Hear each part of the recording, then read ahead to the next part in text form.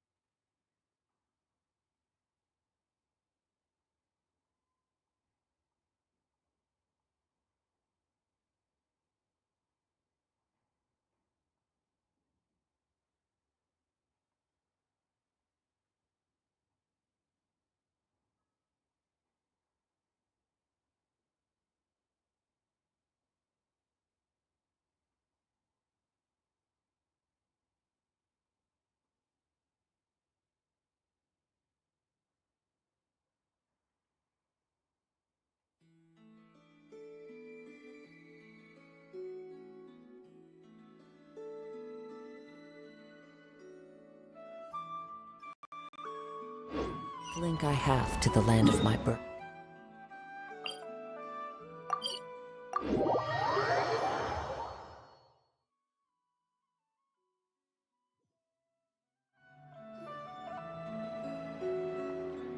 Thank you for waiting. I finished checking your adventurer handbook. Here are your commission rewards. We have no other urgent commissions on the books at present. Thank you for all your hard work lately. Perhaps you two could consider taking a vacation. Amazing!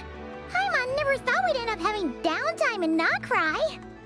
Things were pretty hectic when we first got here. Everywhere you looked, it was either the Wild Hunt causing chaos or the Vatui stirring up trouble. It felt like this whole region was one giant slime in a barrel, ready to go boom at any moment. Sure have. Things were looking pretty dicey, but in the end, we managed to turn it around. Whoa! Paimon just got deja vu! Oh, that's right. It's because we've done this like a million times now. Ah, yes. Are you two aware that the Moon Prayer Night is soon to take place? Oh, yeah! Llama told us that was coming up soon. Wait, why do you mention it, though? Do people in Nasha Town celebrate it, too? Paimon thought it was just for Moon Goddess worshippers. You're partially right. Most people in Nasha Town just see the festival as an opportunity to do business. They do not concern themselves with the religious element. The festival was first celebrated by the Frost Moon Scions. On this day, they would wear moon prayer blossoms and celebrate the birth of the Moon Goddess through song and dance. They would also prepare food and handicrafts and give them as gifts to others. Over time, it became Nodcry's most lively festival. Oh, sounds like fun! Great! Well, in the meantime, since Catherine doesn't have any commissions for us, let's focus on some personal business instead. When we first got here, you mentioned that this was where your spaceship landed? We didn't get to follow up on it at the time, because we got wrapped up in that whole rare air situation, but now we can finally start investigating it properly. Well, there's a saying Paimon's heard around these parts, which goes, if you lift up a rock, you'll find something you weren't looking for. By that logic, you'll never find what you're looking for while you're searching, but the moment you stop looking, it'll jump right out at you. Could be worth a try though, right? Anyway, Paimon suggests we focus on other stuff we want to do for now, and just keep an ear out for spaceship-related intel as we go.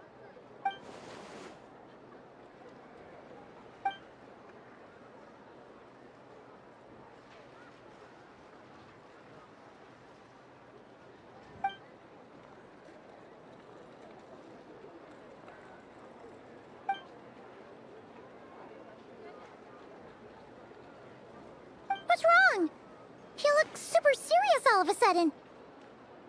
Huh? Paimon gets why you'd be concerned about Columbina, but what does the doctor have to do with anything? Oh, that's true. And now that you mention it, we're definitely overdue for a showdown with the Fatui.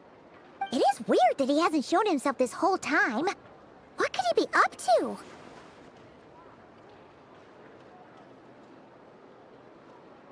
True. Paimon would much rather deal with Marionette anyway. She says the meanest things, but when it comes down to it, she doesn't seem like a bad person. Maybe it's the pressure of being a Fatuse? Especially as a Harbinger. Does she feel like she's gotta act tough to keep up appearances or something? But then, every time we headed out with Rarier, she always wound up having to repair Polonia and her other robots. That's gotta sting. Losing face always hurts more for people who care a lot about their image. She's probably still furious about it. What? Relax, she's not even here! Huh? What's the matter? Oh, nothing. Sorry, we'll be on our way now. Where are we again? Oh yeah, Columbina? Right, yeah, let's go see Columbina.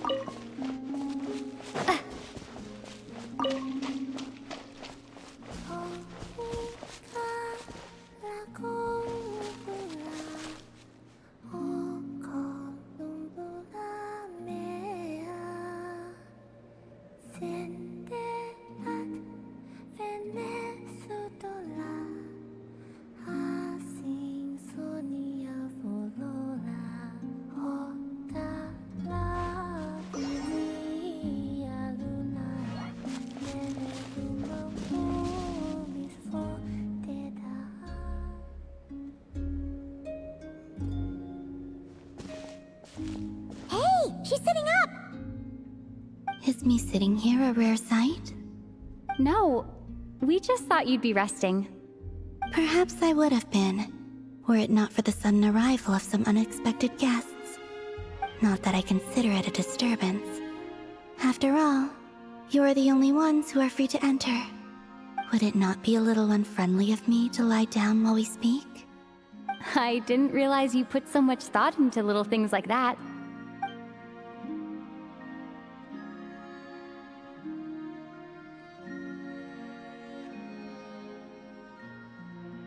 Only sometimes. There have been moments lately where I think about you and your companions. They are warm, mysterious, and cozy memories. Very few of my past memories are anything like that. They say that travelers return home bearing bags full of souvenirs. But my luggage was empty, and I believed it would stay that way. Return home? So, you're still planning on returning to the moon? Yes. This planet continues to reject me, reminding me that I do not belong here. If I remain in Teyvat, there will come a day that I disintegrate. And I don't mean reduced to dust, or turned into food for the flowers. I mean, I will cease to exist entirely. All right then. Well, we're sure gonna miss you. But it sounds like we'll have to say goodbye. How do you intend to return? The moon prayer night is soon to arrive. On that day, the moon will be closest to Teyvat. The Kuvaki in this land will reach its peak at that time. I merely need to grasp the tide, and with relatively little effort. Oh, You make it sound like she's gonna get blasted up to the moon. If I did that, I suspect I would crash into the false sky. I will be using a much gentler approach. But I do like the analogy. It's fun. You see? She gets Paimon's sense of humor.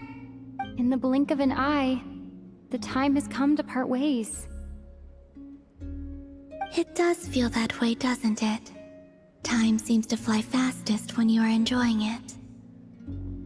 I have always thought of myself as a wanderer on this earth, and it has never expressed any desire to keep me here. Yet, just as I plan to depart, it tugs at my arm. Is this a gesture of affection? Or is the world mocking me? Oh. Were you hoping I can answer that? Yes. You are a traveler, so you must have a lot of experience in this area. Then, what I would say is, enjoy the moment. That's right! Don't overthink it! Happiness is happiness and joy is joy! The point is to enjoy it, not analyze it! I see. Then what I would say is, even though I am very tired right now, I am still happy. I can't tell from the tone of your voice. Oh, really? You don't think I sound happy? I'm just kidding. I could tell you were in a good mood today from the moment we saw you. Ah, a joke. Albeit not a funny one. Anyway, I assume you're here about you-know-what. Give me your hand. Actually, it's not that. There's something else we wanted to discuss with you. Oh. Then, do you still want to give me your hand? Or not? Sure.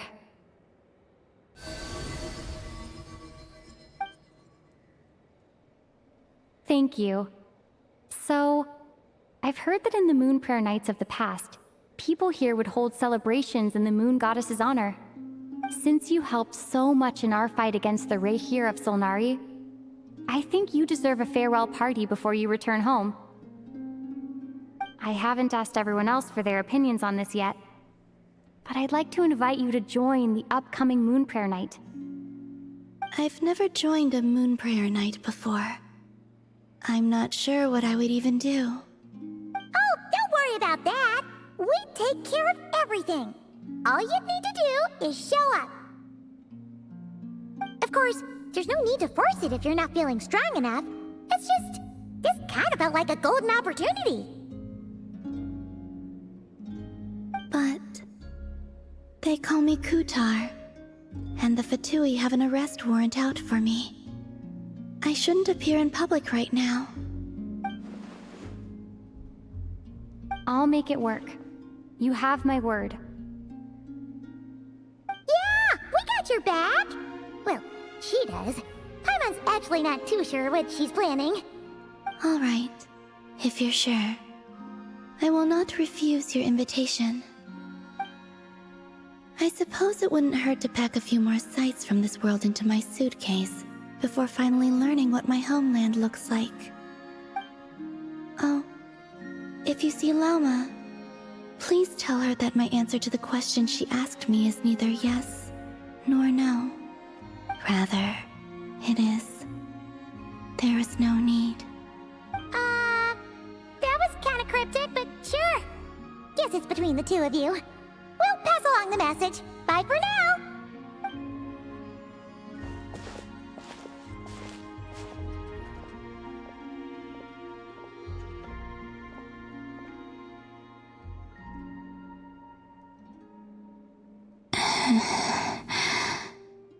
And also, I do not know.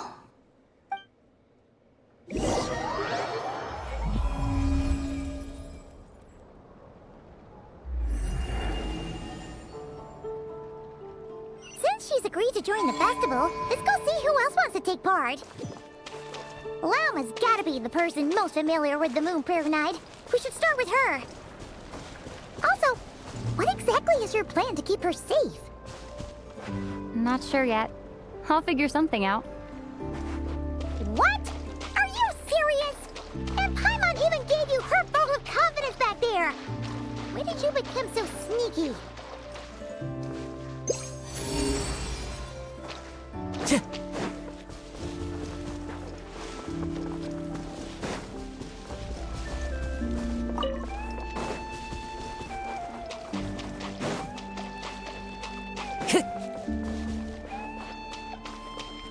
Time to go. One with my blade. Coming at ya! Close your eyes. Be silent. Do not fear. Wind strike. From whence you came.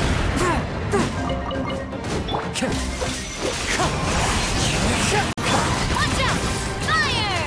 Well, with Wind strike.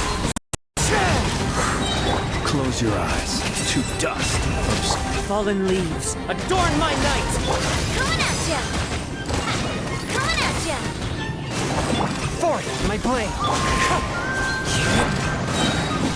Fire! Well, Wind strike. Close your eyes. Do not fear the dark. Submit for judgment. watch out! Ha-ha! Hiya! Ha-ha!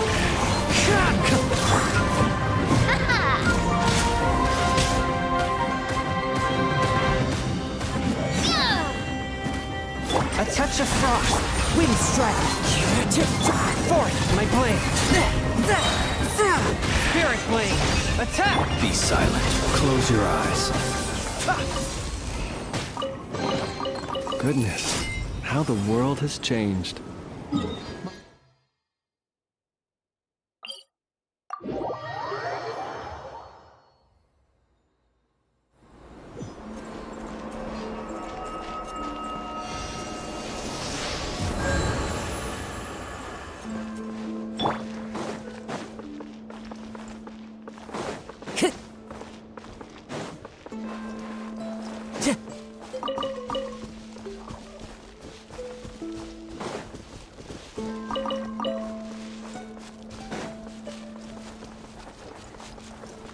Time to go. Hey, Llama! It's us! Huh? Varka? What are you doing here? Beats me. I had a bit too much to drink last night, and when I woke up, I was on Hisi Island. Mr. Varka is helping to oversee Nasha Town's preparations for Moon Prayer Night. He is here to go over some details regarding the decorations and custom cloth designs. Right, yeah, that too. What do you mean, that too? Yes, celebrating this festival is a long-held tradition here in Nodcry. On this day, the crescent moon at the top branches of the verdant crest turns into a full moon, and the moon prayer blossoms bloom with a special radiance. Our people take these to be blessed omens. It's an especially welcome event coming off the back of all that nasty business with Rare. Everyone got put through the ringer recently, and now they're looking to turn their fortunes around. The big shots in town all agree that a big, lively celebration is just what we need to rebuild people's faith in this place. No wonder Catherine said that people weren't so bothered about the religious element. That's right. It's become more of a local custom by this point. The celebrations have little to do with whether the religious stories behind this event are true or not. Even the Frost Moon Scions are eagerly awaiting the coming of Moon Prayer Night, despite now knowing that their past beliefs were founded on a falsehood. That's fair. It's a bit like the Lantern Ride in Liyue. It's a chance for people to enjoy themselves, not debate the existence of the Adepti.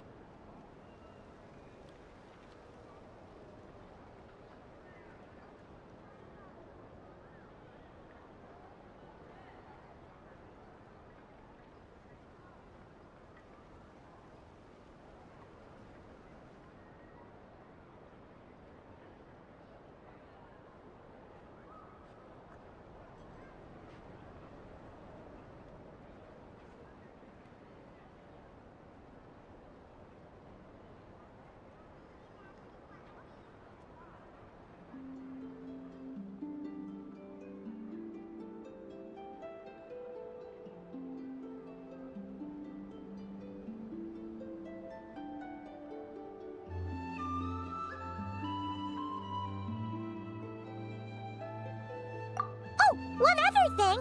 We just went to see Columbina. We went ahead and invited her to take part in the festival this time. Hope it's okay. Wait, so... you mean she agreed to it? Huh.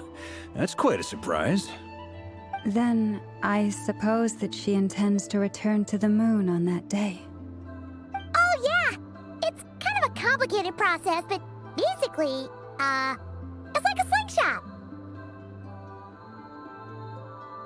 I understand. In truth, I had a feeling that she might make such a decision. Well, if Kuthar has decided to participate in the festival, we should prepare accordingly. Yeah, exactly.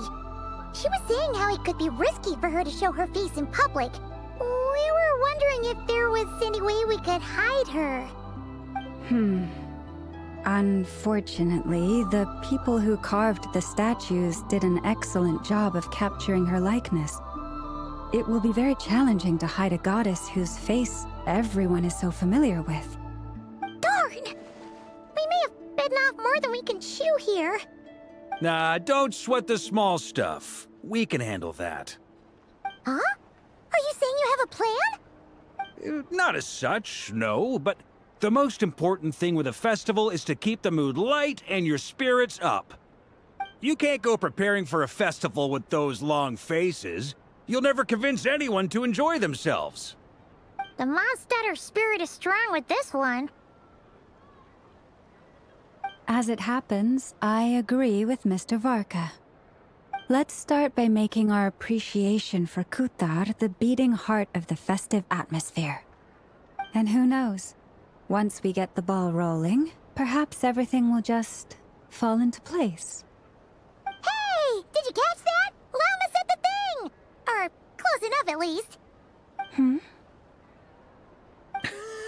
I'm looking forward to the Moon Prayer Night already. We have a festival in Mondstadt called Windbloom, and you can always tell which couples are celebrating it for their first time by the smiles on their faces. Big, beaming smiles like their whole face is glowing. And I have a feeling we'll get to see that same smile on the Moon Goddess's face at this festival. Not quite the same, surely. Anyway, I'll take care of business in the city, but I'll have to leave the decor up to you and the Frost Moon Scions. No one else can capture that traditional aesthetic quite like you guys. But lastly, there's the final key element that brings the festival to life. Companionship.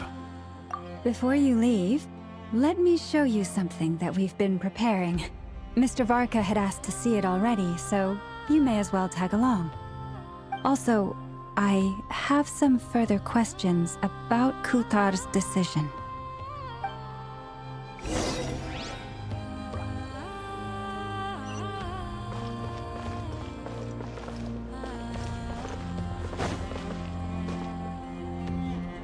Huh! What's this? They sure look like they're having fun. I believe so. Kuhenki seem very skilled at playing drums like these, although I'm not sure where they learned it from. Maybe it's an innate talent? In their eyes, they're probably just playing with toys.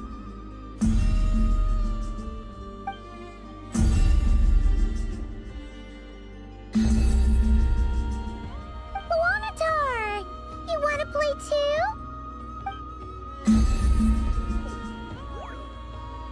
Yeah. She looks more confused than anything.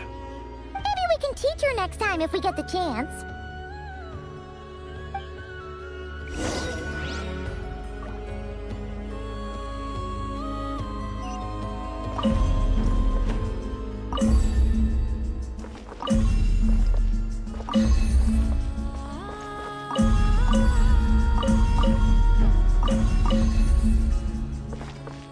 What are these floaty things? Moon veils.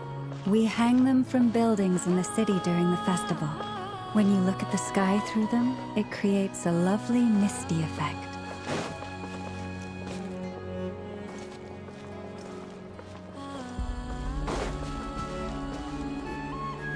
Everyone seems hard at work. They're preparing items for Moon Prayer Night. For instance, the sculpture being made over here. Mr. Varka and I were just finalizing the details of where it will be placed. Ah, there she is. I didn't know the finished article would be so large. Not to worry, though. All the necessary arrangements have been made. Just let me know once it's ready, and I'll get some people to ship it over. You have my thanks. And over here, we are preparing a very traditional confection. Oh, look at all these colors! It looks great! Can Paimon try one? Of course. I have a feeling you'll like it a lot. You bet! Sweets and treats are Paimon's favorite! If you included those in the Feast of the Moon, I bet Paimon would have joined the Frost Moon Scions by now. There will also be verdant crests like this present in Nasha Town during the festival. The timing of Moon Prayer Night is not completely set in advance. We make a rough estimate, then observe the changes in the verdant crests and Moon Prayer blossoms to guide us. As such, the wait itself is a fun feature of this particular festival.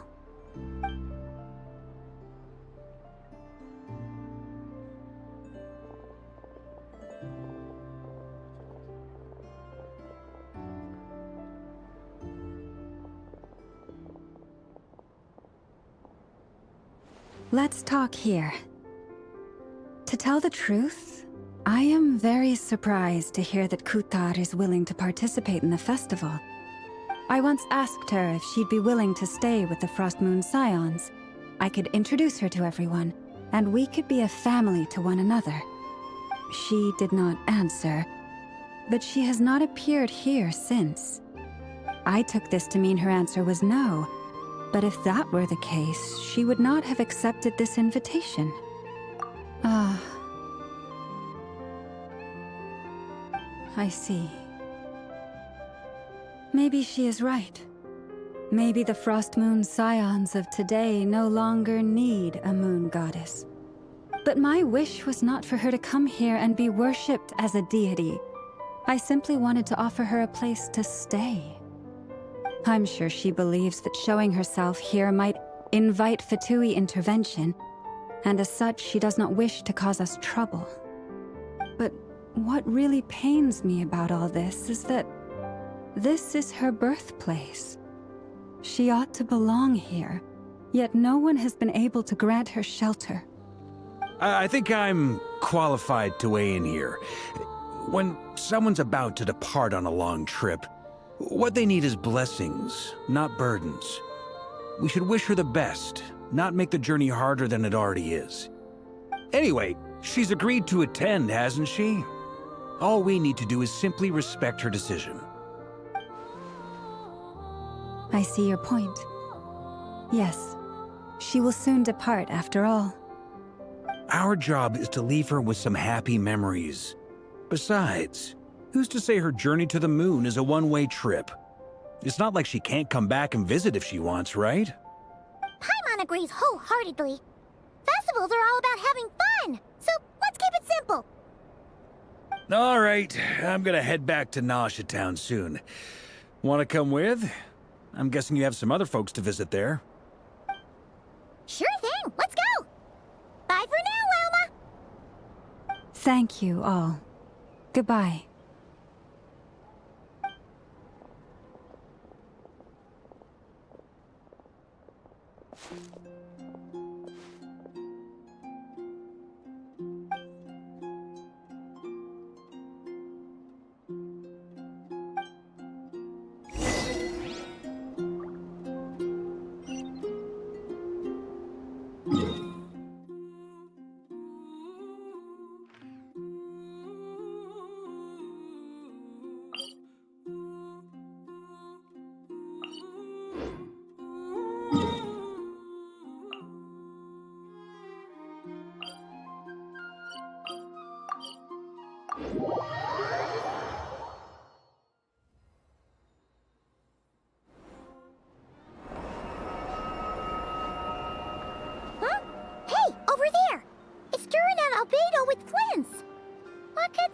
chatting about?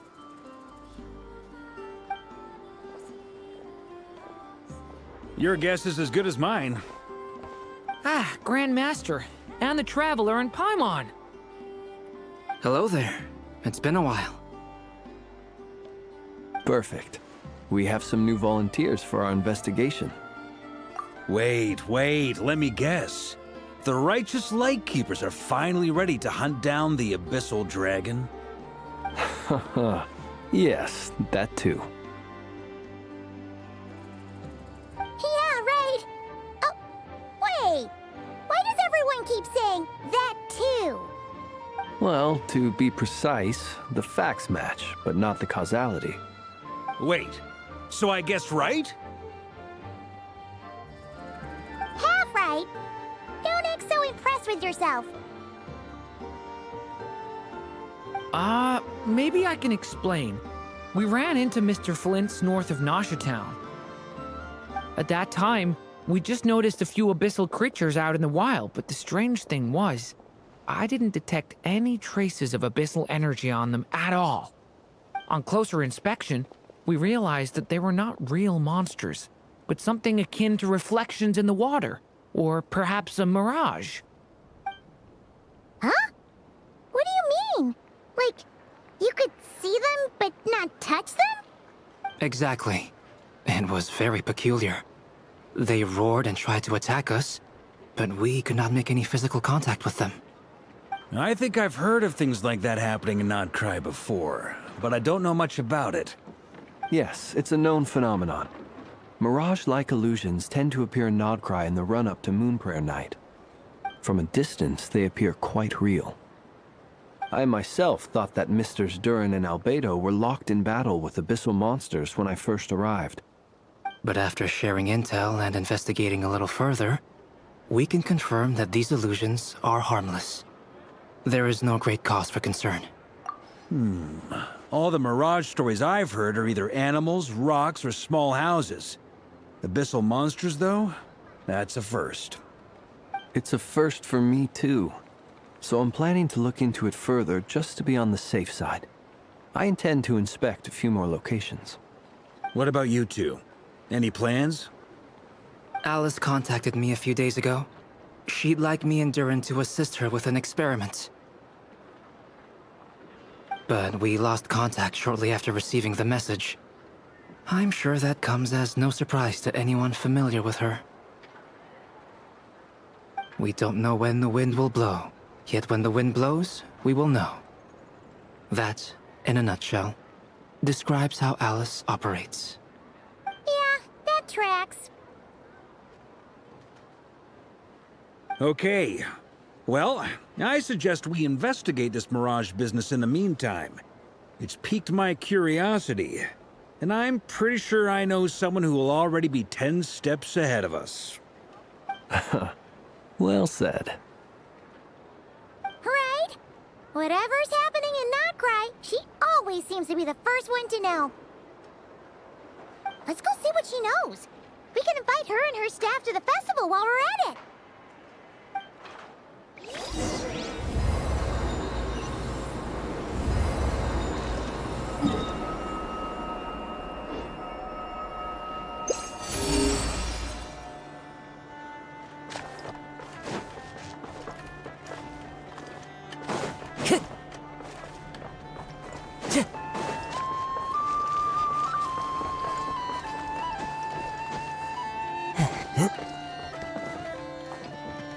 Into the wind!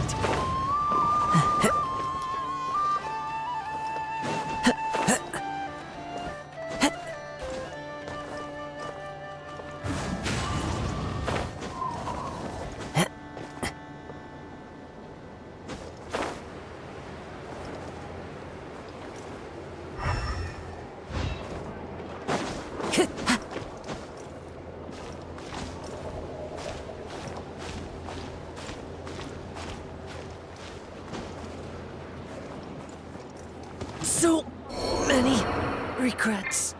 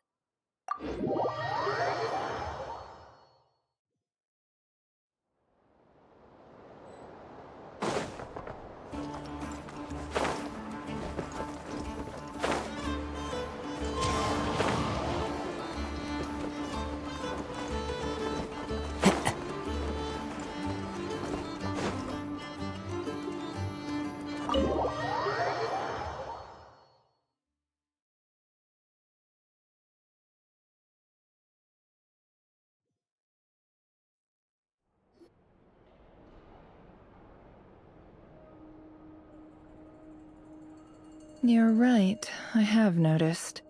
There's certainly something a little fishy about this situation. Only a little, though.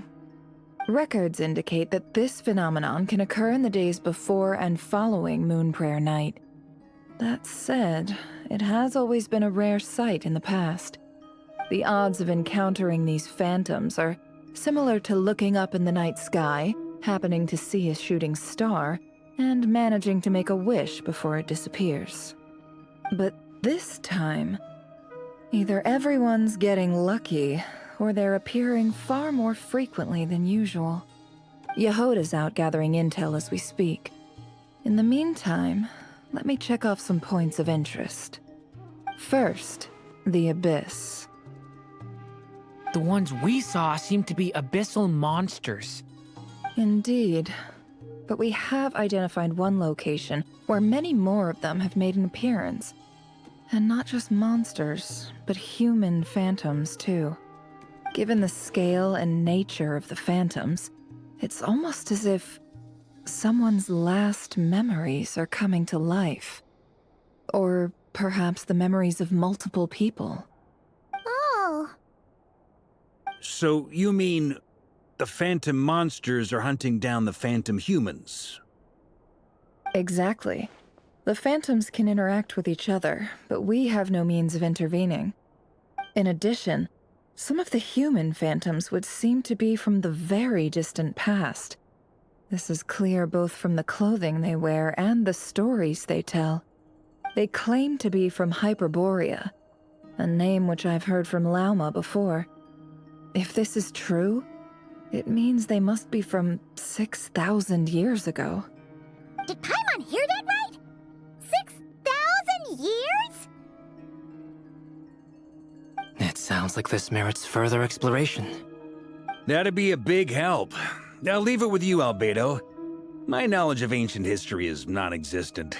I used to doze off every time the pre-Knights of Favonius era came up in class. It's quite a miracle that you were able to understand these phantoms' speech, given how long ago they lived. I suppose you're right. But I'll leave the archaeologists to ruminate over that conundrum. As an intelligence broker, my sole interest is in the value of the information I gather. Which, in this case, hopefully means earning myself some good favor with our dear Lady Moonchanter. So calculating.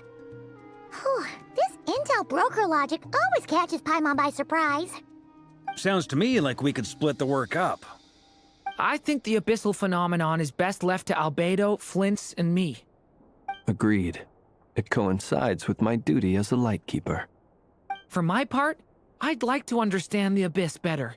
Even a little knowledge would go a long way. This is certainly a rare opportunity to study the Abyss. But even rarer, perhaps, is the chance to make contact with the Ancients. The Curatorium will take the lead on investigating the Hyperboreans. We put in the work to learn what we know so far. It seems only fair that we get some quantity of exclusive intel. That just leaves our trusty team of 2 unassigned.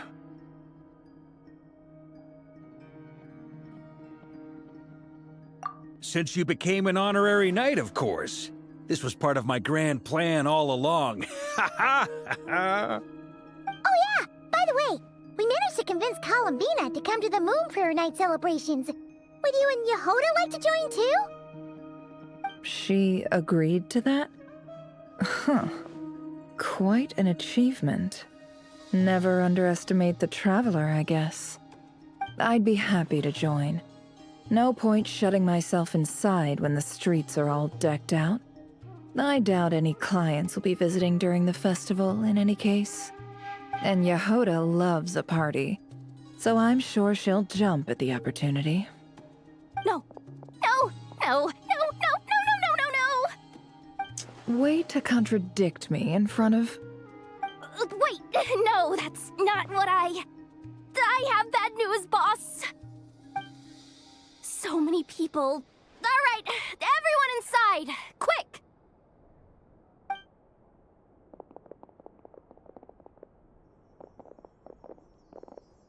This is gonna sound crazy, but hear me out. I saw one of those phantoms at Star Sand Shoal, and it was some sort of flying ship. Like a spaceship?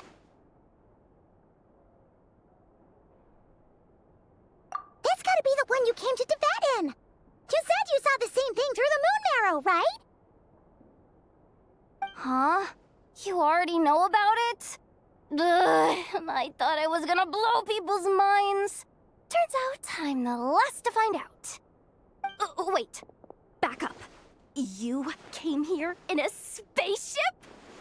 Now my mind is blown! What's it like on the inside? Was it like flying through space?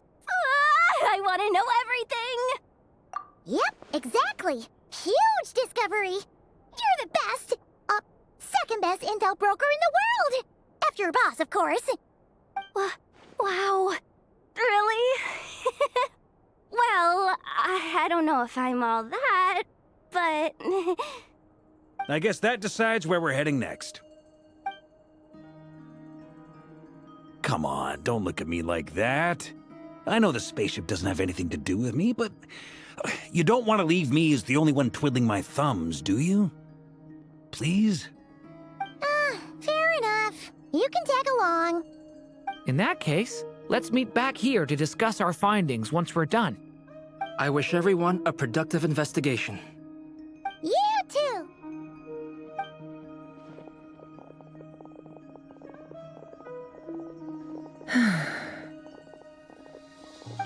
What's up, boss? Aren't we gonna head out? Tell me, Yehoda, when did the curatorium start giving out intel for free? Oh, sorry, boss.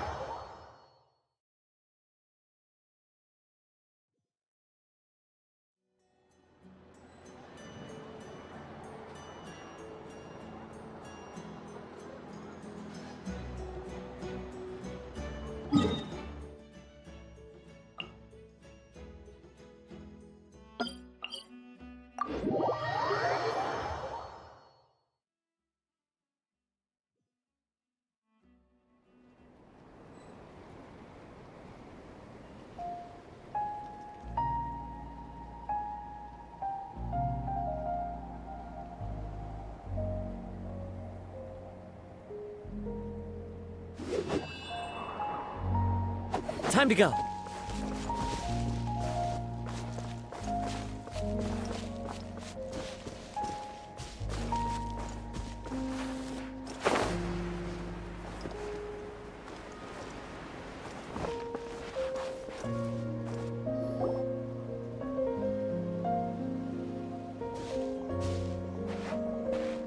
Wow, what do you know? Yehoda was right on the money.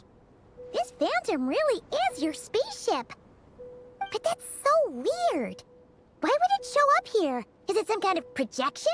Or a ghost? Like, maybe it no longer exists, but somehow it left an afterimage? Ah, you're already here. Miss Lauma, what a surprise. I thought you were busy with festival preparations. I was, until one of our people informed me that a strange sight had appeared at Star Sand Shoal. No one's ever seen something quite like this before. I thought I should see it for myself. Same here. Oh, so we heard that these things appear around the festival period. Any idea why that is? Unfortunately not. We have very limited information about them, since they can't be interacted with, and no human phantoms have ever made an appearance before now. The most we've been able to deduce is that these sightings appear to be connected to the increase in Kuvaki energy around this time. Yeah, seems like that's all we can do. This is all so confusing. Allow me to lend you a hand.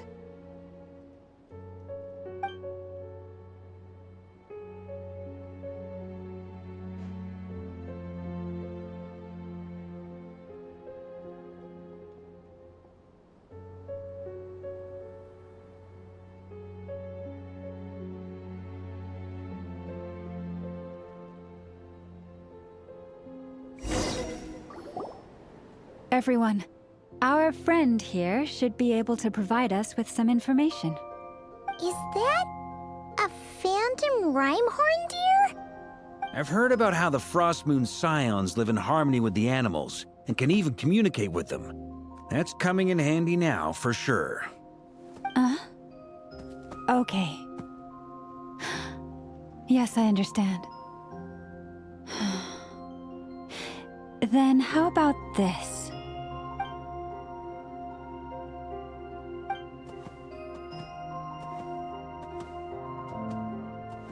Oh, it's leaving. It appears to share our curiosity about this giant spaceship, so I asked it if it wouldn't mind investigating along with some friends. In return, I told it about some nearby spots where the wild fruit grows abundantly. We may live in a different era from these phantoms, but I trust that the terrain, climate, and ecology here are more resistant to the effects of time than some things are. Let's give them a moment and hope for the best.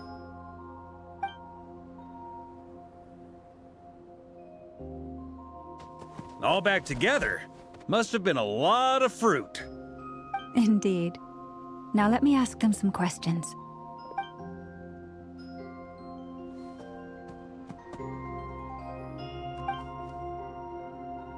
It did find a lot of wild fruit, enough for them to feast for a long while. This puffin circled in the air several times, but didn't spot anything out of the ordinary. Certainly nothing to do with the spaceship. Huh. Well, it definitely makes sense to get a bird's eye view. Indeed. Other than that, I was also thinking that the world these phantoms see is also different from ours. Oh, I get what you mean. The wild fruit exist in both times and spaces, but there might also be things that only exist in that space-time, which we can't see.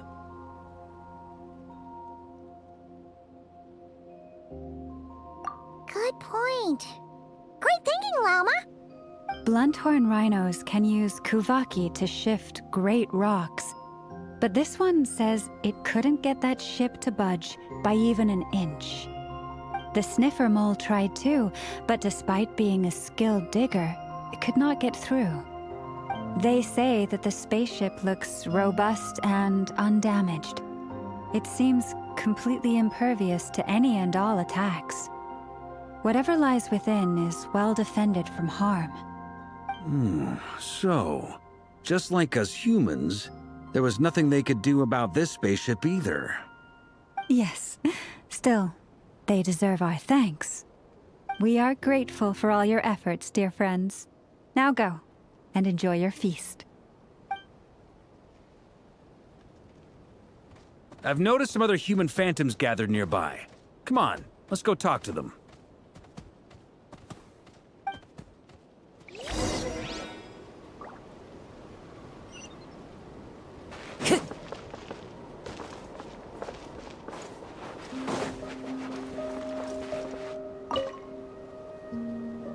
What is this thing? I've never seen it move, and there's no way to get inside. Goodness knows. My grandpa says it's been sitting here at least since his grandpa was still alive. What about his grandpa? Did he say anything to your grandpa's grandpa about it? Huh? I don't know. In all likelihood, it was here back then too. Hard to imagine something this huge could move.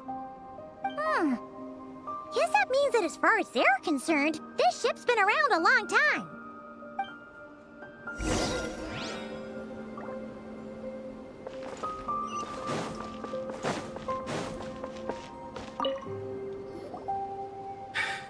Come on, brothers. If we can get even a small chunk off of this thing, it's gotta be worth a fortune. Today is the day we strike it rich. Huh? You mean Paimon? Yes, brother, I shall join you. Let's make our fortune. We should go with them. What the? This thing is crazy tough. I can't even scratch it. What's it made of? Sorry, brother. Looks like we'll have to seek our fortunes elsewhere. Enjoying yourself? I was just seeing if I could influence this phantom's perception by playing. But nope, no dice.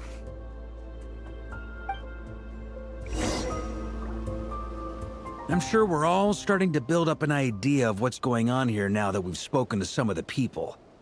These phantoms are reenacting real historical events in Nodcry.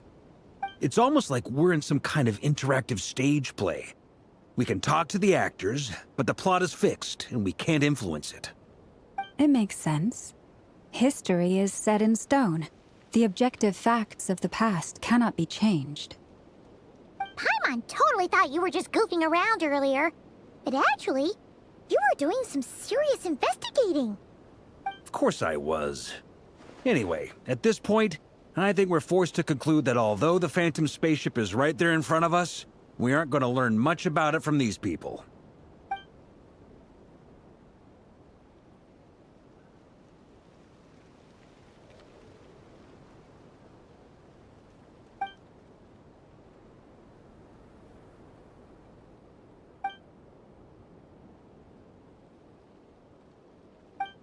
Don't be discouraged. If nothing else, this is proof of the ship's existence. And think about it. So many people tried to hack their way inside, but no one could get the door open. It's made of very tough material. To me, that says that we'll either find the ship itself or the story behind it. It's just a matter of time. Huh. Every now and then, when Varka gets serious, he actually does seem like Grandmaster material for once. I wonder how the others are doing. Let's head back for now. Sounds good. Also, drinks are on me if Team Knights of Favonius is the first to finish. Wait, we have a team name now? Am I in Team Knights of Favonius as well? You're very welcome to join. We've even got a cathedral ready for you. Isn't that technically blasphemy? You wouldn't dare make a joke like that if Barbados was in earshot. Nah, I'm sure Barbados doesn't mind a little harmless blasphemy once in a while.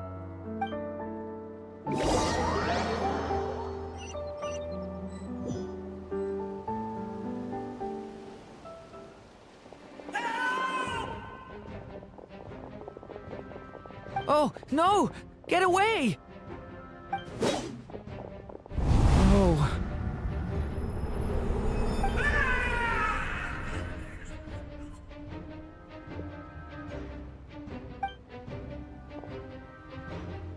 I know it's hard to stomach, Mr. Duran. But as I'm sure you've noticed, there is nothing we can do to intervene in that which unfolds before us. But we have to at least try. And try you have. But are you aware of how many unsuccessful attempts you've made now? I wasn't keeping count. I'm afraid this is the 39th failure so far. Or the 5th if we're only counting this particular victim. There are no indications that these phantoms may be altered in any way. You seem to have calmed down a little. I'll make us a fire. You should rest and have some water. Feeling any better now, Mr. Duran? May I ask a few questions? Be my guest. What exactly are we witnessing here? What happened to those people? My guess would be that we are seeing Nodcry during the Conrian Cataclysm. Would that be accurate? Conria. That is correct. As you know, once the Abyss senses even the tiniest crack, it floods in and spreads like wildfire. There was a time in the distant past when it permeated all of Nodcry, causing immeasurable harm. The people paid a terrible price to heal this land.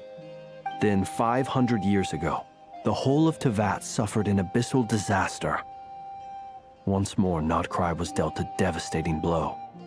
I see.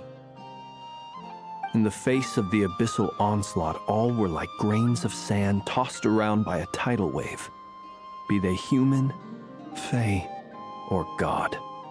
The moment you witnessed is but one drop in a whole ocean of catastrophe. All right. I guess that answers my second question, too. I wanted to know why there's nothing I could do to help them, and that's because what we are seeing is history. That would be my guess as well. As I understand it, history and fate are not all that dissimilar. The latter may be unseen to us, but both are immutable. Yes. Fate was determined long, long ago. I still have a couple of other questions for you, Mr. Flint's. You mentioned more than one abyssal disaster that has struck this land in the past. How can you be sure that what we're seeing is from the Conrian incident? And also, how are you able to stay so calm when you're talking about these events? From everything I know about you, you're not cold or ruthless, and you're not indifferent to the suffering of others. Alas, I am forced to show my age. I must be 600 or 700 years old by human measure. Wait, so you... One is not easily moved by history when one has witnessed the truth firsthand. I'm sorry. You needn't apologize. Your passion is a good thing to have. Treasure it, because someday you may find it in terribly short supply. Now, at the risk of offending you, I have a question in return. Your curiosity toward the Abyss, is it born from hatred or because you sense its call? I only ask because I kept a fragment of Rerear's body in my lantern for a short time. Specifically, his heart. So I know what a burden it can be to carry the Abyss with you. And I hear its power growling from somewhere within you. In my eyes, your mere existence is a miracle. My honest answer is... I don't know. I don't think I have the confidence to say for certain. What I will say is the Abyss is not the only issue that haunts me. Even before I became who I am today, the question dogged me constantly. Should I even exist at all? My doubts remain unresolved. But when we fought Rerear, something became a little clearer to me. Sometimes it is the darkness within us that allows us to achieve the impossible. I certainly got the sense from your 39 attempts that you were trying to achieve the impossible. It sounds like you've resolved to see the truth for yourself.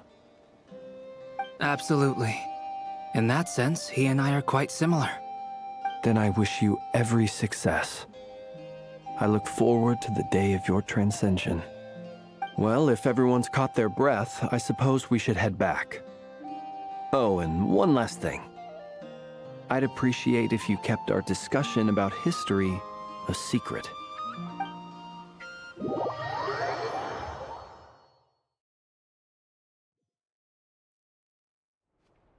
Incredibly, our separate investigations led us all to the same conclusion. Hooray for consensus! Yeah, but we barely learned anything, though. I totally thought this would be the mother lode. Talking with the ancients? I mean, come on! But nope, all we got was useless snippets of conversation. And all this stuff about moons and hyperopia. What a load of baloney. Seems like people back then had a few screws loose. I understand your frustration. We found the same issue. Each phantom only showed a very brief moment in time.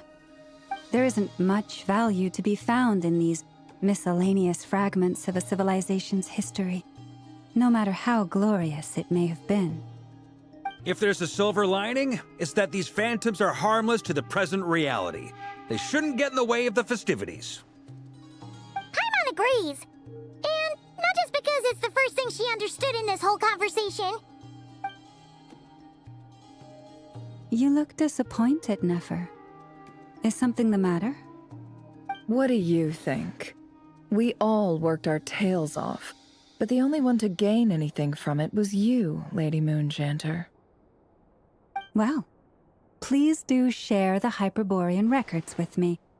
I will gladly inscribe them in our people's documents. Oh, duh! Yeah! That was it! Hyperborea! Hyperborea. I'm serious. Only an expert in the Frostmoon Scions and their history can turn these records into valuable research material. The alternative is to let them gather dust on the Curatorium's storage shelves until the pages turn yellow. Nefer, you're wise enough to know that cooperating and sharing the profits is the best course of action here. Well, that goes without saying. Sure, let's do that. Huh? But didn't you say we aren't supposed to give out intel for free? Sorry. Shutting up. Now is not a good time to push Nefer's buttons. Anyway, back to Moon Prayer Night. I'm thinking that we should prepare something a little special, aside from the usual decorations and so on. You mean a parting gift? Can't go wrong with food. Although, does food go bad on the moon? Perhaps a lantern would be a better choice. It might be dark up there. It could prove difficult to light a lantern on the moon. Magical stones might serve that purpose better. What about a clockwork mecha model from Fontaine? I've got a whole bunch at home. I use them for fighting practice in my free time. None of these sound like things she would be even remotely interested in. But we don't interact with her enough to know what she likes. Yeah. It would really save us the guesswork if someone could find out what she's into. Wait, what the? Traveler? They're all looking at you. Great! Haha, problem solved. Now, I need to stop by Dory's. Gonna need her help sourcing a bunch of stuff for the festival. Then let's leave it there for now. We all have our own business to attend to. Traveler, if you find out what Kutar likes, let us know right away.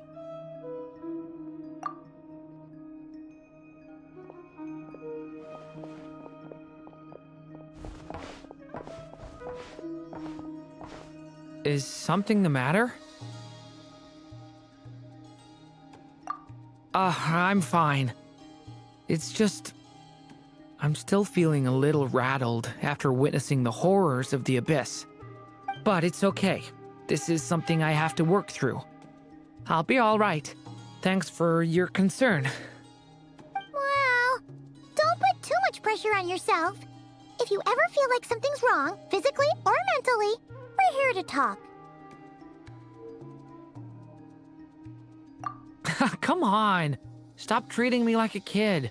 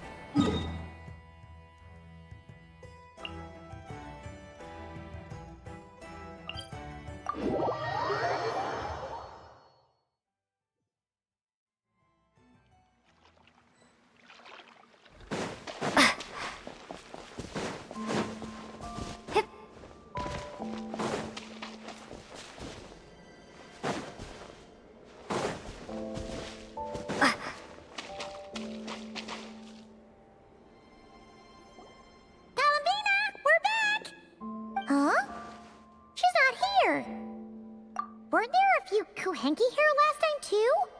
Where did they all go? Walkies? For Kuhenki? You're not pets, you know. Oh, well. Looks like we just came at a bad time. Let's try again tomorrow. There's still a few days until Moon Prayer Night, so we're in no rush. Besides, she needs time to rest anyway.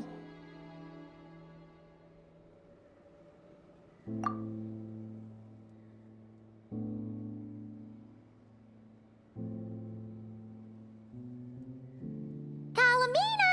Are you back yet? Oh, how strange. Looks like she still isn't here, right? It's not like her to spend so much time outside, especially since she's worried about attracting unwanted attention. What about Luonatar? Luonatar, you there? Hey! Do you know where Kalambina went? Sorry, didn't understand. But if you know where she is, could you take us to her? Yeah, that's even stranger. What about him? Oh, that's not good news. They change color when Kalambina gets weaker, right?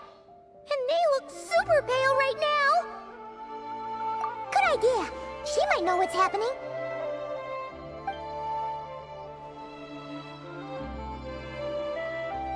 Mama! Ah, it's you. How is Kutar? Is she okay? No, she hasn't. I came here to check on her after I noticed the flowers had changed color.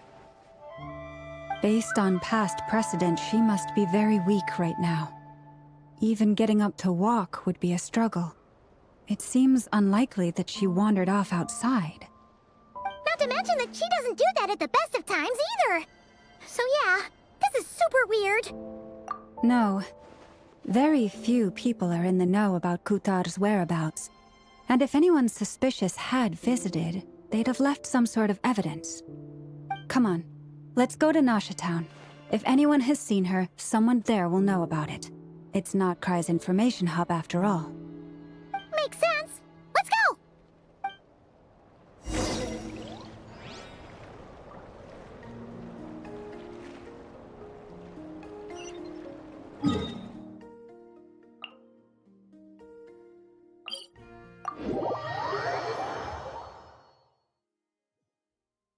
Taking a stroll in the middle of a downpour certainly rouses the spirit.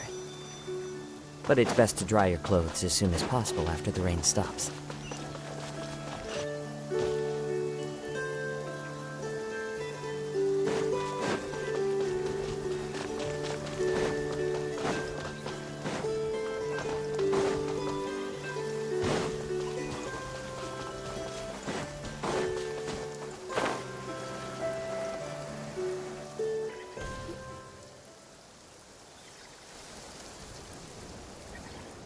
Moment.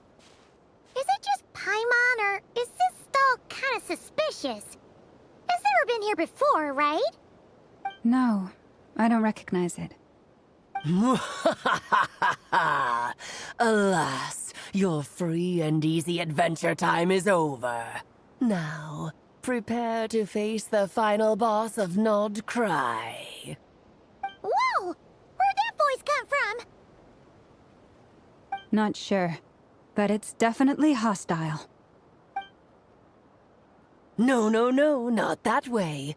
The final boss is right here. The sniffer mole? That's the final boss? Surely not. Also... Okay, the jig is up. I'll stop teasing you.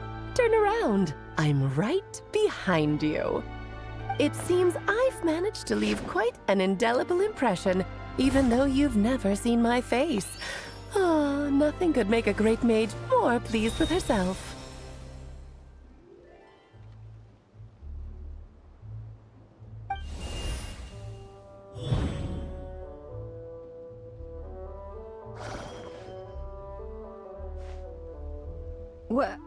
What is going on? I've heard that all the big shots in Tevat have long, wordy titles that stun people speechless when they make their entrance. Unfortunately, none of them are affiliated with the Hexenzirkel, and we ourselves keep a very low profile. The notorious name-dropping doesn't quite work for us. Still, I, for one, think I'm really quite amazing. So that didn't stop me from coming up with a title anyway. Alice!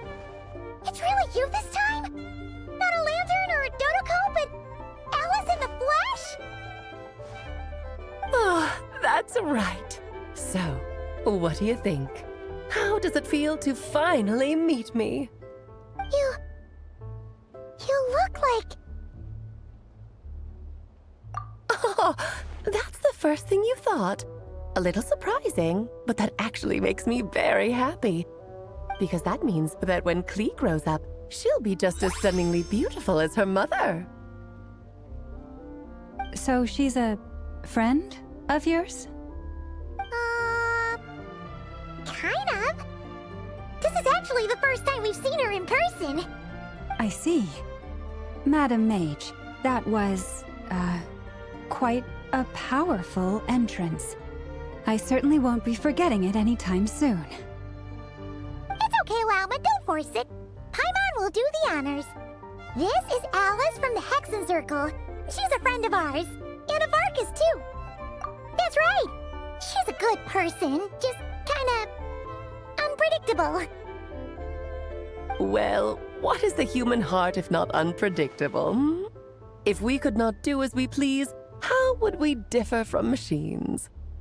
I am Lauma, Moon Chanter of the Frost Moon Scions. It is a pleasure to meet you. Oh, I know. Before you got here, I spent a good, 15 minutes getting up to speed on Nodcry's present situation. In other words, I've read the whole in the last episode part, so we can skip the pleasantries. Fair enough. Well, Miss Alice, I can already tell that you have quite a unique personality. He'll get used to it. Paimon sure is. So anyway, what are you doing in Nodcry, Alice? Oh, I thought I told you already. This time, I'm the final boss. And what a formidable foe I shall be. Powerful, confident, decisive, and good luck finding my weak spot. You will never succeed. Oh, drat! My one weakness, and you found it in an instant. Fate has been dealt a devastating blow. Thus falls the great Dodo King. Why are you playing along with this nonsense? For funsies, of course. What's wrong, Paimon? Are you disappointed in me? Am I a gigantic letdown? No, it's just... you seem like a busy lady. And this is the one time you've shown up in person. Paimon figured it would be for something more high stakes than just goofing around. You're quite right. I'm here in Nodcry because something big happened. Something big enough it caught the attention of the Hexenzirkel. It concerns the 3 moons, Tevat's borders, and of course, the moon goddess you are currently searching for. Kind of. Why don't we discuss this over a pot of tea? My main reason for coming on this trip to Tevat was, of course, to have some fun. But I do technically have a job to do as well, namely, maintaining the stability of Tevat's borders. I'll skip over the complicated parts, but to sum it up, abyssal energies are all that lie beyond Tevat's border. We'd find ourselves in a real pickle if they ever made it through. And the phantoms you've been seeing are a sign that the border has been disturbed. No wonder they tend to show up around Moon Prayer Night. Is it because the real moon is now so close to us that its power can cross the border? In part, but only a negligible amount passes through. Just enough to influence the verdant crests and so on. And as you've noticed, there has been an unprecedented number of phantoms appearing this year. The influence of the moon beyond the border cannot explain this. No. There is another far greater factor at play. The trilunar syzygy. A trilunar syzygy. Eons ago, before the heavenly principles came to Devat, it was the then 3 moon goddesses who controlled the laws of this world.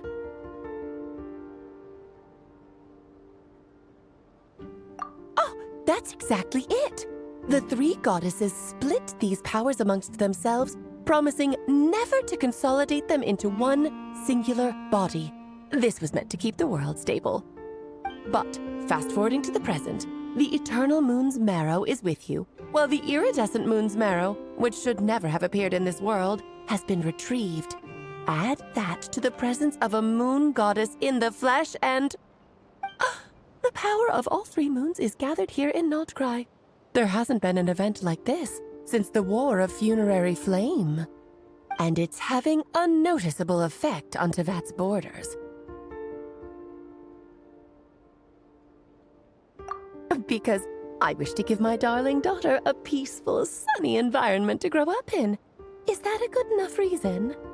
Kinda sounds like you're dodging the question, but it does make sense. Well, that's one reason anyway, and the most important one. The others are a little complicated to explain. For instance, cleaning up after dearest Miss R. Albedo could tell you more about that if you're curious, but right now, I have a more important question to ask you. Why are you collecting the moon marrows? I see. Nicole told me about that legend once. Nicole? You mean Mage Anne? Oh, so you remember. Yes, of course.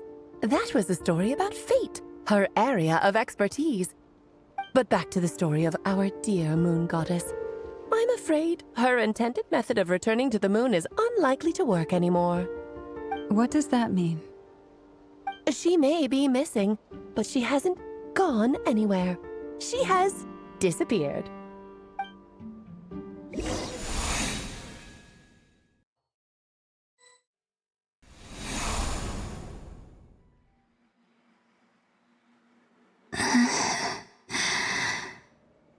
My body is so heavy.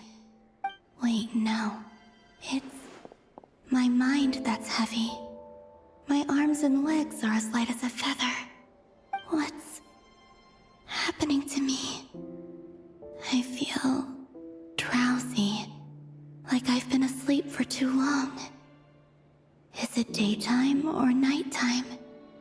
Is the moon out? I think I'll go for a walk.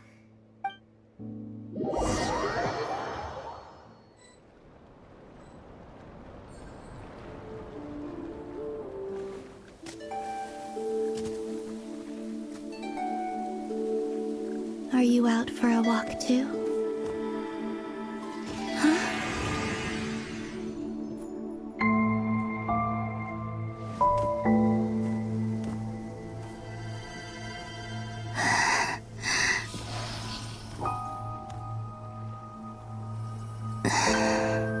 The day has come at last.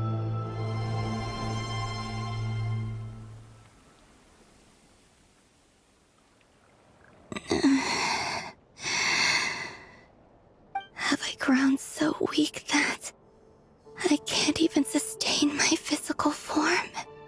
But Moon Prayer Night is nearly here. I was so close to returning home. Death is near.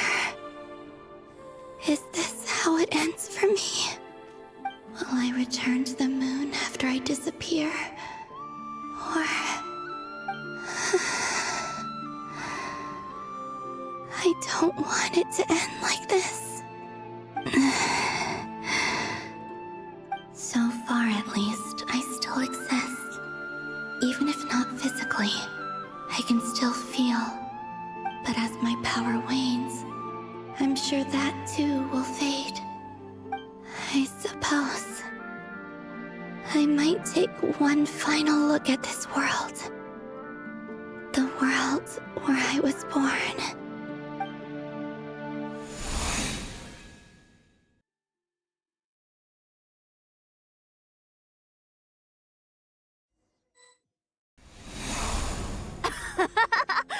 on! Come on! Wait for me! The Frost Moon Enclave. How much it has changed since I was born. These decorations, they're so heavy. It's times like this when you kind of wish men could be priestesses and acolytes. How fascinating. I've never had the chance to be privy to people's private lives in this way. In the past, people would get so solemn and serious the moment I showed my face, like they were frozen stiff. Karina, Lametti, it's time to eat. Coming! I want to watch them a little longer.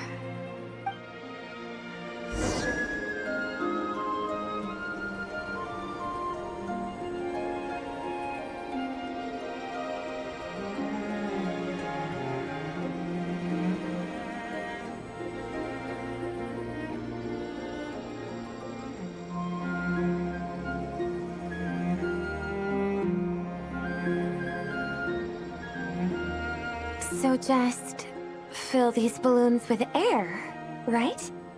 Yep. Try a couple now to test things out. The rest can wait till Moon Prayer Night. Think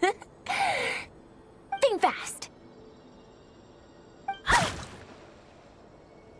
Rita! Teasing an acolyte of the Frost Moon Scions? Surely that's a punishable offense. Take this!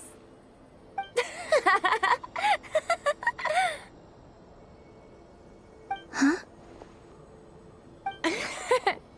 All right, enough horsing around. Lady Lauma gave us a task. We should get back to it. The task is just to check that the balloons don't leak, right? Doesn't matter if we fill them with air or water. Yeah. Okay, you got me there. And you got me there. But still, we can't use all the balloons before the festival even starts. We won't use all of them. And as long as Lady Lauma's trusted acolyte doesn't snitch, this can stay as a little secret between friends. A couple more can't do any harm, right? Oh, you menace. Then, think fast! Is pumping a balloon full of water really so much fun?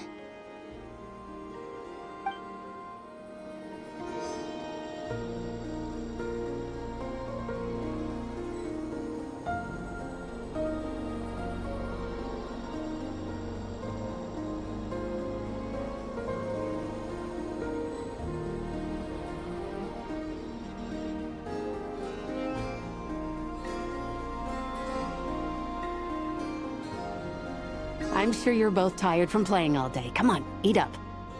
A plain, humble meal. That has always been the way of the Frost Moon Scions. Huh? How come Lametti got a midsummer berry dessert? Oh, I always get Lockaberry. I don't mind sharing. You can have a bite of mine if I get to have a bite of yours.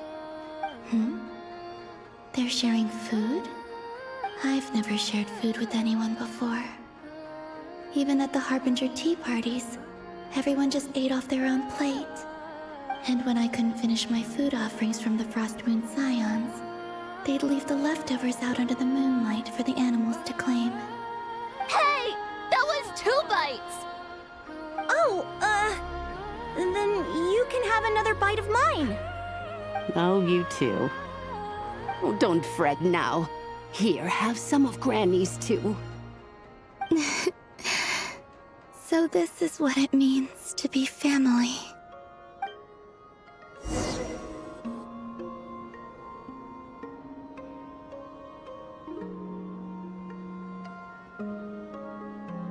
I'm seeing so much that I'd never usually get to see. They'd never act like this when I was around. It's nice, being able to just watch people in peace in these final moments. What a rare opportunity. I think I'll go take a look around Nasha Town, too. Maybe the Traveler will be there.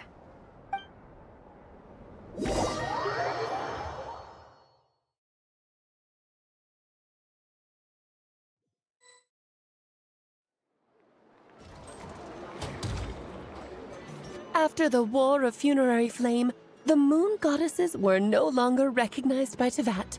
They lost the whole foundation for their existence. That's why the Moon Goddess's strength is fading. She cannot withstand the world's rejection of her. To be more pedantic about it, the Moon Goddesses did something to offend the heavenly principles, and that's why they were ousted. Something of a recurring theme in Tevat's history.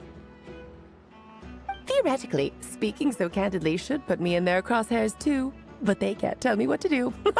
I'll say whatever I want. Anywho, the Moon Marrow energies were but a drop in the bucket for her, and that battle against the Ray Hair of Solnari only weakened her further. Fortunately, it happened close enough to Moon Prayer Night when the Kuvaki concentration here is high. That's the only reason she managed to survive this long. What do you mean, fortunately? You said she disappeared. We're too late. Ugh, what a headache. I thought this was all common knowledge. I guess I have some more explaining to do. Okay, buckle up. It's time for another lecture.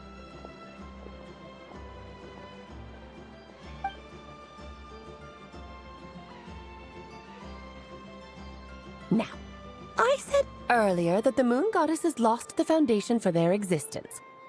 The reason for that has to do with the natural order. Basically, the rationale for their existence in Tevat was lost. The same logic applies to the present Moon Goddess, too. Consider her existence so far. Her comrades in the Fatui called her Damselette.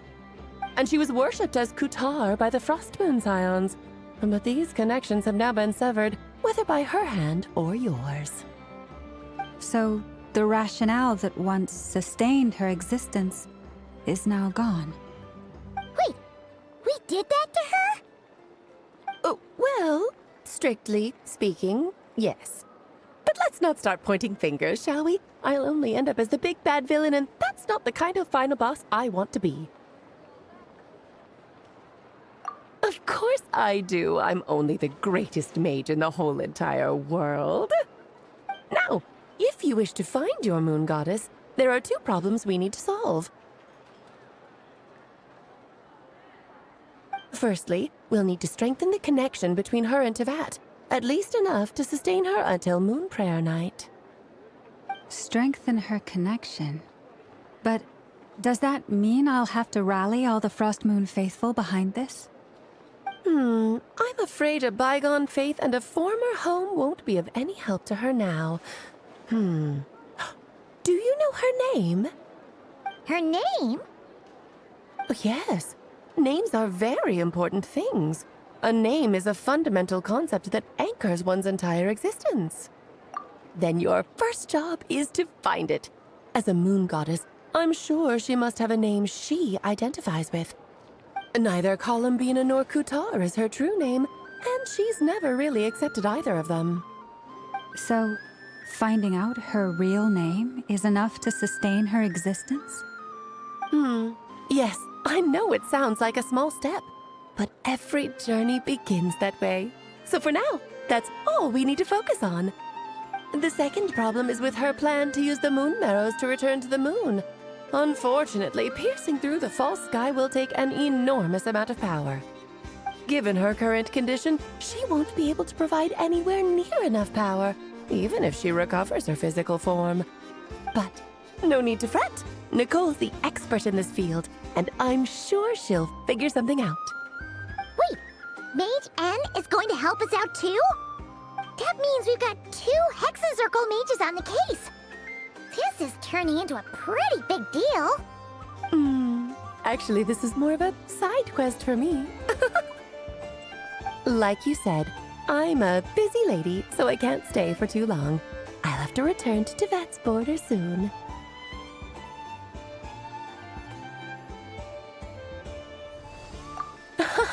That's the upside you get for looking out for my little Klee. Hopefully that will incentivize you to carry on keeping her company in the future. Anyway, jokes aside, you'd better get moving. It will take quite a miracle for the Moon Goddess's consciousness to hold out till Moon Prayer Night. Oh, I suppose I might as well tell you where Nicole is before I leave. Off you go now. Time to meet your new friend. Oh, yes, and a little suggestion. Don't forget to mind your heads. What? I wonder how Durin's doing. I should really go see him before I head back. You really are super busy. I most certainly am. There's so many children I have to keep tabs on just in Mondstadt. Durin, Albedo, Venti, Varka. Klee didn't make the list, huh? Of course not. Klee is my pride and joy. I have no qualms about her, because she's the best child in the whole wide world. Yep. Klee's a little angel. I'm glad you agree. Well, all the best. See you when I see you.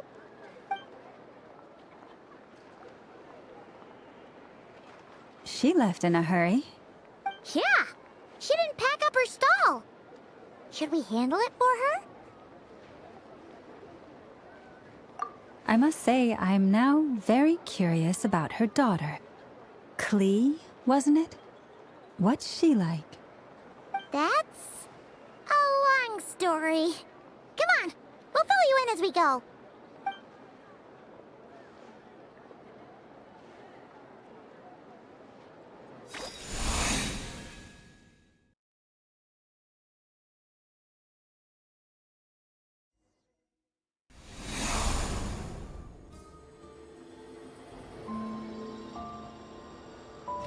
What a lively place. I've never experienced Nasha Town like this before. Hey, you old geezer! Your hammer's rusted through! Who are you calling old geezer? Are they quarreling? I'm looking right at him! You've really gone downhill since giving your daughter free rein in the workshop. Can you even swing a hammer anymore? It shouldn't take you days just to fix a single chair. You might as well use that hammer to massage my back for all the good it's doing. Don't run your mouth, or you'll get a back massage that'll put you in bed for the rest of your life. Look, the materials haven't arrived yet, all right? You know how busy it gets in the days before Moon Prayer Night. I'll bet you send all the materials to your little princess. Blood's always thicker than water, huh? All right, you've made your point, Uncle Koski. As soon as the materials arrive, fixing your chair will be the #1 priority. And Dad, if you've got time to chat, why don't you lend me a hand, See? Lolka knows what the score is. I guess they're friends. But the way they spoke to each other was so ugly. Then again, it wouldn't be the first time I've seen something like this. Columbina! Sing outside my door in the middle of the night one more time, and I'll unscrew your vocal cords. You hear me? Oh, Zandrone. So that was her way of trying to be friends with me. What a pity. I won't get the chance to say any ugly things in reply.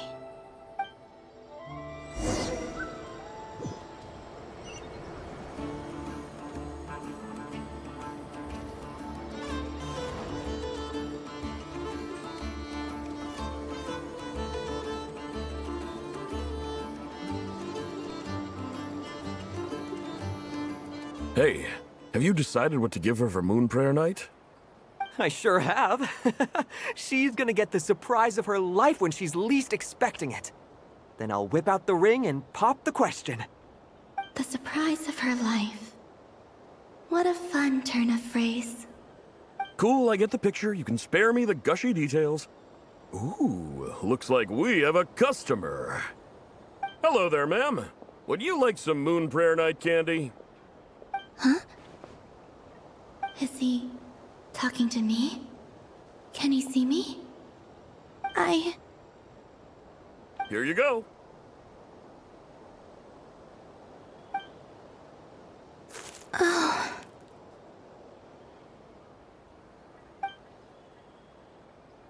Come back anytime! Right. Now, where were we?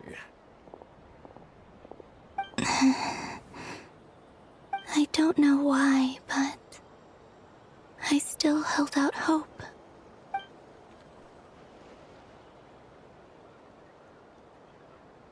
The most important thing right now is to find that mage. This name thing seems super important too, but where do we even start looking? I'd better go pay the Fatui a visit.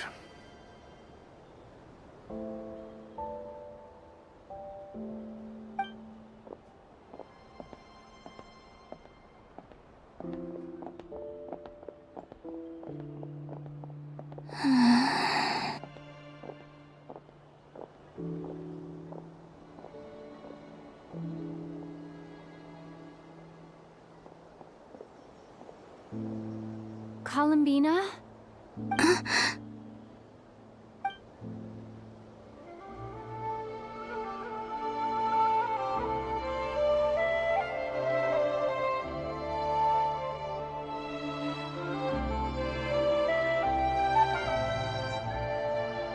Traveler?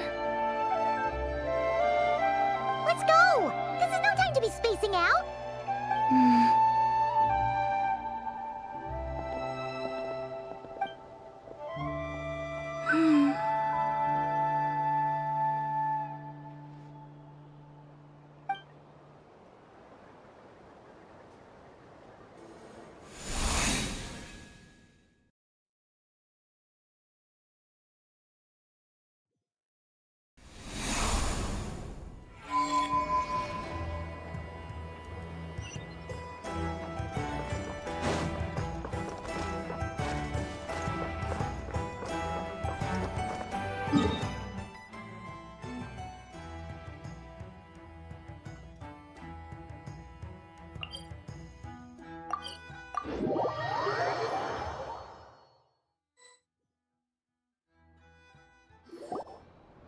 Where are they going? They mentioned a mage and... a name? So, Mr. Varka, are you acquainted with this Nicole? Or should I call her Mage N?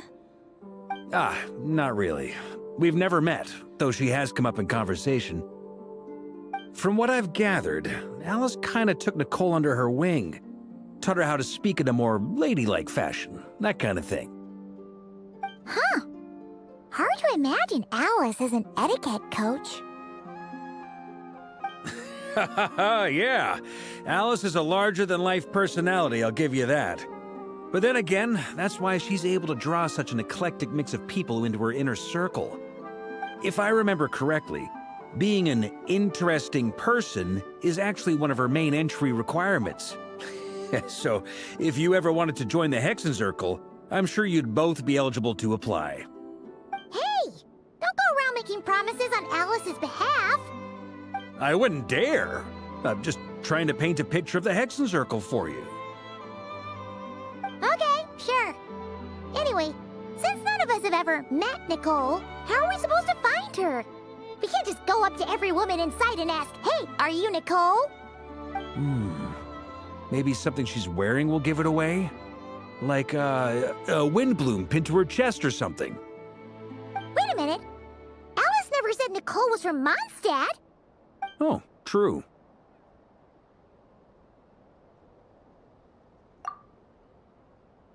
That would be...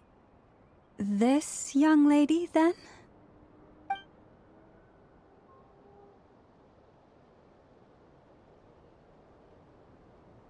Hey there! Sorry to disturb you, but... are you Miss Nicole? Varka, Knight of Boreas of the Knights of Favonius. Alice might have mentioned me before. Ah! Have we got the wrong person? Sorry. Well, this is awkward. When I shook my head, I meant, no, Alice hasn't mentioned you before. Huh? Where is this voice coming from? My apologies. For certain reasons, I am unable to speak. This is the only way I can communicate with you. It might take some getting used to, but I hope you can understand. Hey, it's fine. I'm more shocked by the fact that Alice never speaks about me. I mean, As for you two, we have crossed paths twice before, but it is nonetheless a pleasure to finally meet you. It's really you! Thanks for all your guidance in the past! You're quite welcome. This time, things are different. We have reached the unwritten pages of the story. You might say that we stand at the crossroads of fate.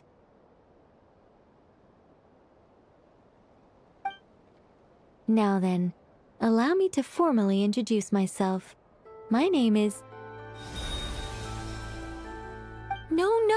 No, stop! Alice! I can't believe it! I had a whole speech prepared. I'd agonized over every single word. She always picks the worst moments to ruin other people's plans. I'm so sorry about that. Alice took the liberty of devising some bespoke self-introduction magic for each member of the Hexen Circle. But I could have sworn I deleted all of the triggering conditions for it. How did it bypass everything? Oh gosh, this is so embarrassing. This is a very different side of Nicole than what we're used to. Is she not used to face-to-face interactions? Don't worry about it. We've seen that introduction magic once already, so it wasn't too much of a shock. Please go on, Miss Nicole. We'd love to hear what you have to say, or, well, communicate. Huh? Are they talking to this lady? But... Will you all promise to forget that horrendously embarrassing introduction? sorry, embarrassing. When?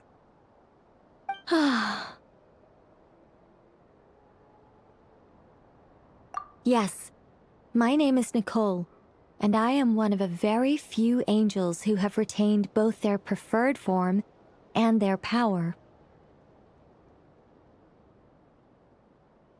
The Traveler and Paimon should be no strangers to this concept. There is another of our kind in Natlan. They call her the Lord of the Night. Right! Paimon remembers her. Yes. Well, I have retained more of my power than she. It's because I don't have a long-term duty to fulfill. To be more specific, no. We'll be here all day if I get into the specifics. Moving on. If I'm not mistaken, you are here because you wish to learn how one might reach the moon beyond the sky. That's right. Is that something you can give us any guidance on? Yes, I do know a way. It began with the Hyperboreans, who lived after the War of Funerary Flame. Blank looks. Maybe I should start with the background of the war. Or maybe not. It shouldn't be an issue. I'll fill in the gaps for you when we have more time. Anyway, after that war ended, the three moons retreated to beyond the false sky. The Hyperboreans were humans I once aided. They accepted the civilization and creations bestowed upon them by the angels. But despite accepting many blessings of the angels, many among them still held on to their faith in the moons. They were reluctant to accept the new order. Even after the War of Funerary Flame, they sought to contact the moon goddesses beyond the sky and receive their guidance. But all three had passed away by that point.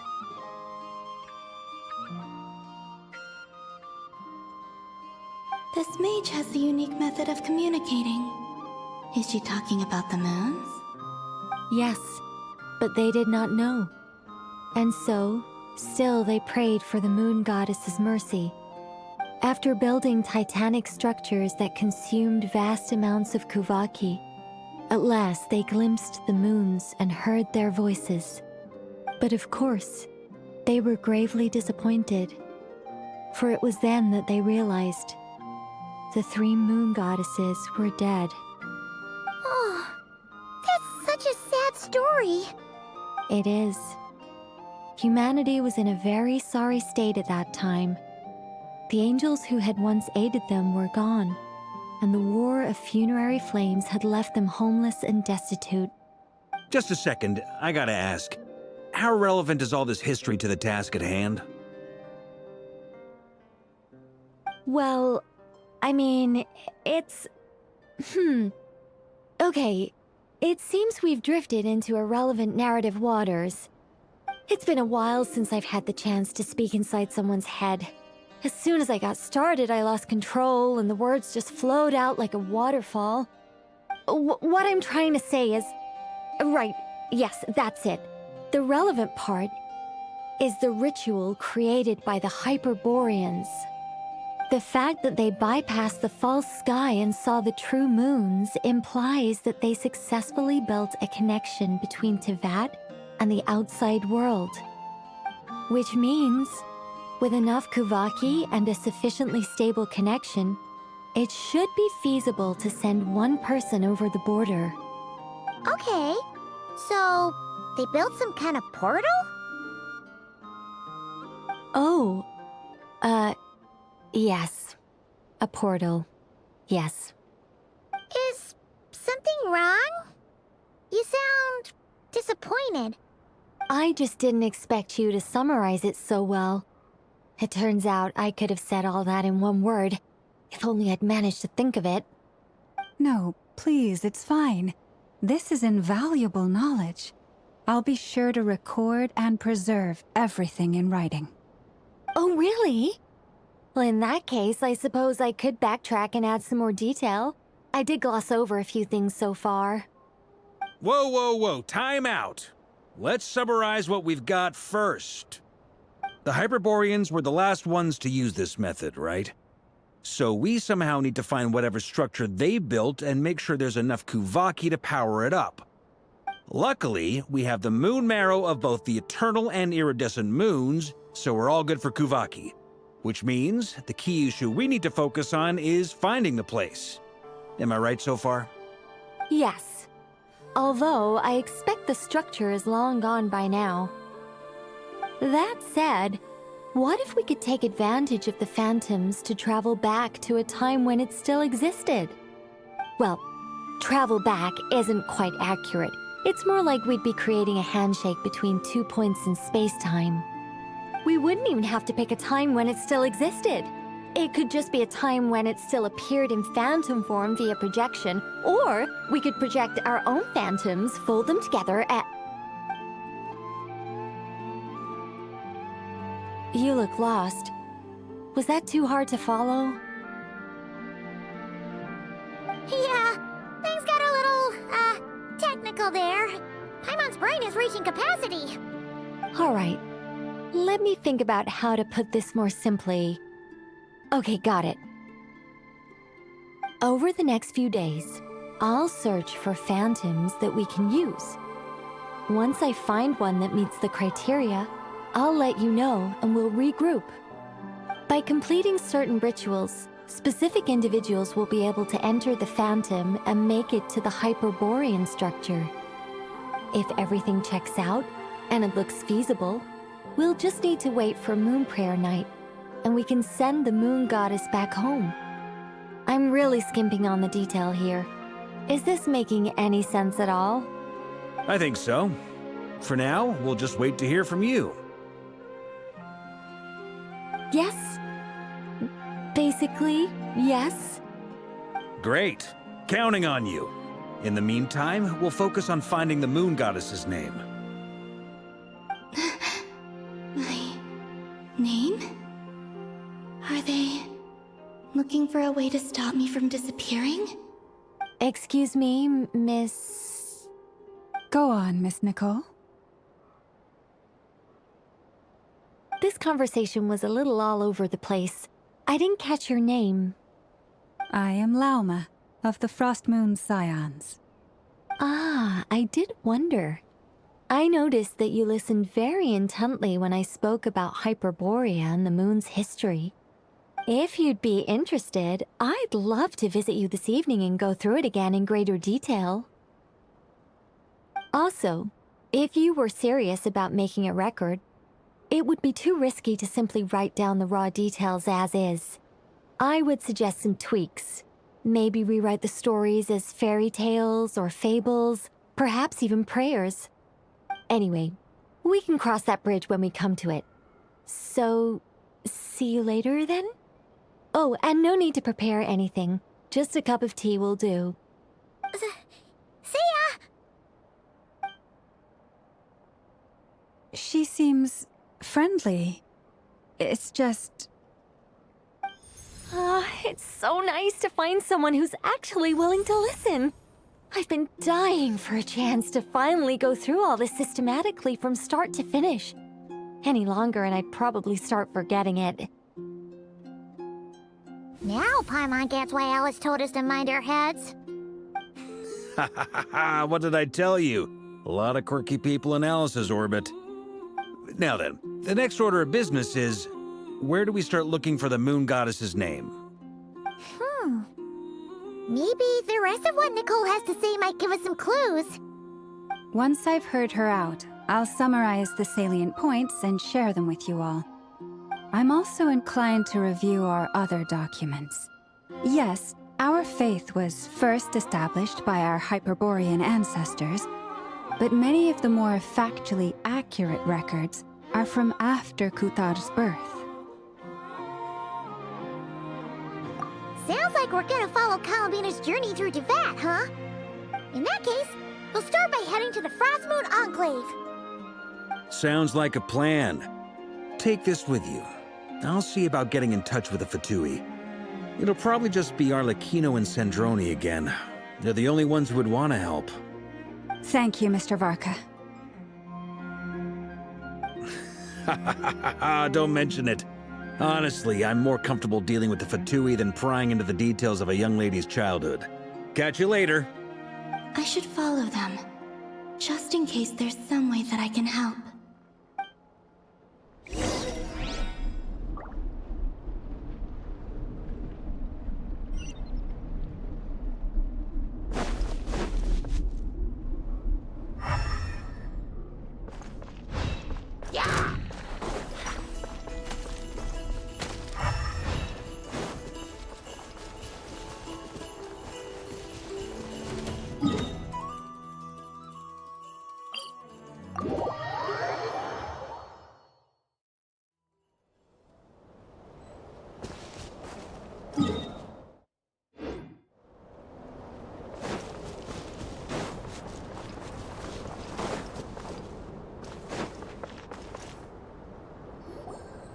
A while ago, I took the time to organize all documents in our possession that pertain to Kuthar. What you see here is the material I consider reliable. You're saying there's unreliable material too? Yes. Most of the information we have was transmitted through an oral tradition.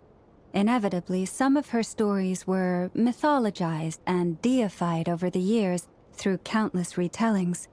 That's why I organized them into reliable and unreliable.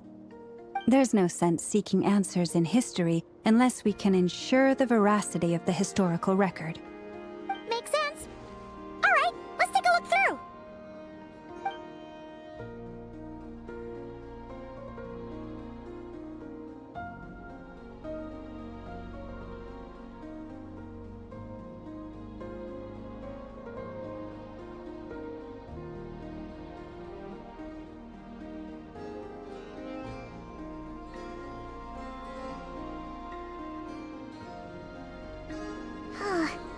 Almost all these records refer to Kutar instead of Columbina. Although neither of those is her real name. Paimon's not sure what point she's trying to make. What we can gather from these records is that the Frost Moon Scions worshipped her as a god, placing impossible expectations upon her. I cannot fault them for their earnest faith, but for all their devotion, worshipping her day in, day out changed nothing. I imagine that none of it resonated with Columbina. It wouldn't surprise me if, even back then, she had already begun to reject the name Kutar and everything it represented. Lama speaks the truth. When I heard them call upon Kutar with hope and expectation in their voices, they may as well have been calling upon somebody else.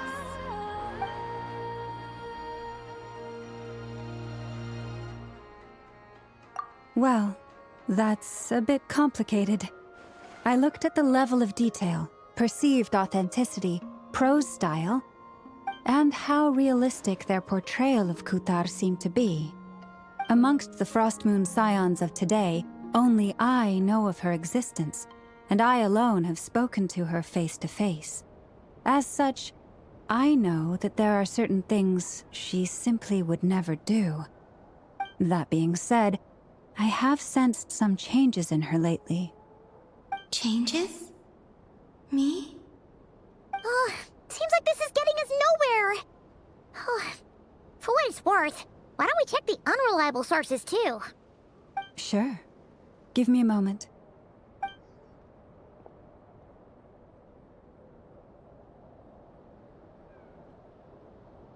Exerting but a fraction of her divine might, Kutar sheared a great mass from the snow-capped mountain and cast it into the sea, upon whose surface shone the mirror image of the moon.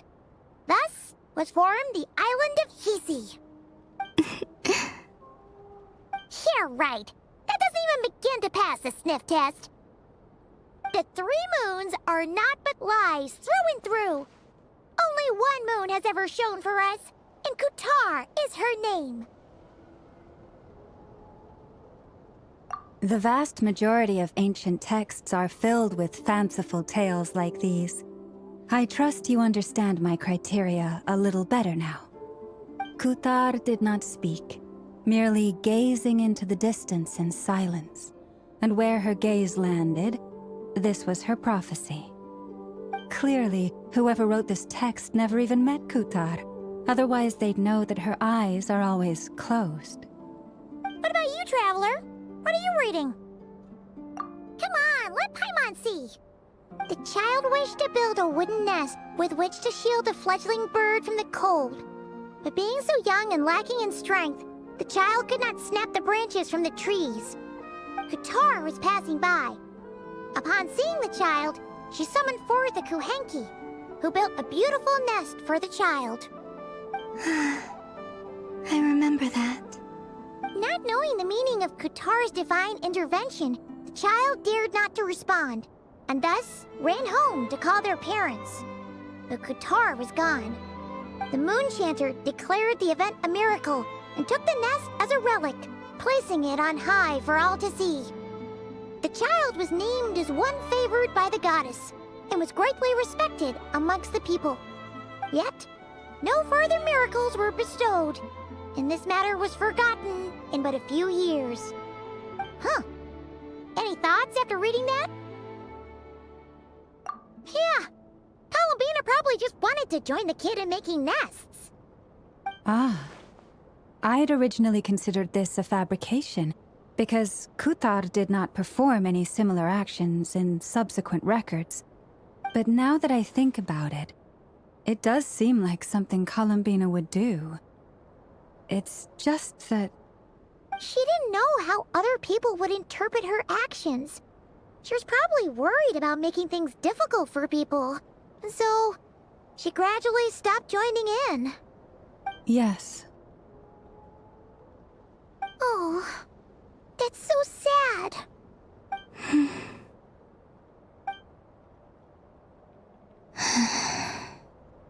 And now, I can make no such gestures of warmth, even if I want to.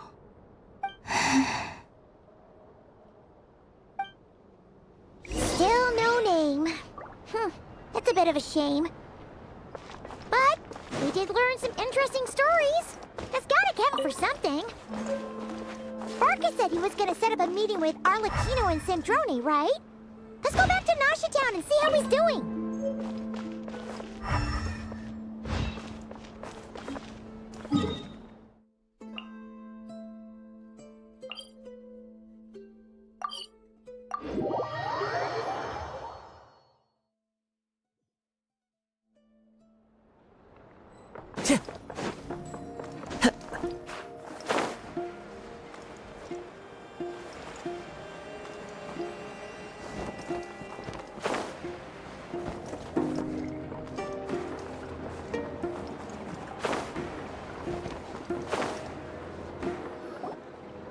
Let's see. There's Varka. Oh, and it's Durin and Albedo too. Yeah, this is pretty much the same place we bumped into each other last time. I convinced them to stick around a little longer. We were all waiting on people, so I figured having a little company would help pass the time. Ah, so you've been waiting for us? Does this mean that you've already arranged things with the Fatui? Sure does. Now you're back, we can go meet up with them together. How'd your investigation of the Frost Moon Enclave go? Well, we didn't find out Columbina's true name. But apart from that, it went pretty well.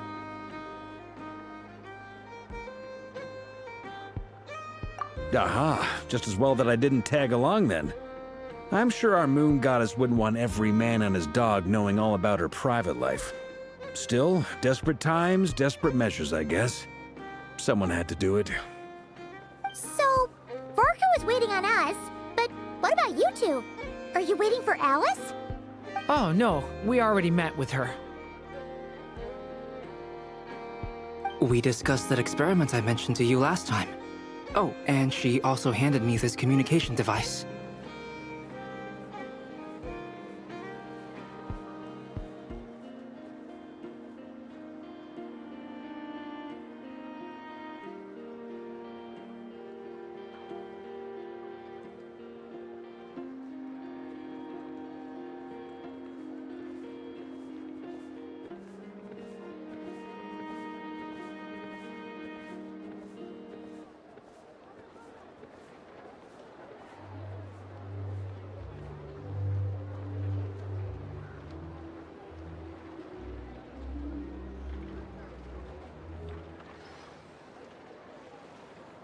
That's right. I understand she informed you about the relationship between the phantom phenomena and Tevat's borders, yes? She wants me to help her with some more experiments on that front. She said that she'll contact me through this device with more information. Ah, I see. Following instructions and making observations. Pretty common research method. Takes me right back to Albedo's lab. Wait, then who exactly are you meeting? Someone you know. Albedo's met him too. But I don't think Miss Lauma or the Grand Master have been introduced. Introductions are overrated, especially in cases like this. It's you! So, it's not like the Academia has prohibitions against going abroad. Also, I applied for leave. I've been writing to Hat Guy since obtaining a human form. I've already brought him up to speed on everything that's been going on in Nodcry. Hat Guy? Turns out, I actually have heard that name before. Oh? Then why did you react the same way I did? I only knew the name, not the fella. But since we're all here, let's do some introductions for what it's worth. I'm Varka, Grand Master of the Knights of Favonius. Lauma, Moon Chanter of the Frost Moon Scions. And I'm a Driosh from the Vahumana Darshan of the Sumero Academia. Hat Guy. Good to see you again, Mr. Guy. I believe we last saw each other on the boat ride here.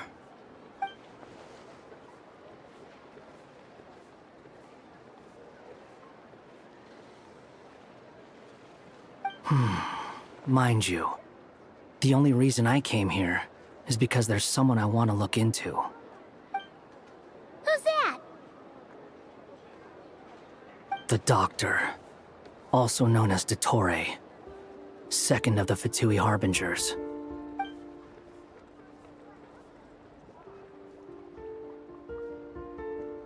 From the tone of your voice, it sounds like there's bad blood between you.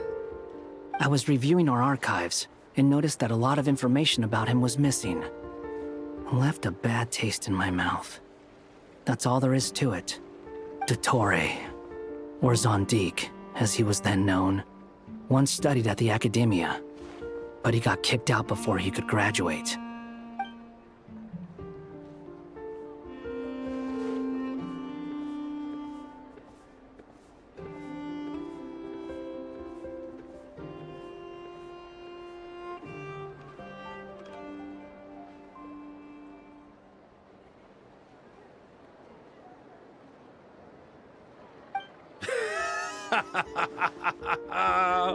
So the Harbinger's #2 man is a college dropout?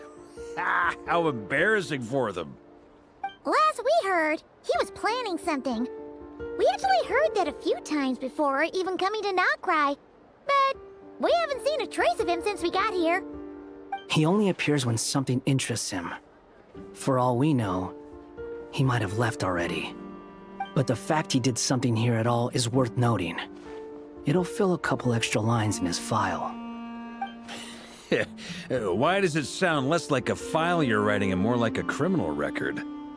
Anyway, we were just about to meet 2 of the other Harbingers. Want to come along? You might learn a thing or two about him there. Sure. Even though they're Harbingers, well, they're old acquaintances of ours, so, you know, when you talk to them, try to be... I got it. The Frostmoon Scion's relations with the Fatui remain tense. Forgive me if I do not attend. In that case, we'll continue assisting Miss Alice with her experiments. Good stuff. Everyone's having a fruitful time. All right, we better get going. I'll lead the way.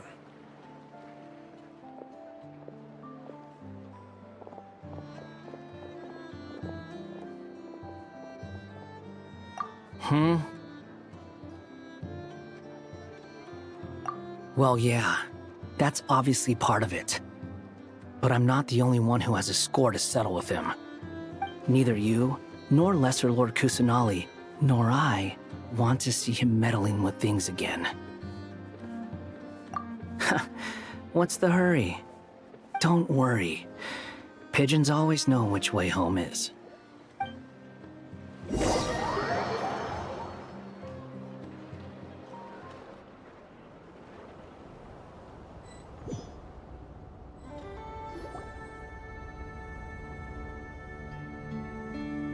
You made it. Who is this? A scholar from Sumeru. They call him Hat Guy. He's an old friend of the Travelers. Wait, this is the Academia representative you wrote about? He doesn't exactly look the part. I believe this will prove my identity. You'll notice it bears the seal of the Sanctuary of Surasthana. Well, what do you know? So it does. All right then. My mistake. It's fine. I expected as much. What? So as I mentioned in my letter, the Academia's got its eyes on Dottore. But this matter remains top secret. Apart from those assisting in the investigation, the fewer people who know, the better. If anyone asks, I'm here in Knockcry to pursue my personal academic interests. Gotta say, Barca, you did pretty well to keep all this under wraps for so long. Sounds like you got in touch with the Academia about this way back. You flatter me. Where do I even start? Remember that time we fought Rerir at Star Sand Shoal? He sure let me have it then, didn't he? I'll bet Dottore had that all sketched out, with me as his convenient little pawn. He could not care less about us if he tried, but hey! The feeling's mutual. Does Dottore really strike you as the sort who values his relationships with his colleagues? Fair point. Definitely not. Which is why I always keep my guard up whenever he starts making suspicious moves. To that extent, our motivations align. On top of which, I consider you trustworthy people. Now, back on topic. In the wake of the Reikir of Solnari episode, Sandrone and I grew suspicious about Dottore's complete inaction during the entire affair. So we tried to find out what he'd been up to, but unfortunately to no avail. He never lets anyone in on his plans. The more he cares about something, the more secretive he gets. Indeed. Perhaps he believes that by keeping a low profile, he can avoid trouble. But that trick isn't going to work on his colleagues. Yeah, I mean, he's been researching the ancient moon's remnants. And he's been trying to get his paws on the moon marrows. Only an idiot would believe he doesn't have something more planned. With this in mind, I returned to Snezhnaya and relayed my thoughts to Her Majesty the Tsaritsa, entreating her to have him recalled. That's pretty direct. Did the Tsaritsa agree? Yes. I made it abundantly clear that the Fatui's business in Nodcry is almost concluded, and we do not need 3 harbingers in this territory. Her Majesty concurred. Accordingly, Dottore has returned at her orders. I imagine he is continuing with experiments, which no one besides he would ever have any interest in. Common sense might mean nothing to him, but he's not stupid. He knows that no good can come from opposing the Tsaritsa. Smarts alone won't get him all the way. He needs the Rooster's resources and Regrator's Mora, both of which the Tsaritsa can strip from him by waggling a finger. But doesn't he have a track record of publicly following orders while going against them in private? He probably has it down to a fine art by now. Wouldn't put it past him. We worked together on a research project once. Only briefly, but it was enough to show me that we're fundamentally different people. He has no interest in doing things methodically, stage by stage. His thoughts jump all over the place, and the moment his curiosity is satisfied, or he gets the results he wants, he disappears. The only similarity we share is that, once we set our minds on doing something, we will see it done, whatever it takes. Well, we definitely saw some of that in your battle with Rerir. You got so competitive. Ugh, do not remind me. Then I believe we all concur. Dottore will not simply give up. Fantastic. Now this is turning into a whole day of unpleasant memories. Ugh. Are you talking about the moon marrow stuff? He also strikes me as the kind of person to disregard experimental regulations, ruin all the equipment, and go way over budget. Then leave the first person he can find to deal with the fallout. Exactly! This one time, he was running some high-temperature experiment and the substance exploded. But does he care? No! He orders his subordinates to open the device so he can observe the results, which causes the gas inside to leak out. That gas was poisonous! If I hadn't been there, who knows how many people might have died. And after all that, he left, while I was still cleaning up after his mess. What a waste of time, he said. Waste of time? The nerve! He wasted my time! You've been bottling that up for a while, huh? Hat guy, I must say, you seem awfully familiar with internal Fatui affairs. Especially when it comes to Dottore. Thank you, Lady Harbingers, for providing such valuable information. I have no other questions for now, so I'll be on my way. Wait, what? You're just gonna leave? You're welcome to join if you want. Ugh. Just when Paimon thought he'd finally mellowed out. He makes quite the impression. I'll say. I've met tons of headstrong people, but not many of them would join me in bad-mouthing Dottore. Anyway, back to the main agenda. Barca, you said that Columbina has gone missing? Or rather, disappeared. Yeah. We're working on building a connection between her and this world. The simplest method is to find out her real name. I've actually asked her that question before, but she said she didn't know. Considering our relationship, I doubt she was lying to me. As far as I recall, she was never dispatched by Her Majesty to claim a gnosis or anything like that. The Tsaritsa's plans had long contained a place specifically for her. I always thought that was weird. What could she do that the rest of us couldn't? Knowing what we do now, it's probably something related to Kavaki, right?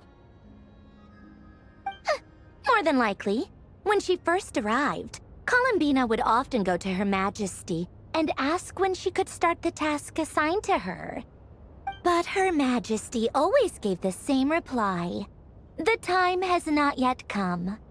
So she spent her days in Snezhnaya doing basically nothing. The Tsaritsa has summoned a beautiful blind maiden to be a harbinger, giving her the third seat by virtue only of her enchanting voice. It was a dumb and stupid rumor, but the reality of the situation made it hard to refute. And what happened after that? I imagine she stopped caring. She no longer seemed to care why she had been recruited, and Her Majesty never gave her any missions, so she just continued to sing in the flower garden. For my part, I was busy. So busy, in fact, that watching someone be that idol had me fuming. But still, I got the sense that she had long been used to a life of other people claiming she was needed when she wasn't. I just felt that having a place to stay would cost me something eventually. And so I waited quietly for the day that I would have to pay the price. And on the other end of that spectrum, you had me.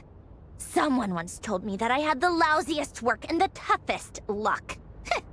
That's a good way of putting it. I forget who said it, but those words have always stuck with me. But you've done your job exceptionally well all this time. Because at heart, you are a conscientious person. What is it? Something come to mind?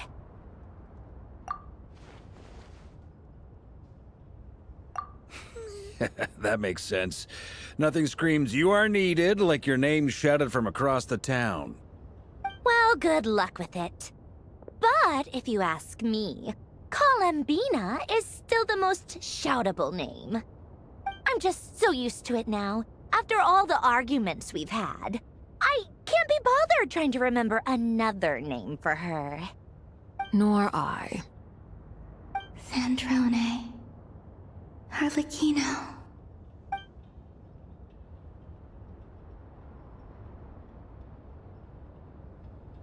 Huh! It's a Sealy! Does that mean Nicole has news for us? Ladies, I thank you for your hospitality. If the chance ever comes up, I definitely owe you both a drink sometime. I'm sure it will. You can make your own way out. Heck, you've been here enough times, you probably know your way around better than I do. Okay! Time to do what adventurers do best. Follow that Sealy!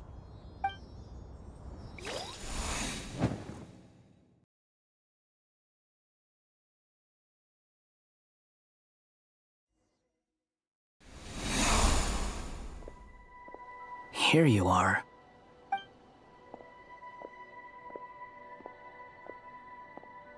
Oh, hat guy. How come you're back so soon? Did things go all right with the Fatui? Fine. Totori's been summoned home by the Tsaritsa. Couldn't get much more than that. How about you? Any progress with the investigation? Unfortunately not. We've tried everything. Different phantoms, different locations, different points in history. But the results were the same each time. Abyssal monsters roaming the land. People crying out in despair, with no hope of being rescued. Every time I see it, I can't help but think, Is this what it was like in Mondstadt when Dragonspine Durin attacked? And if I fail in the task I've been given, will I create yet another tragedy? That's just meaningless speculation. When we encountered similar phenomena previously, I tried to interfere with those illusions, using sounds and lights to guide them. However, we could not change their fates. At most, we were able to extend their existences. The events of the past are like fate that has been written into Irminsul. There isn't a living thing in Teyvat that can escape its past. But Miss Alice instructed us to try to find ways to change the outcome that these phantoms face. It's an impossible task. Can't you just refuse? Since she asked us to do this, I feel like it can't truly be impossible. Or if it is, well, mages can make the impossible possible. I could not have been born as Durin otherwise. But you also said that your past 39 attempts were fruitless. That's true. But you're still going. Yes. After this many futile attempts, surely you realize that you're not doing this because you still believe what some mage told you. It's because you want her hypothesis to come true. It's something you wish for deep inside. So, think for yourself about what you want to do. As long as you don't believe it's futile, it isn't. Yeah. Previous experience indicates that we cannot touch the phantoms, which limits the effectiveness of our interventions. If we want to clear this hurdle, we need to break this rule somehow. Same thought here. Following the same rules means repeating the same failures.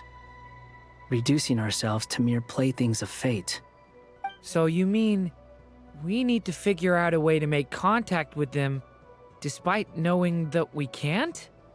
Yes, and I suspect that's something only you are capable of. Everything in Teyvat is logged in Irminsul, but the withering that once occurred in Sumeru was a sign that the Great World Tree was being corrupted. This corruption allowed things that should not have existed in Teyvat to appear. This is tantamount to rewriting reality to an extent. You're saying abyssal power might be able to affect those phantoms? No one's ever tried it before. If you're gonna try it, it'll take courage. And you have to be confident that you can control it. Is anyone there? Has anyone seen my daughter? She's missing. I have to find her. I hear someone inside. Spargana? Are you in there? Ah! If I can use my abyssal powers to warn him that there is danger here, maybe it'll change his decision. Maybe he'll stay away. Yes. The important thing is not the nature of the power, but rather how you use it. To intimidate and obstruct. Sounds about right for the Abyss. Let me try. I should be able to influence that thing. Have you seen a little girl? What? This isn't the time for that! Just run!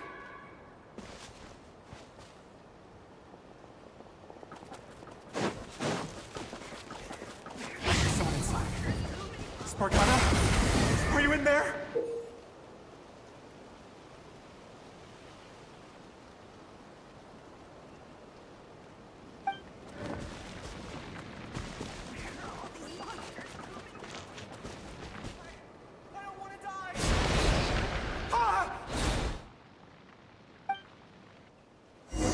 Have you seen a little girl? What? This isn't the time for that! Just run!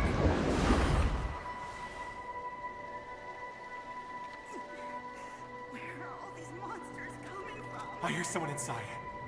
Spargana? Are you in there? What is this? Looks dangerous. I should get out of here.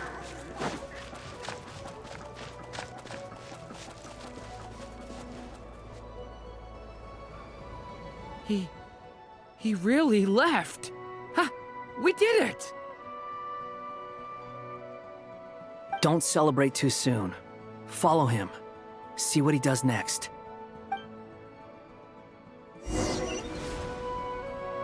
Monsters approaching from the front. You need to stop them and create an opportunity for him to hide.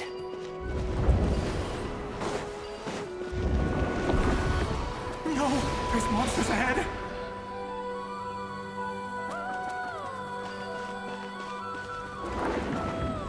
Wait, is that the barrier I saw earlier? Why is it appearing now? It's as if someone's controlling it. The monsters are gone. Is it safe now?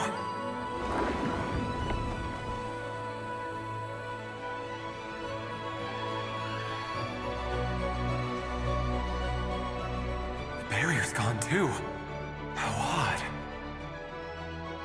Anyway, I guess I'll keep going. Quickly, let's keep up.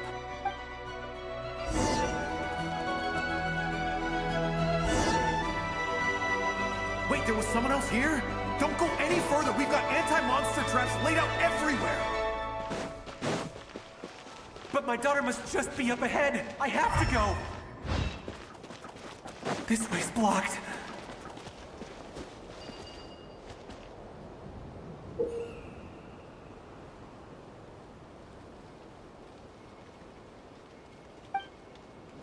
We might be able to use the explosives over there, but we need to take care not to hurt him. I'll use the barrier to keep him at a safe distance.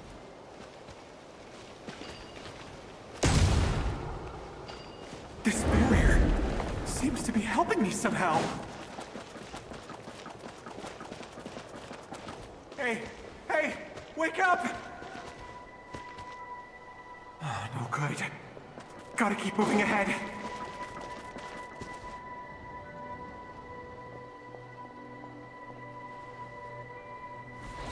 So many monsters! There's still a chance, Durin. Use the traps.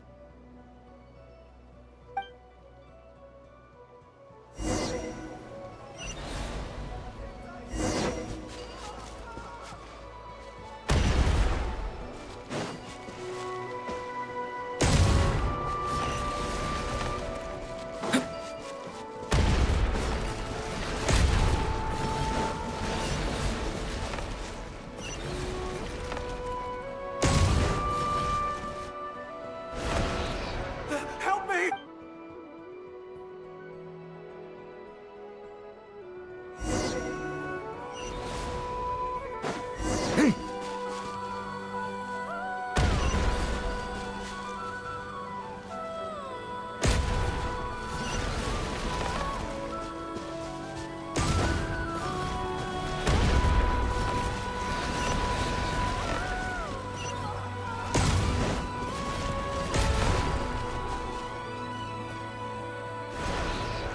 Help me!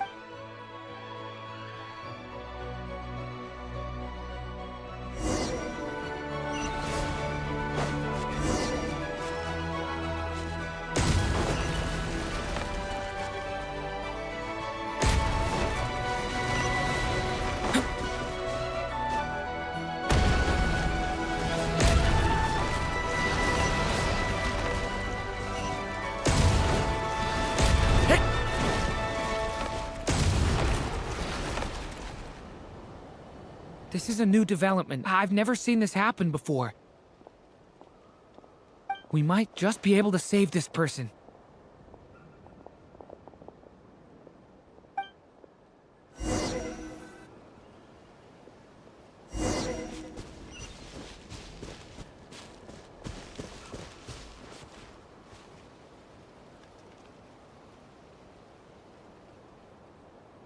Hello there. Have you seen my daughter? Spargana's her name. She's carrying a large backpack. Get out while you still can, you fool. You won't find any survivors here. But I can't just leave her here. She must be so scared right now. Sorry. Wish I could help, but I haven't seen her. You'll just have to keep looking. Okay, thank you. If I do find her, I'll get her to shelter and come back for you. Don't bother. I've got nowhere left to go.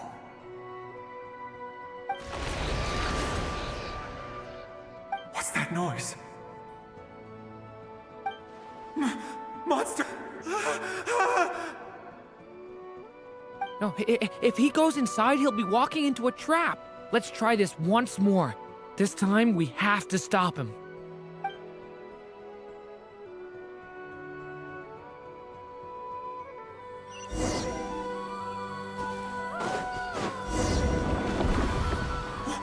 Why? How will I know where Spargana's gone like this? You know what? I'll trust this strange barrier. It's gotten me this far after all.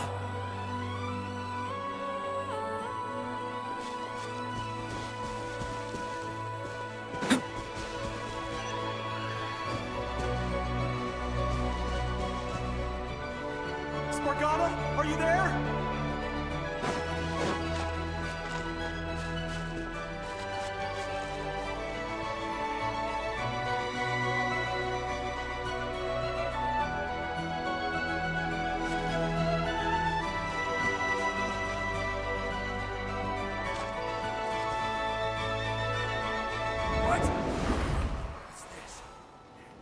Hey! Let us out!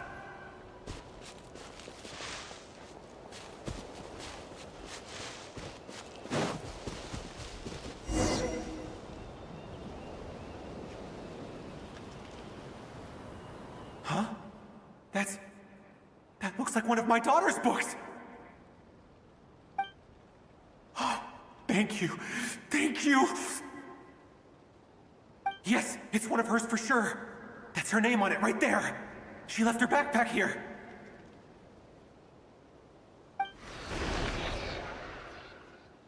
Durin, just like last time.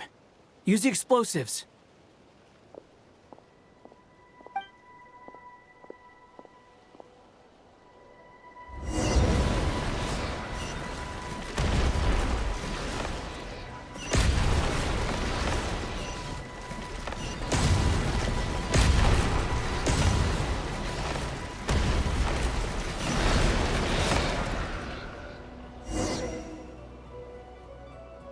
It won't work. There's not enough left. If he makes it in, he'll die.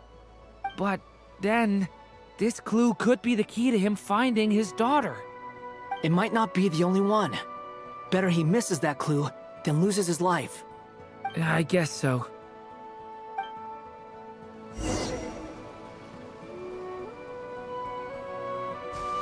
Stop him, Durin. We can't let him get any further in. That's my daughter's book! She's passed this way! Why? Why won't you let me go in? I've searched and searched and searched just for this!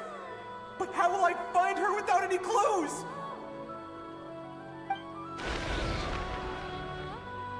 I no longer have anywhere else to go.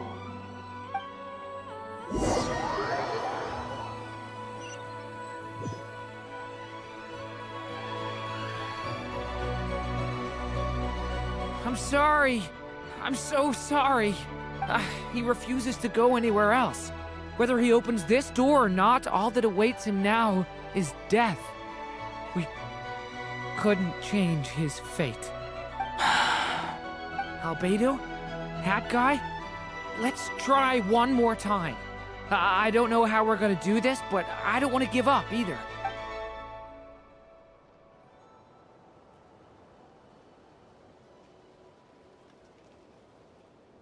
Why am I here? What's going on? All these scenes running through my head. Where are they from? Huh? What's going on?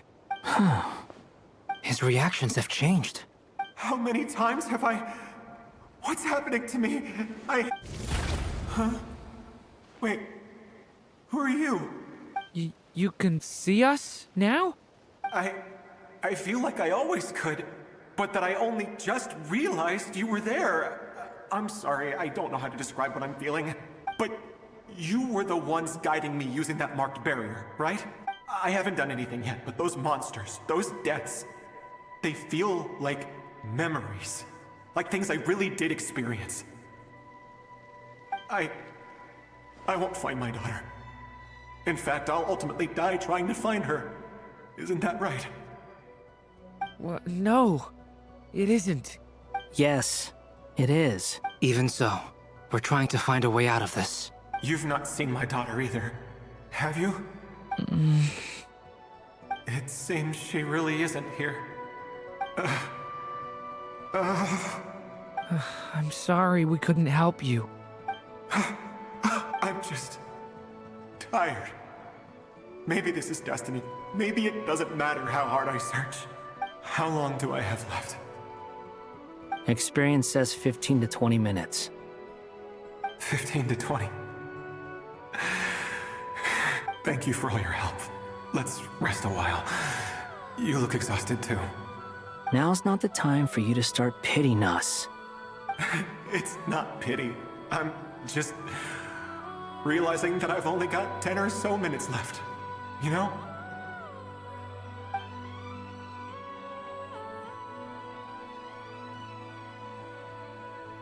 You say you're from Mondstadt, yes? A place with windmills, where people enjoy limitless freedom? And you're from Sumeru, where they've built an academy into a giant tree? Yes. It seems you've never heard of either place. Those names are unknown to me, I'm afraid, yes. Have you heard of Hyperborea? I have, but I heard that it was destroyed in the distant past. I see. That was where my ancestors once lived. What about Delphi Pytho? Was it later rebuilt? I've never heard that name. Then what about Sal Vindaknir? I have seen that name on stone tablets on Dragonspine. But I'm afraid the only things left of that place are its ruins. I see. Sure enough, there was no way to turn this around, huh? I'm sorry. I was the one who asked to chat, but it seems like we're too many ages apart. There's barely any common ground to start from. It's all right. We did hear something new, at least. From how you speak of your lives, things must be going all right for you, I guess. They are. Mondstadt is a place of freedom and happiness. There's a lot of good people in the church and the Knights of Favonius, and even outsiders find that it's an easy place to feel at home. We have festivals a few times a year. Everyone gets together to drink, sing, and be merry. Sumeru is a lot more uptight. Not really the kind of place where you can relax. It's a nation fraught with problems wherever you look. But if all you want in life is to seek knowledge, I guess it's pretty much paradise. That's wonderful. In other words, after this all-devouring black tide passed, humanity did not merely avoid extinction, but rose to build prosperous civilizations anew. I mean, I can see you all right now. That must mean the future isn't a total mess, right? That's true. Well, time's almost up. Let's part ways, I think. Might be best if you don't waste too much time on me. The chances are slim, I know, but I'd like to spend these last few minutes looking for Spargana. If things work out, I'd love to tell her about what I've heard. May we meet again. Well, or not, most probably. In that case, may your wishes come true.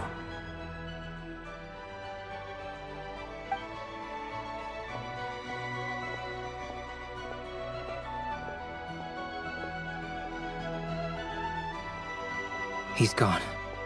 In a few minutes, he will meet the end that was his to begin with. The ending of this tale did not change. But I believe that we've just made the most progress we have yet. May your wishes come true. If only it were so simple. Hat guy, could I ask you a question?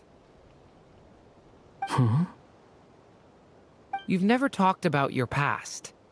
It seems complicated, and it weighs heavily on you, too. Would you be willing to tell me about it? I mean, sometimes it's better to get things out in the open. Take that guy we try to help, for instance. At least he said goodbye with a smile, right? I know about Albedo's past.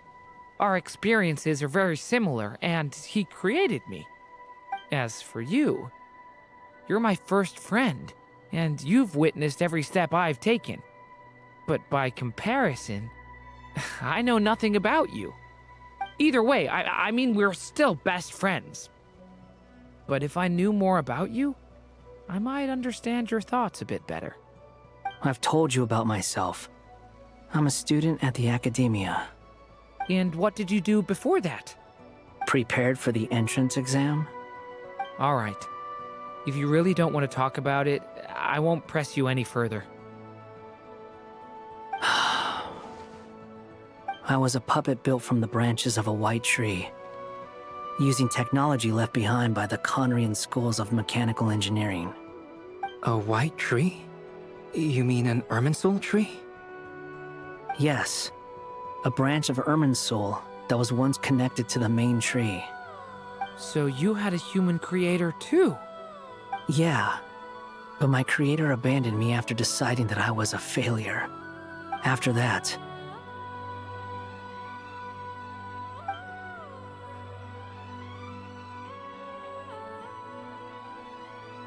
Durin.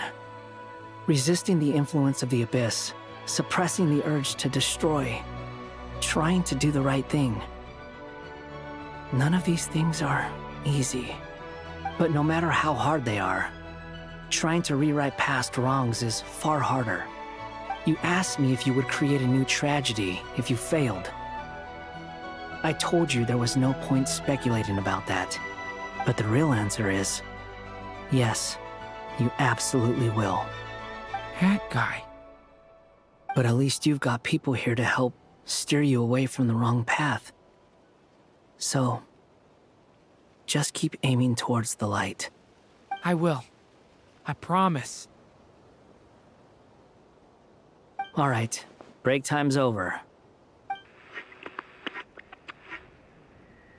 Hello? Durin speaking. Hello, friends, it's me! What have you been up to, I'm detecting some unmistakable fluctuations here at the border. The amplitude isn't particularly high, but they're completely different signals from the ones before, and the scale is comparable to those I've detected previously. Alice, we were unable to save that person. However, he appears to have retained a portion of the memories gained through that cycle, and was able to hold a conversation with us. I see. Well, that is rather odd indeed. It definitely merits further attention. Could I trouble you to keep trying the same approach? I need to gather some more data. Counting on you. I should probably have Nicole come and check this out as well.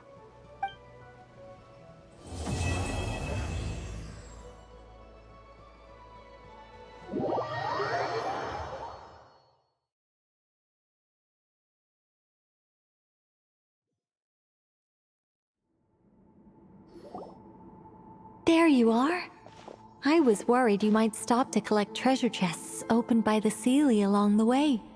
It would have taken you so much longer to get here. Another conversation I cannot hear. I am delighted to see that you understand what takes priority, and that your adventurer's instinct has not swayed your resolve. Really, I must applaud you for it. You should know. Paimon's head. Okay, I'll try and keep it short. My senses are telling me that this is where we shall find the entrance to the ruins. Oh, cool! Well, what are we waiting for? Let's open it up and see! Patience. This was a sanctuary of great importance to the Hyperboreans. A special process is required to open the gate. Oh, like the place that housed the Eternal Moon's marrow?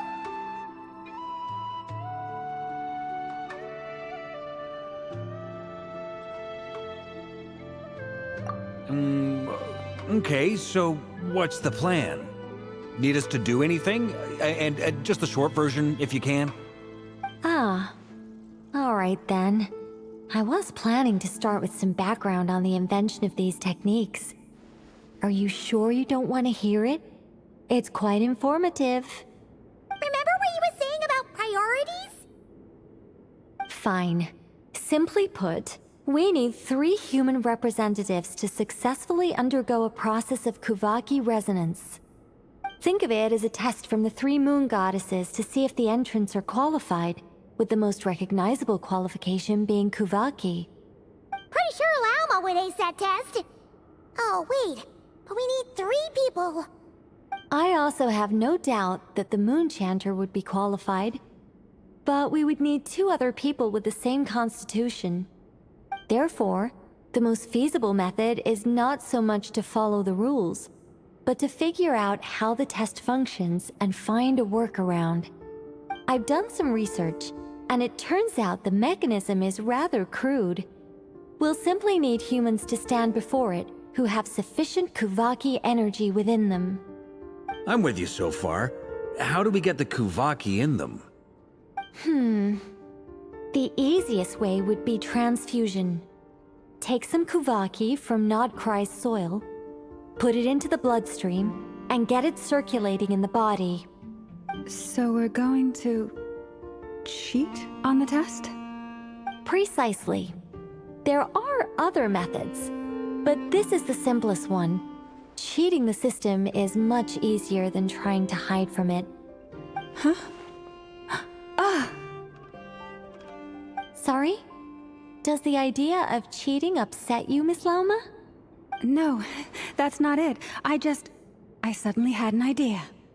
Oh, what is it? It's about Moon Prayer Night. I figured out a way for Kutar to join in the festivities.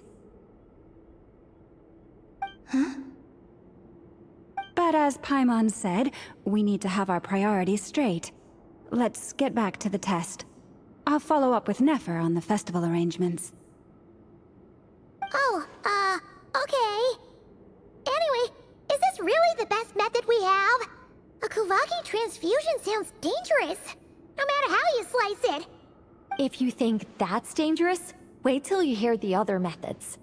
I'd be more than happy to go through them if you'd like. There are several. No need, we're good. Let's go with this one. Very well. Kuvaki transfusion it is. Now, I should mention that the risks can be greater or lower depending on individual compatibility. It would be rash to simply infuse the Kuvaki and hope for the best. If the body rejects it, the reaction can be quite severe. The symptoms are similar to another condition that some people living here suffer from, known as congenital Kuvaki sensitivity. So, before we execute our plan, I will perform a simple test of my own to see who is compatible and who is not. Once that is done, we will have to complete the resonance process as rapidly as possible. The participants must remain stationary while the Kuvaki circulates and bonds with them, and they mustn't eat or drink anything. What? No eating or drinking? That's some hardcore fasting.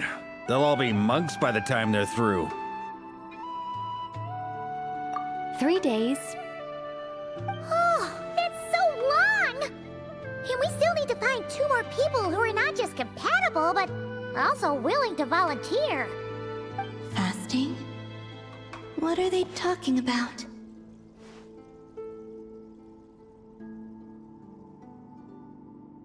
Really? Don't you want to think this through? Haha, count me in too. 3 days without food? I can handle that. Miss Nicole has made it clear that this is the easiest way. The way I see it, there's nothing else to discuss. It's time to step up.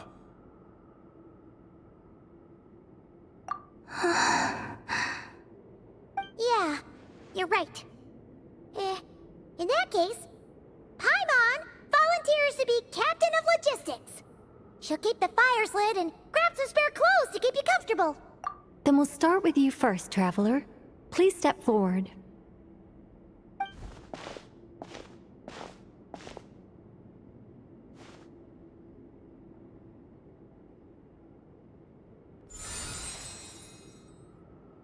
How's it going? Do you feel anything? How about now?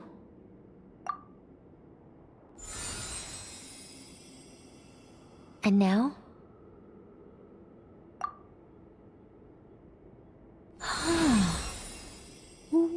What about now?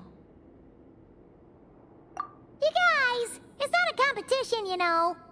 All right, I'm officially impressed. Even as a descender, you can withstand far more than I imagined. It's like I summoned a giant stone titan to arm wrestle you, and your arm hasn't even moved an inch. In my last attempt, I infused 5 times the amount of Kuvaki required. Yes, safe to say, compatibility won't be an issue for you. You're eligible to join. You're next, Mr. Varka. Sure, here goes nothing. All right, I'll start where we left off. 5 times the required Kuvaki dose. Whoa, whoa, whoa, hey, wait a minute. How's it going? Ooh, no, not great. I kind of want to puke. Feels like I've been drinking too much. A few bottles of wine, then a big stein of Dark Horse. Some hard liquor from Liyue mixed in. You think this is funny? I just lost to a young lady in an arm wrestling contest. I'm never gonna live that down. My apologies. I'll lower the concentration and try again. Oh. How's it going now? I'm not as dizzy as last time, but I can still feel it pulsing around. In that case, you wouldn't be an ideal choice, Mr. Varka. Let's try someone else. Okay, let's go ask some of our other friends then.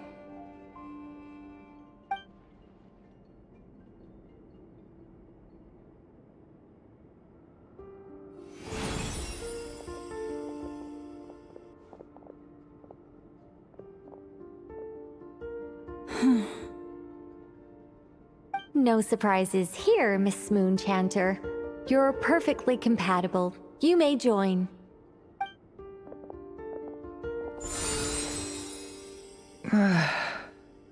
I'm getting a slight headache. Shame. You were so close. Whoa! Time itching all over! Allergic reaction. We can't have that. Huh? Well, are you gonna start a what? The Hexenzirkel is an organization that cares for and protects children. We will not have them do dangerous things. Not even tests.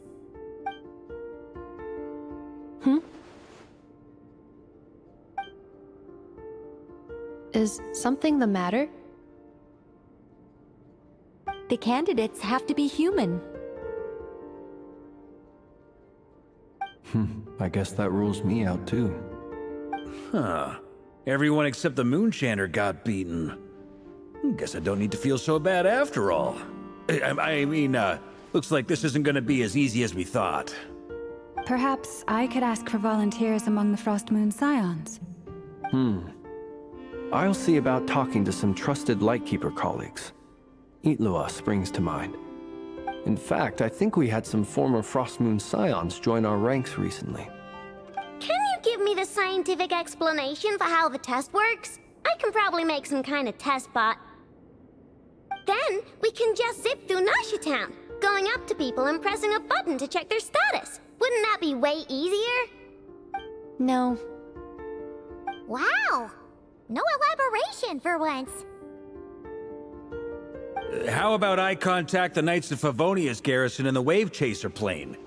Shame that Lohan's already left. That guy's even tougher than I am. Strange. The moon goddess is clearly revered by many people. So why is she on the brink of disappearing? She mentioned that the world has rejected her from the very beginning. And when we fought the Rahier of Salnari, it seemed like she exhausted her power for our sake. Also, Paimon's not sure revered is the right word for how people feel about her. Gratitude, certainly. For my part, anyway. It's basic reciprocity. She helped us, so she deserves our help in return.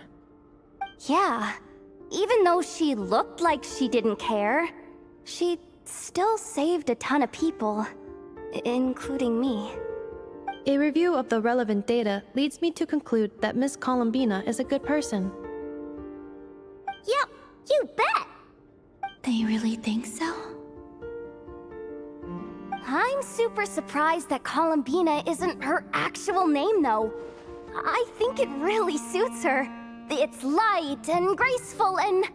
yeah, just a really pretty name. I know, right? Unfortunately, that's not our decision to make. Columbina. That was the code name the Fatui gave me. But it also came up in the song I heard when I was born. But... is that really all there is to it? What do I truly think of my own name? Is there anyone left who will still call me by that name?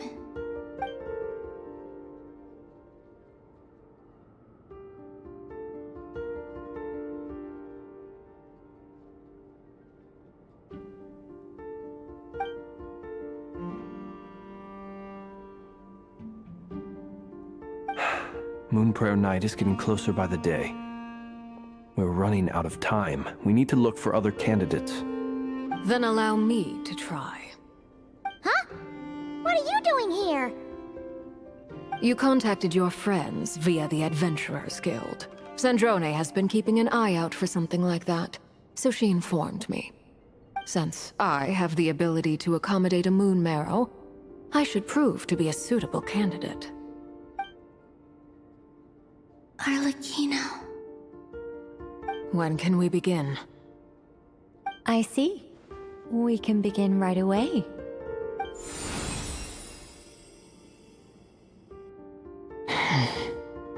How was it? Did you feel any discomfort? Not at all. Then it seems we shan't need to look for additional candidates after all. Great! Cool. Alright, like Paimon said, the rest of us can take turns making sure the three of them stay warm and comfy. Then, my job is to take care of the caretakers. I will ensure everyone receives food and accommodation. I'm ready as well.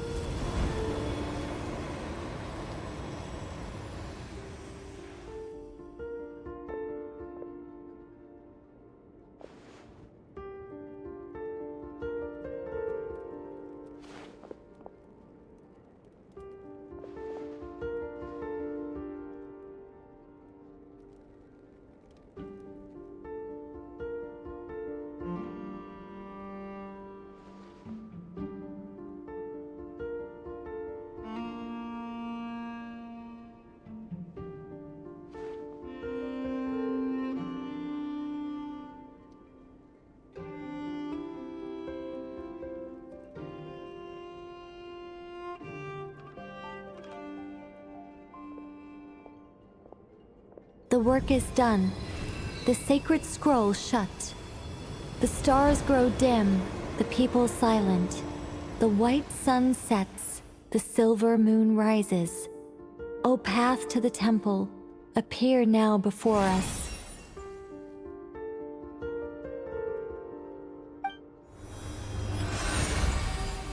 Wow! It really opened! So that's what all this is about. They've been trying to open this gate. Come, Let us enter. It might be best to eat something first. Take care to chew properly and swallow slowly. It will give your body time to readjust to the digestion process. They will head in soon. They will need to enter this gate.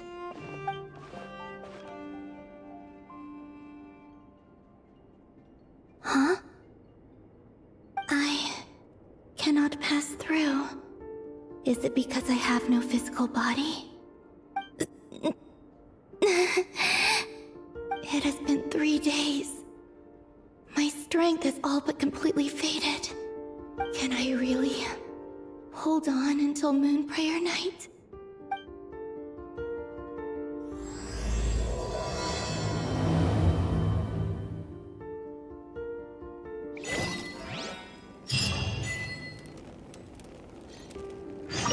I have confirmed that you are all in good health. With that, my work is now complete. Congratulations are in order. It's good to know you're all well. Puts me at ease.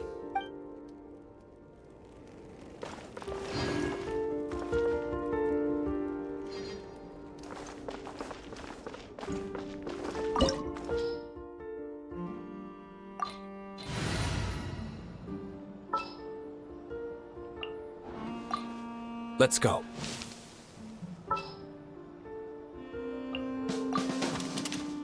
Armed and ready.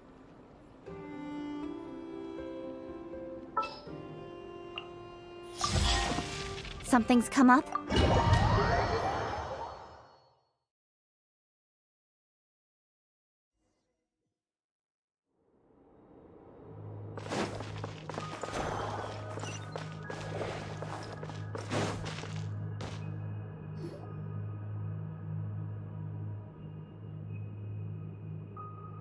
Are these people... Judging by their clothes, they appear to be phantom Hyperboreans from the distant past. That could mean they have some clues about the moon goddess's name, right?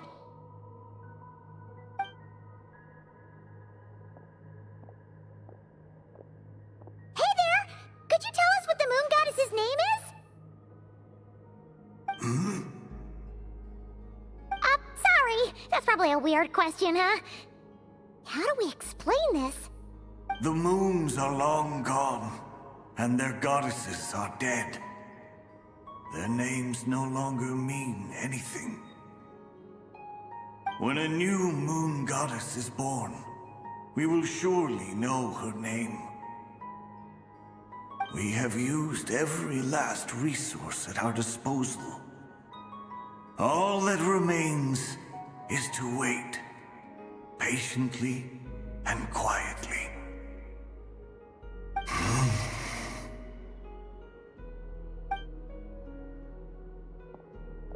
Were the people of the past all this devout? It looks like this phantom doesn't intend to converse with us any further. Surely the new moon goddess he speaks of must be Columbina. Alas, Kuthar's birth came long after the age in which he lived. But, maybe if we find a phantom from a more recent age, they might know Columbina's real name. True. Keep an eye out. We should be able to tell which era they're from by the clothes they wear. Yeah! You've been pretty talkative this whole time. What changed? Oh, nothing. I'm fine. You all make good points. When the Hyperboreans speak of moon goddesses, they mean the three from truly ancient times. I can't imagine they would know anything about our current moon goddess. There once was a time when the moon goddesses blessed them greatly and protected them from harm. So, when the war between the gods and dragons plunged the world into chaos, it seems they looked once more to the moons for help, praying for a new goddess to be born. Yeah, that checks out. Let's continue on. Who knows what else we may discover?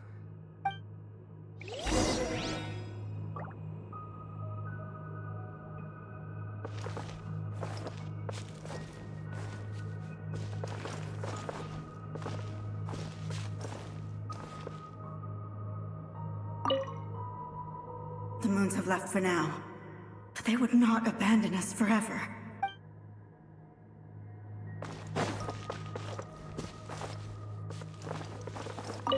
When the moons rise again, we shall receive their protection once more. Even in the darkest hour, there is always a way out.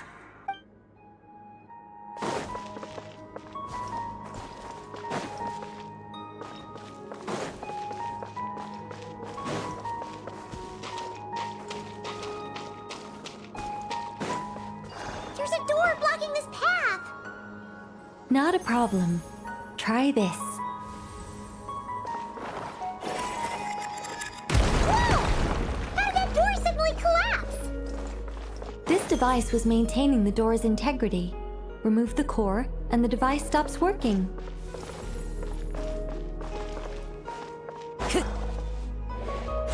Is this our destination?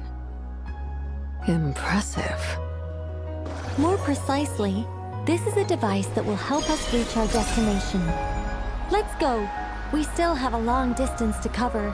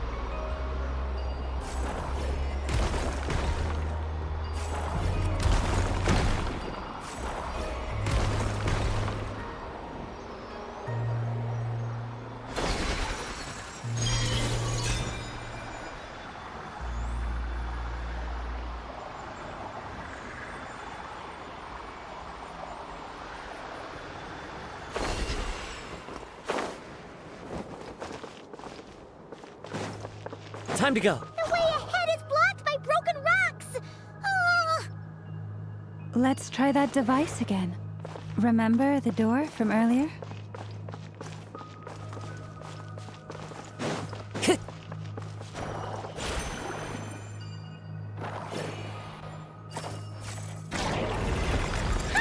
Door works in reverse, too!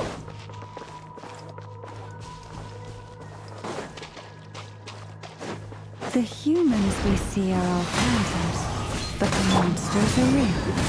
What a fascinating place. There'll be plenty of time to admire it later! Proper send-up! One with nature. Burn!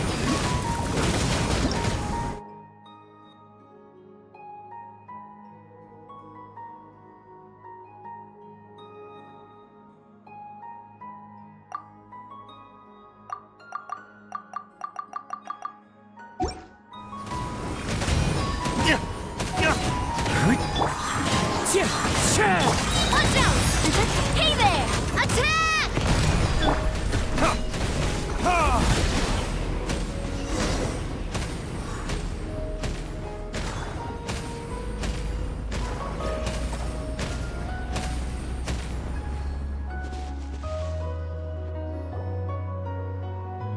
Ooh, there's a whole bunch of artwork in here.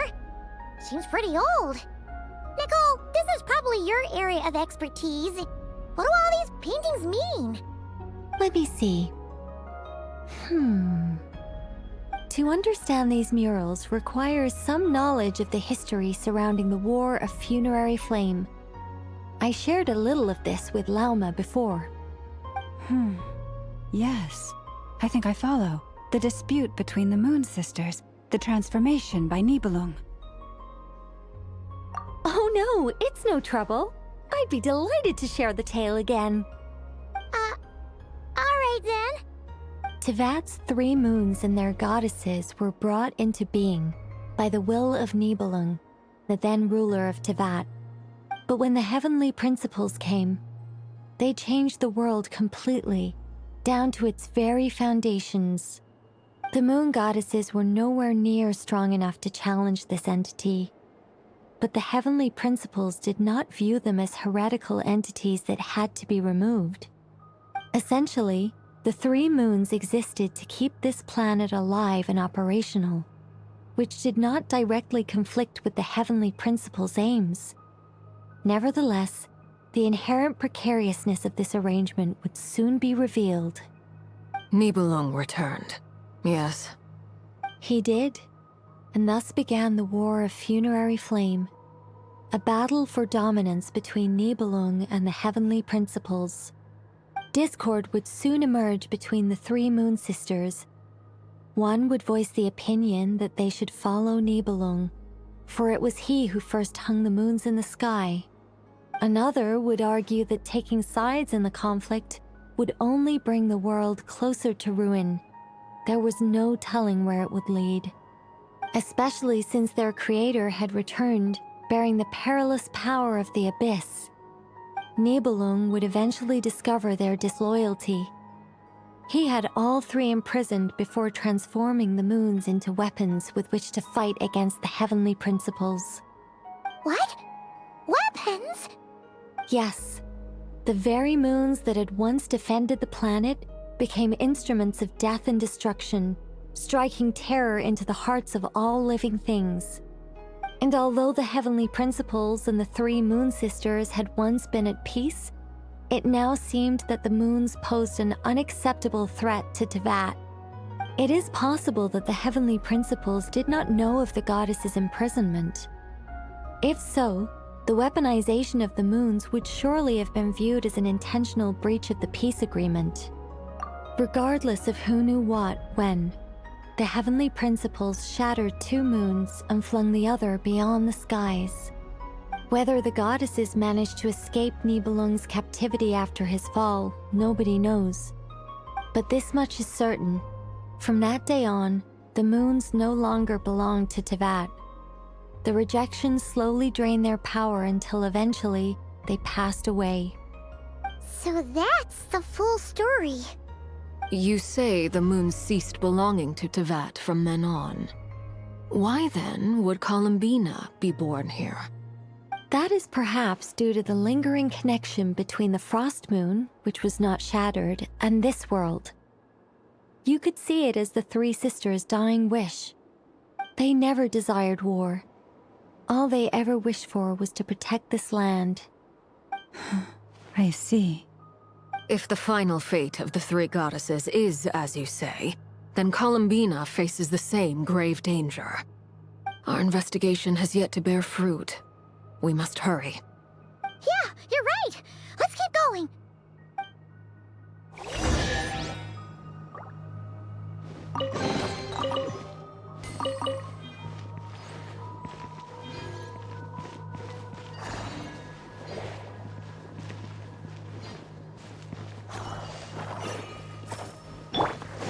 Time to go.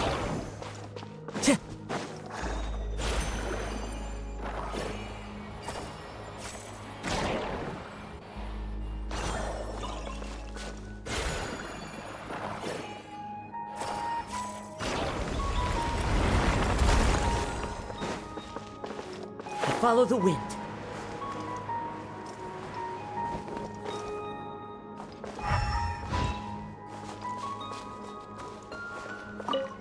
Should we trust him to keep his promise?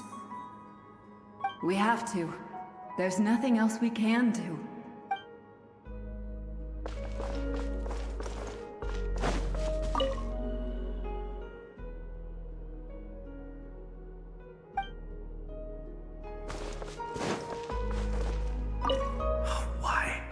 Why do the creators of this world no longer show mercy upon their people? Remember his words. We must change our fate with our own hands. Wait, that's odd. Who is he? Is something wrong? No, not really. It's just that over 30 possibilities emerged in my head, so I can't be sure who he is. It's been too long. My memory isn't as sharp as it once was. Okay. 30. Wow. Impressive.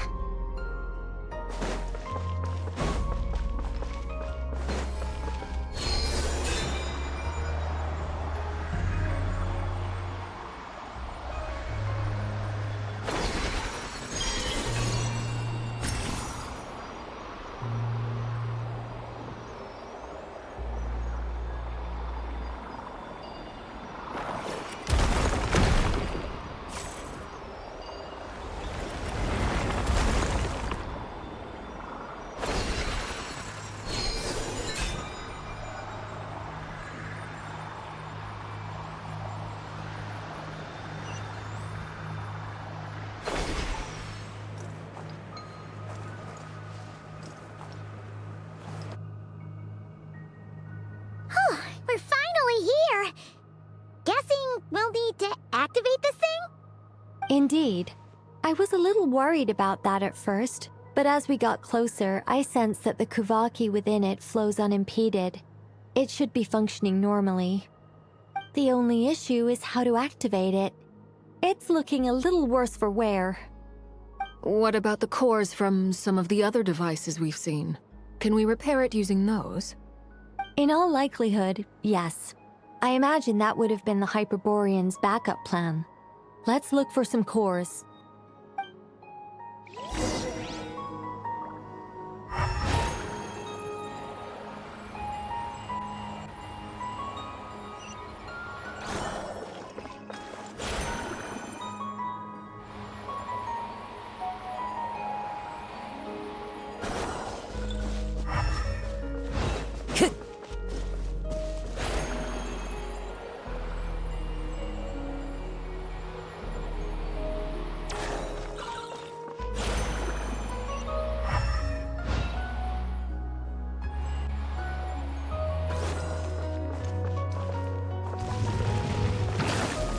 Into the wind!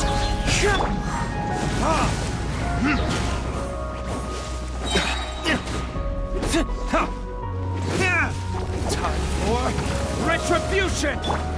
One with nature! As one with wind and cloud! Coming at ya! Hey there! Fire!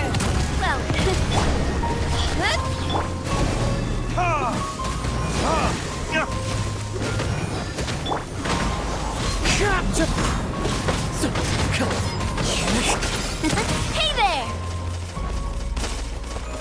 Watch out!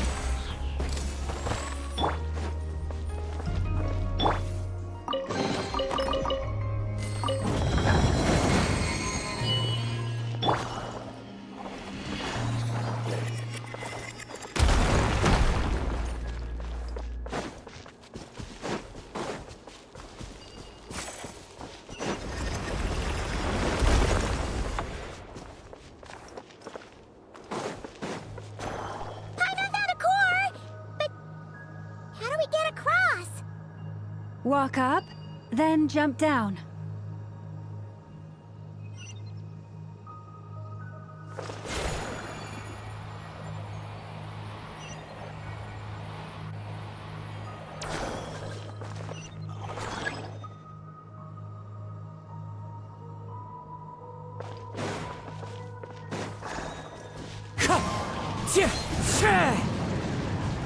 Time to go.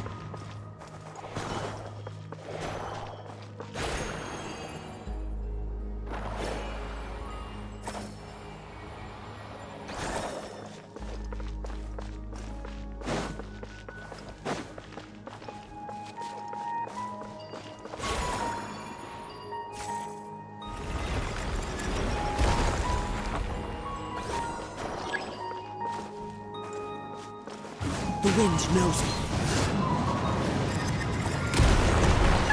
That should be enough cores. Let's head back.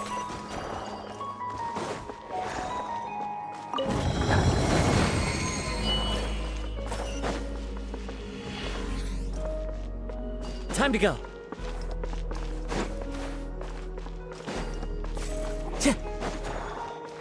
Time to go.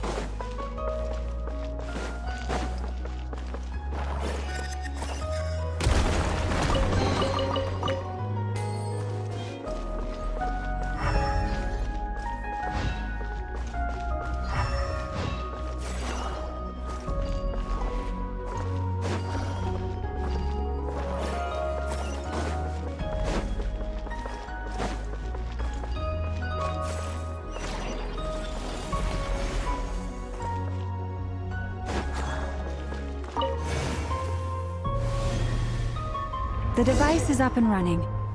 It's hard to believe that the ancients were capable of constructing such things. Paimon sees our destination! It's right up ahead! Yes, let's go.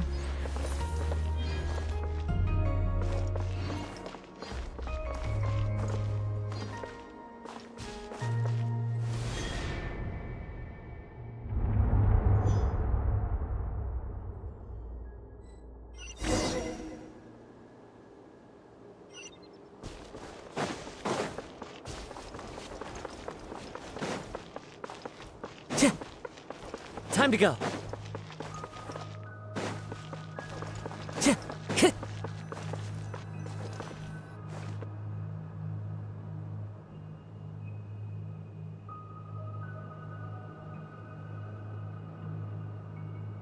This is where the people of Hyperborea communicated with the moons. We need only place the moon marrow upon this platform on Moon Prayer Night, and we shall be able to open a portal to the moon and send our moon goddess back home. The assumption being, of course, that we can find her first. That's right. You want to know if it's safe there, don't you? And yet, she has no choice but to return. You know this. Oh, that's not the only issue here. This is the end of the line, right? We've explored everything we can. And despite looking at historical artwork and talking to people from Hyperborean times, we're still no closer to learning Columbina's name. If it's not too much trouble, could you tell me exactly what Alice said to you about finding her name? Oh, sure. What she said was... Then your first job is to find it. As a moon goddess, I'm sure she must have a name she identifies with. Neither Columbina nor Kutar is her true name, and she's never really accepted either of them. Is it not also possible that she has never had a true name? Not at any point in history? That would be a hard pill to swallow.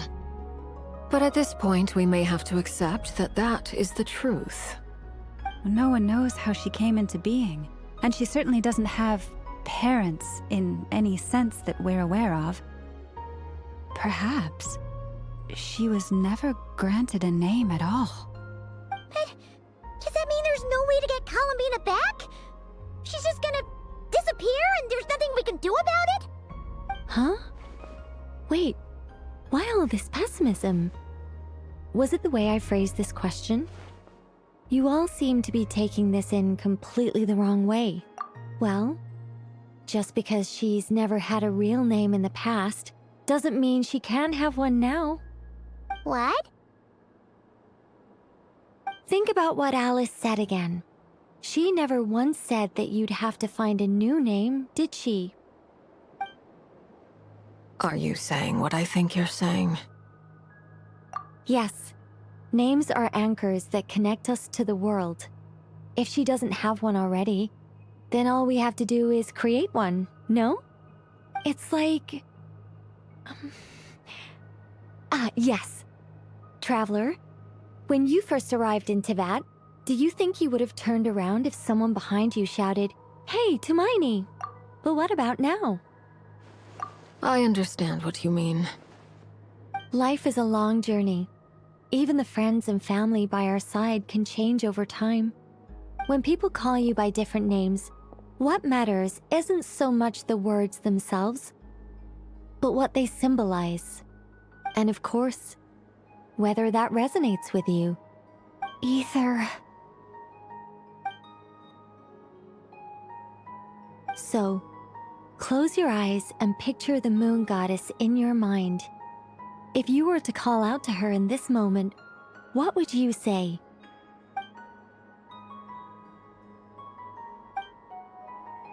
Columbina. Columbina. Paimon would call her Columbina too. Well, she has long forsaken everything that Kutar represents. I think from now on I should call her Columbina too. Well, it sounds to me like you found your answer. Are you sure? Is it really that simple? We haven't found her this whole time, and not for lack of trying. For a journey like this, the process is every bit as important as the outcome. Had you not searched far and wide, rejecting every other answer you were offered, how could you have come to an answer you felt was finally correct? Oh, it all makes sense now. This has Alice's fingerprints all over it.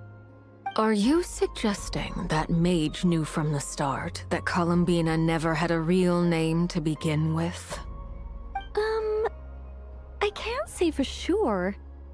But I can definitely imagine her chuckling in satisfaction somewhere right now, saying, "Ah, what fun." Llama! Your antlers! You should hurry. The festive moon has begun to rise. Do not worry, for when you called the name Columbina just now, I could sense that the power within was enough to summon back the moon goddess. The power within what? The name? Yes. So, the thing is... What's wrong now? This is so annoying. I really want to explain how that whole thing works. Starting from the founding principles of Tevat and...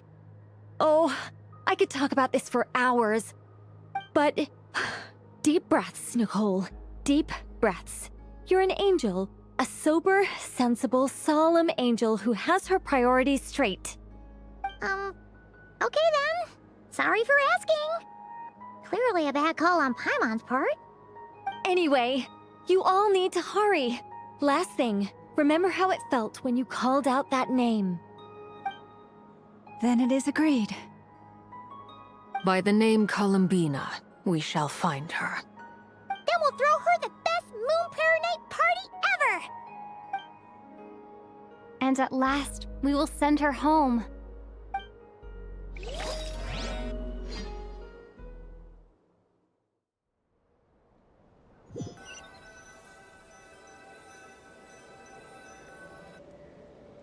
I can barely move anymore. My consciousness is fading away. Have they come back out? I'd love to see them one more time.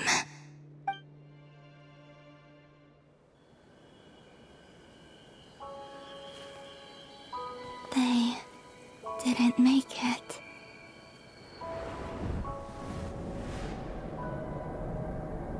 Could you tell me your name?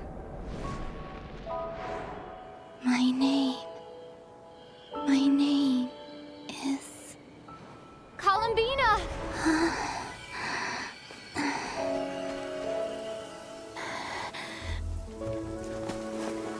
Columbina! Are you here? Columbina! That's the name you gave when we first met. And it's what I've called you ever since. Columbina. It's a fine name. I have many fond memories of Columbina, and so do all of your friends.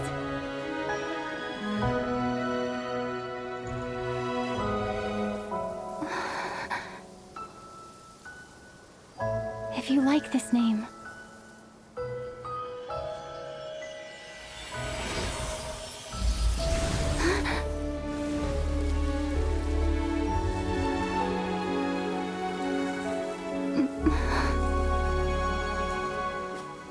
Looking for me?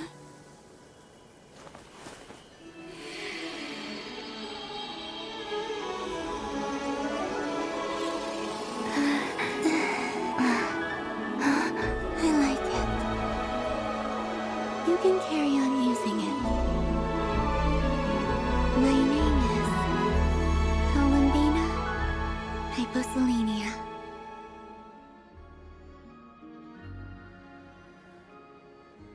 Columbina Hyposelenia. That's a wonderful name. I never thought that Columbina would become my real name. But after I met you and my other friends, the things that this name stood for slowly began to change. It went from being a Fatui code name to something my friends call me.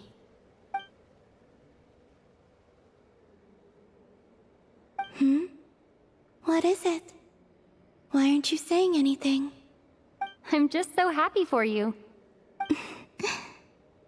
Thank you. So, where's everyone else? we can go and meet them very soon. Everyone went to different places to try calling your name. Great. I'd like to thank them as well. Everyone's done so much for me.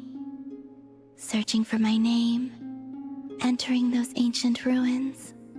Huh? Wait, so you were... Yes, I was there. Not physically, but my consciousness was still holding on. I followed you the whole way. Starting from when? You turned around and called out my name while you were in Nasha Town. Do you remember?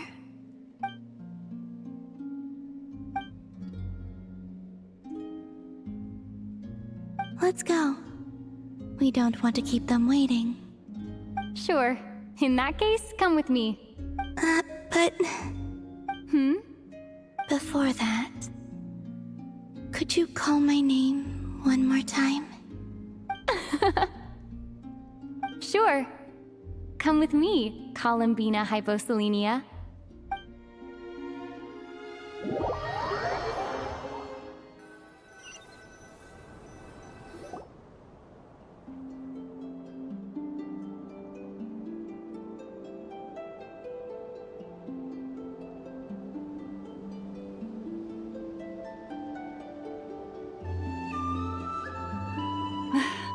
Columbina!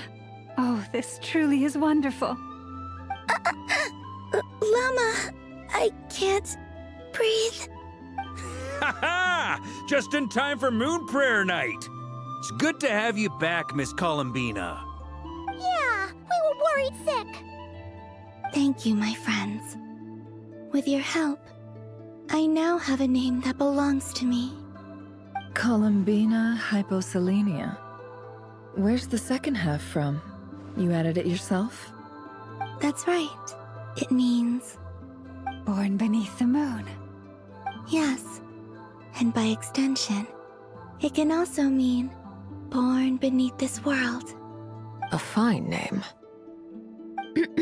Now, as much as it pains me to interrupt this beautiful reunion, I feel obliged to remind you that the Moon Prayer Night celebrations in Nasha Town have already begun. Don't you want to enjoy the festivities? There's so much to see and do.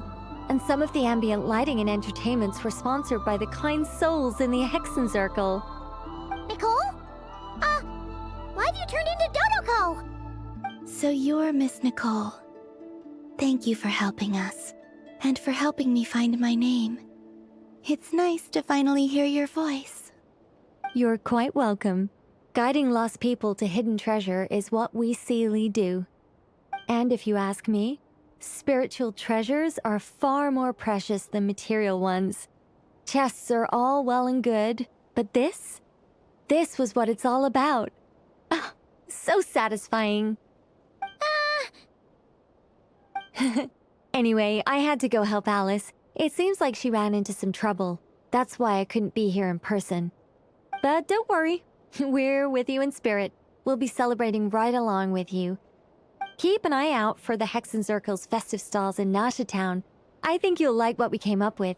Alice said she even managed to rope B in this time. The Frost Moon Scions have also prepared various attractions. I believe Aino and Effa and their crew are setting things up as we speak. On that note, Nefer, about that request I made. It's all in hand. Yehoda is on site to ensure that everything goes off without a hitch. Wonderful. In that case, Traveler? Huh? Come on, Columbina. It's time to celebrate the best Moon Prayer Night ever.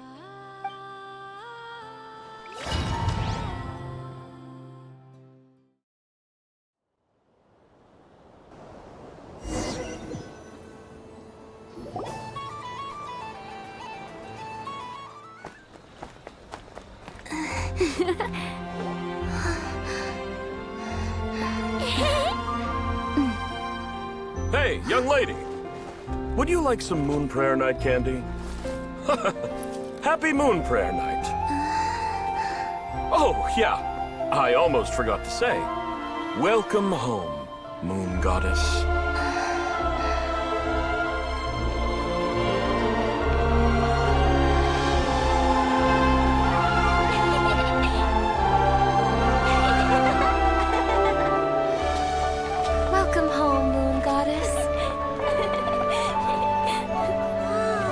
Welcome home, Moon Goddess. Welcome home, Moon Goddess. Turning Nasha Town into her home is a festive gift. A rather brilliant idea. Perhaps this is what Nodcry, Columbina's home, should have been like all along.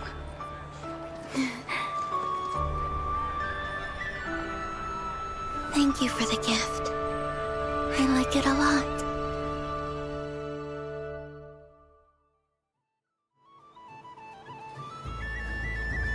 This feels like the surprise of my life. I do.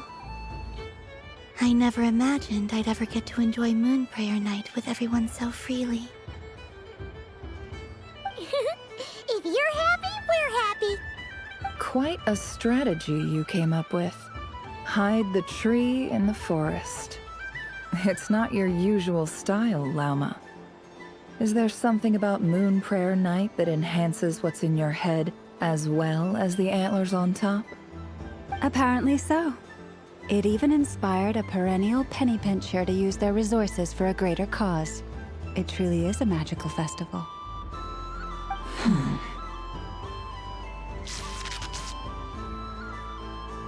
I see it now. This bickering is actually a sign of a strong relationship. Huh? What's everyone doing here? Oh! Miss Columbina, you're back!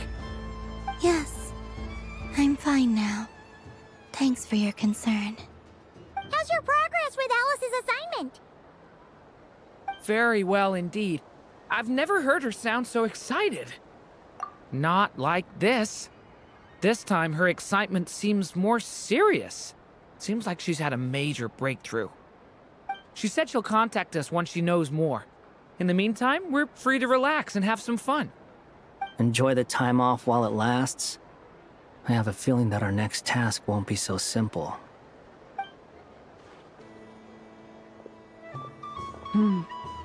I should go.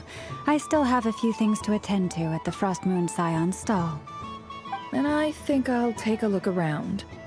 With any luck, this once-in-a-year festival will come with once-in-a-year opportunities. Hold up a second. Where's Varka? I believe he made a beeline for the flagship the moment he entered Nasha Town. Ah, that's Mondstadters for you. They know what they want when festivals roll around. Goodbye for now, Columbina. I hope you have a wonderful night. I will.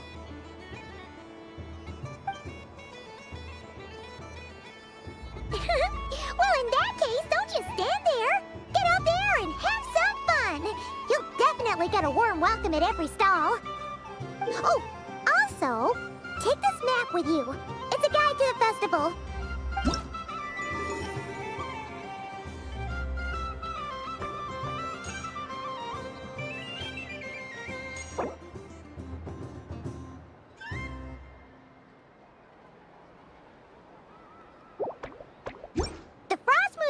Stall is over here. Lauma's invited a whole bunch of cute animals to celebrate too. Over there is the Hexencircle section. Alice seemed more excited than anyone about this festival, so she insisted on making it a grand affair. Oh, and then there's the Nasha Town local specialties, including... Actually, forget that. Better if you go check them out for yourself. Thank you. It looks like a lot of fun. You're not coming with me? We'll be around. But don't you want to browse by yourself for a bit first?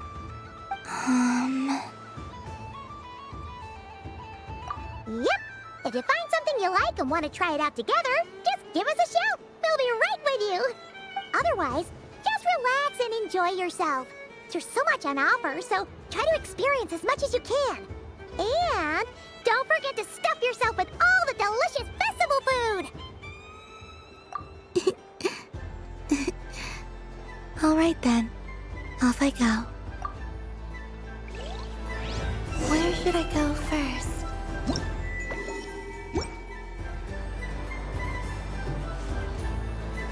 So this is the Frost Moon Scions area. It feels very familiar.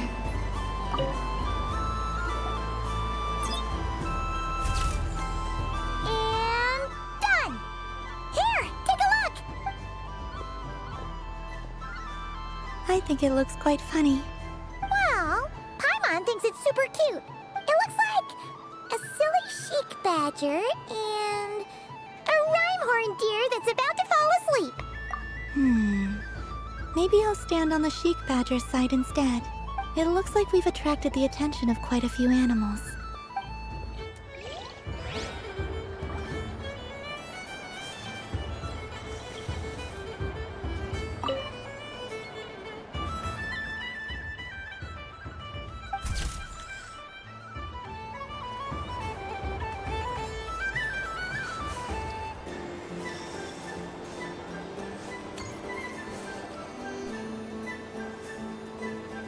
Wow, the Frost Moon Scion stall looks kinda plain, but it's pretty cool once you get into it. I don't go to Hisi Island much, but it's got that, like, old world cultural feel.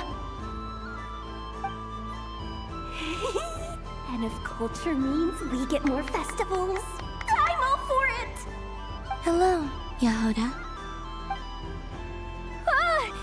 Columbine? Hello, Moon Goddess? That was too close. I almost gave the game away in front of the staff. Oh, wait, what's the deal with her shoes? They don't make a sound when she walks. I could do with a pair of those.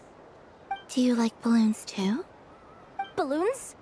Oh, you mean those? What's so fun about balloons? I'm not a kid anymore. They're probably more up Aino's alley. Yes. The animals seem very curious about these strange flying objects. I was drawn here by their voices. I recently learned a fun new game you can play with balloons, so I decided to come and give it a try. A new game?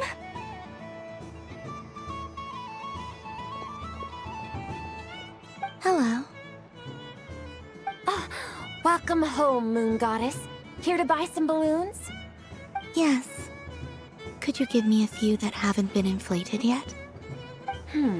Are you sure? I guess it's not a problem, but... Yes, please. Thank you. Uninflated balloons? But those are just little rubber pouches. What does she want with those? Would you like to play the balloon game, Yehoda? Huh? Sure. I guess. How do you play it? Wait here a moment.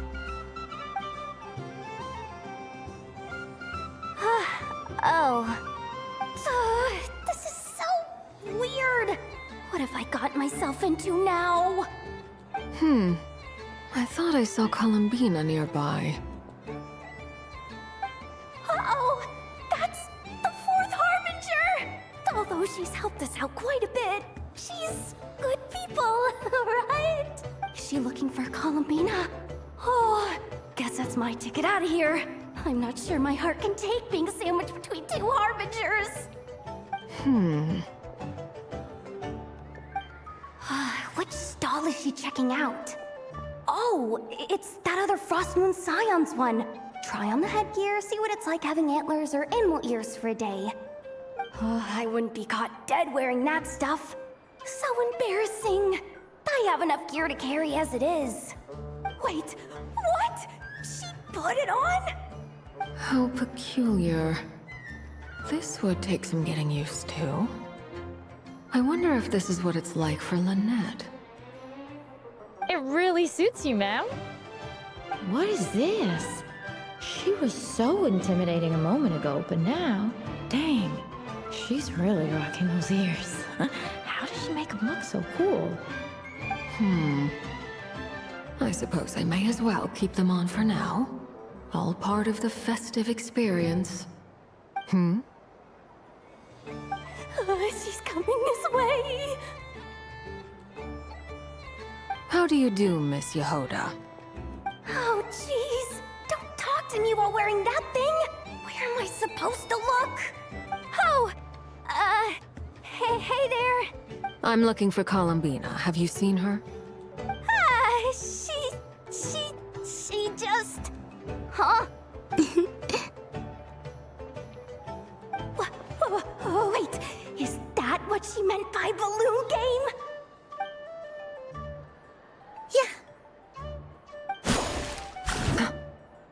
Huh? No fair! How come I get caught in the crossfire? An ambush from the rear? Is this a declaration of war, Columbina? Would you like to play too, Arlecchino? Seriously? Are they gonna start some beef right here, right now?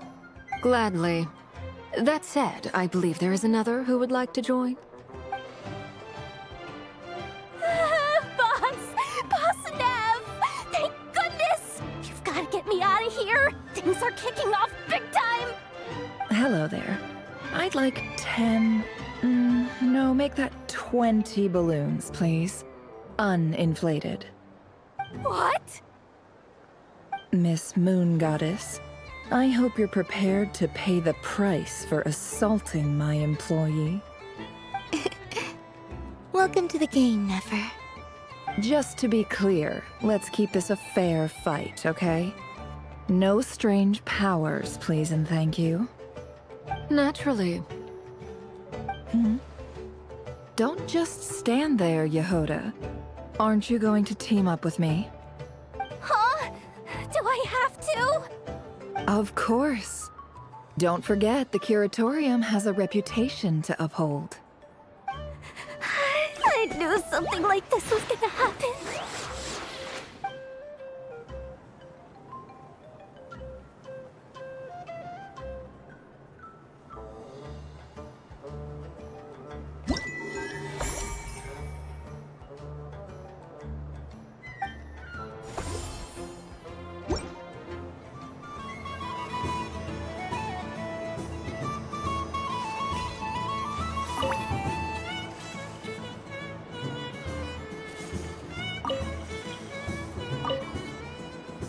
I've seen Linny and the other children play this game before. It would seem that it's not a bad way to relax, once in a while.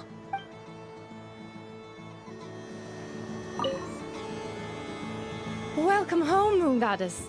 Would you like to try on some animal-themed headwear? I always hear Lauma saying how heavy her antlers are. I wonder how it feels. Let me give it a try. Oh my! It really suits you. It's a little itchy, and it's hard to turn my head. Should I keep wearing it?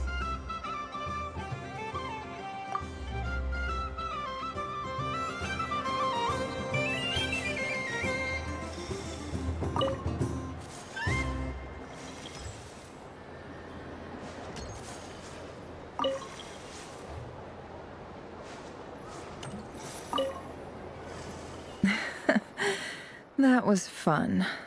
It's a shame Ashru doesn't like playing with water, or I'd have roped him in as well. What's this? Should I give it a try?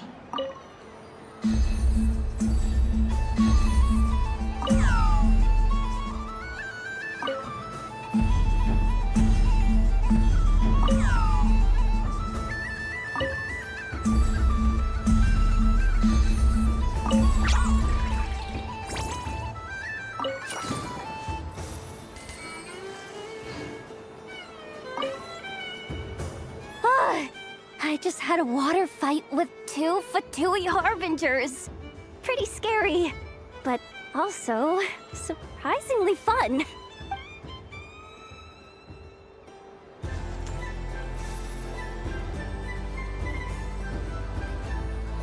I wish for a never-ending supply of Laka berries. What a humble wish. Probably written by a child.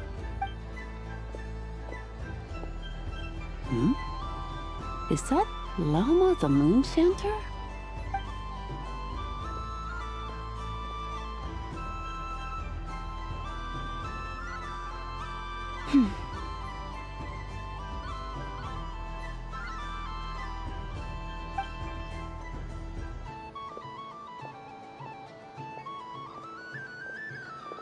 I wish that the long plume ibises would stop biting me.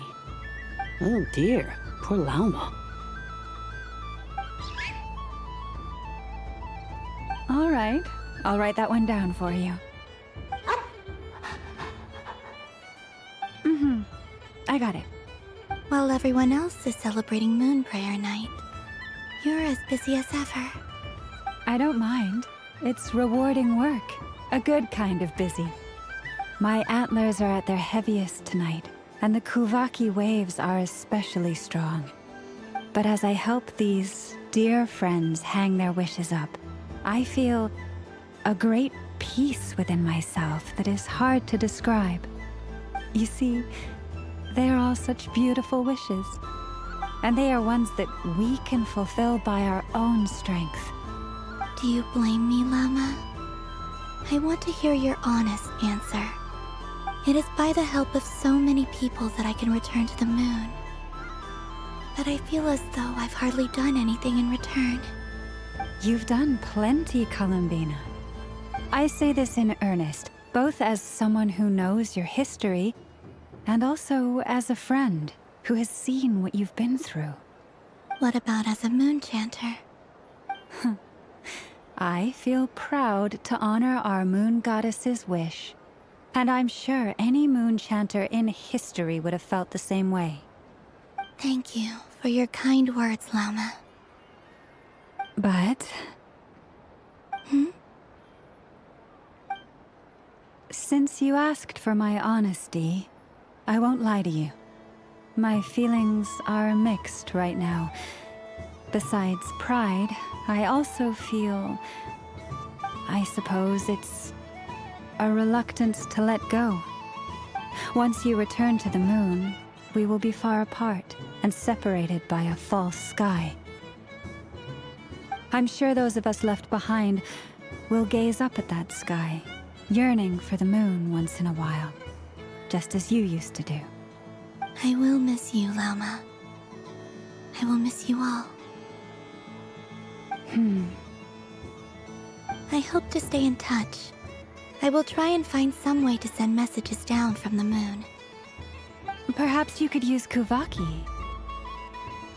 I've heard Yehoda say that signals can be sent using long and short waves, or strong and weak lights. That sounds a little complicated. What if we forget what the signals mean? We could prepare a codebook beforehand, but... You're right. It wouldn't really suit you. Still, whatever happens, I believe that you will find your own unique way of communicating with us. And now that I think about that, my heart feels lighter. Because you trust in me? Yes. I have faith in you, and in the power of truth. In my experience, the truth tends to be difficult. But that's what makes it stand out from what is false. So I'm confident that your thoughts and your love will shine through the curtain of lies. We will know it when we see it. Thank you. Now, could you help me hang up my wish? Is this?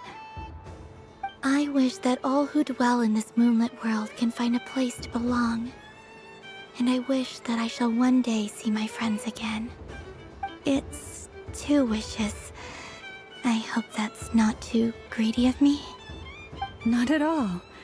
And I think you speak for us all with the second one.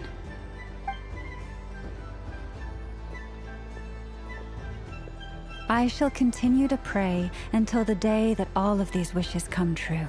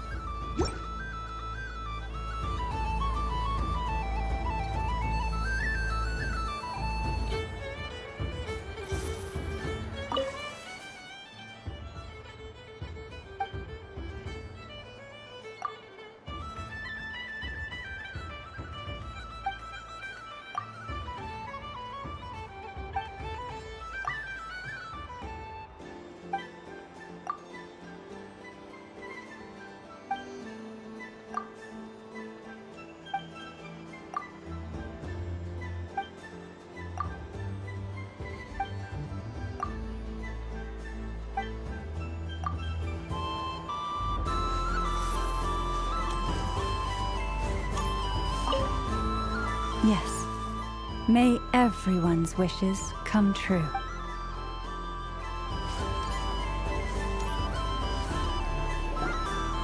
Sunny days! I prefer sunny days. Ah, well, you are as warm as the sun itself, Moon Goddess. Very well. I believe your spirit animal has to be this most adorable chic badger. Wow! Thank you, Mr. Talking Magic Lamp. Have a very happy festival, Moon Goddess. Lance? That's you, isn't it? Shh. It's our little secret, my dear traveler in Paimon. Okay, sure, but why are you here selling sugar sculptures? Everyone celebrates in their own way. After gazing into the abyss and spending time around gravestones all year, what better way to relax than to see sunny smiles on the faces of the living? Besides that, I like to think of myself as a fair judge of character. I dare say matching personalities to confection suits me rather well. That's not what Paimon was talking about. Aren't you afraid that your true identity might be exposed? Should I be? There is all manner of magic in the air this moon prayer night, thanks to the work of the great mages.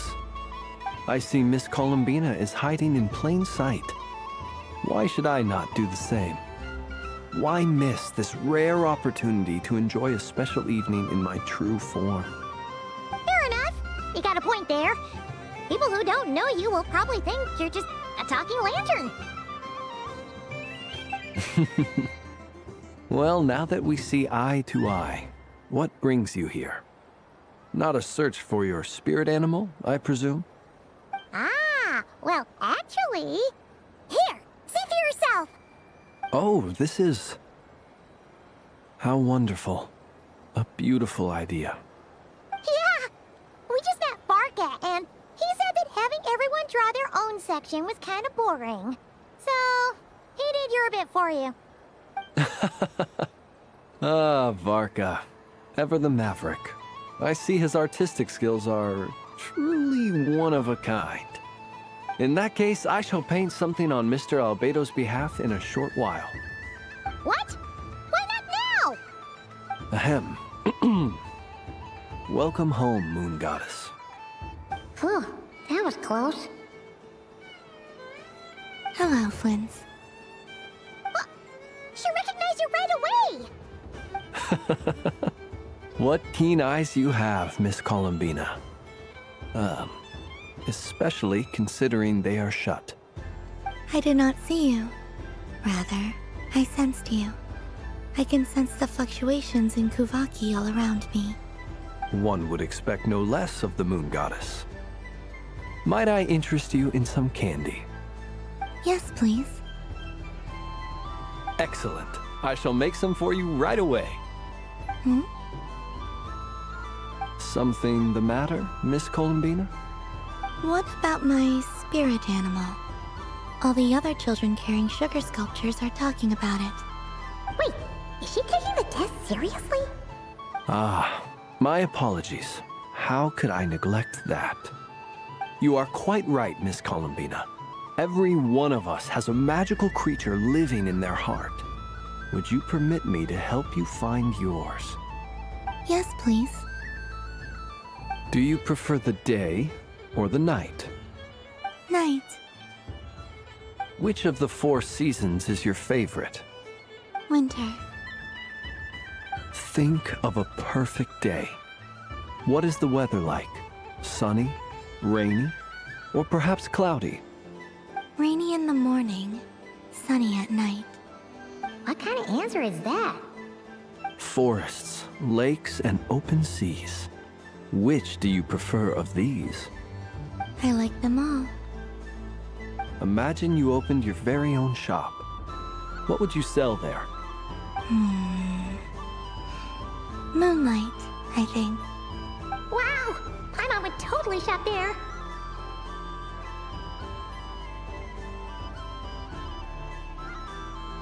It wouldn't cost anything.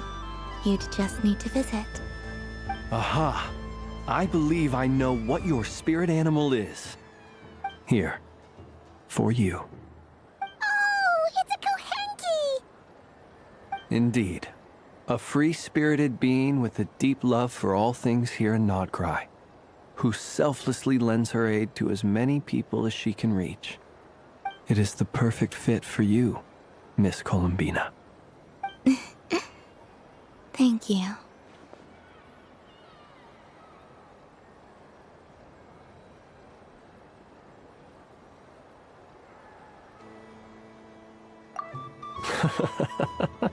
It would be my honor. But you shall have to forgive me. We have known each other for quite some time. I doubt there is any answer I could give that would come as a surprise to you. So instead, would you accept this sugar sculpture as a token of our friendship? It's a lantern. Hey, why don't you two go enjoy your candy over there? Paimon wants to try out this spirit animal thing too. Right, Flint's? Come on, play ball. I got this drawing done. But I want to hear Paimon's answers. But it'll probably take ages. Paimon's a complex soul. And we don't want your candy to melt while you wait, huh? Oh. Okay then.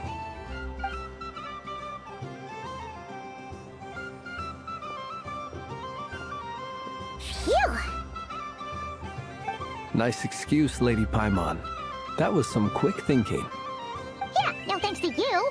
Although, help next time.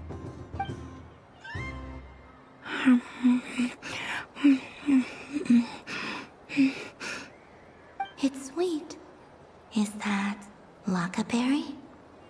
I wonder what flavor the traveler got. This way, this way! It's the candy-selling lantern! I'm coming! Of course. Traveler, maybe we can share? Yes. I found out recently that people share their food sometimes, so I'd like to try it. Oh, thank you.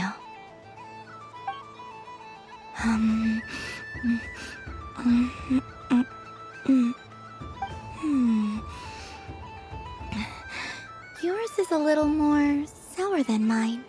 Here, you try it. Amazing.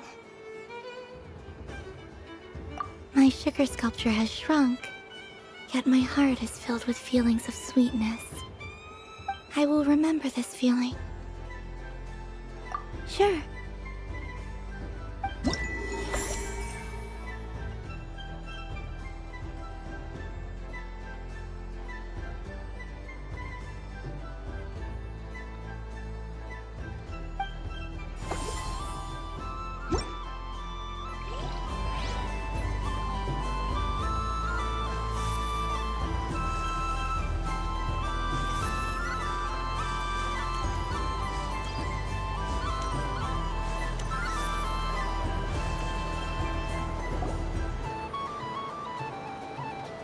Dodoco's Whirligig! Come check out Dodoco's Whirligig! Ah, welcome home, Moon Goddess. Might I ask what this is? Ah, it's a very special amusement sponsored by the great mage herself. Ride on a soft and furry Dodoco and embark on an unforgettable adventure. I say that, but I'm just following a script here. Who is this mage, anyway? And what the heck is a Dodoco? I'd like to ride. No problem. But, are you by yourself? Is that not okay? Oh, no, it's fine. It's just that each Dodoco can accommodate 2 passengers. Would you like to bring a friend along? My friends. That should do it. Now, we just need to get everyone else to draw something on it too. But we gotta keep it a secret from Columbina. Traveler. I want to go on that ride. Will you join me? Let's go then. Don't worry. Paimon will do the rounds. You go have fun. All right. I think we have to wait in line over there. Please take your seats. For safety reasons, you mustn't try to leave the ride before it comes to a complete stop. All right, you're all set. I wish you both a wonderful journey.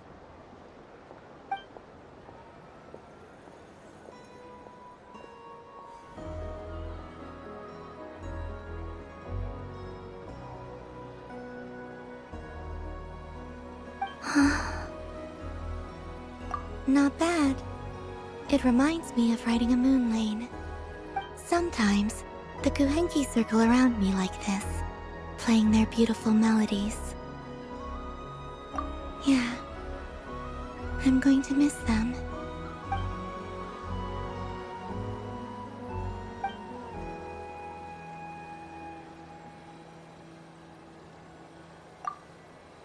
It does. I've felt scared in the past, too. But this is a little different. You know something? I got to see a lot of fascinating things during my disappearance. I saw how the Frost Moon Scions act around their families. So different than how they used to act in my presence. And I also saw how they interact with their friends. It made me curious at first. Why do people act so sincere when they're worshipping gods, but save their truest, warmest feelings for each other? Slowly, I came to realize that it's because they trust one another. They know, deep down, that they'll be accepted for who they are. All of it. The good and the bad. I know.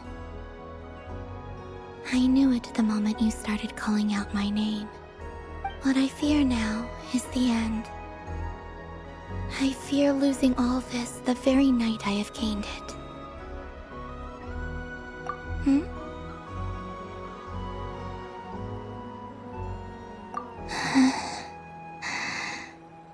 Thank you for this conversation. Thank you for listening to me. Don't worry.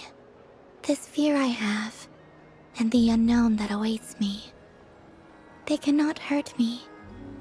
Not when I possess a treasure far greater. I just want you to remember this version of me, the real me, on this final night together. Dear passengers, Dodoko's awesome adventure has come to a close. Please leave in an orderly fashion, and we look forward to seeing you again in the future. Don't want the journey to end, huh? Don't worry, you two. There's always another adventure waiting just around the corner.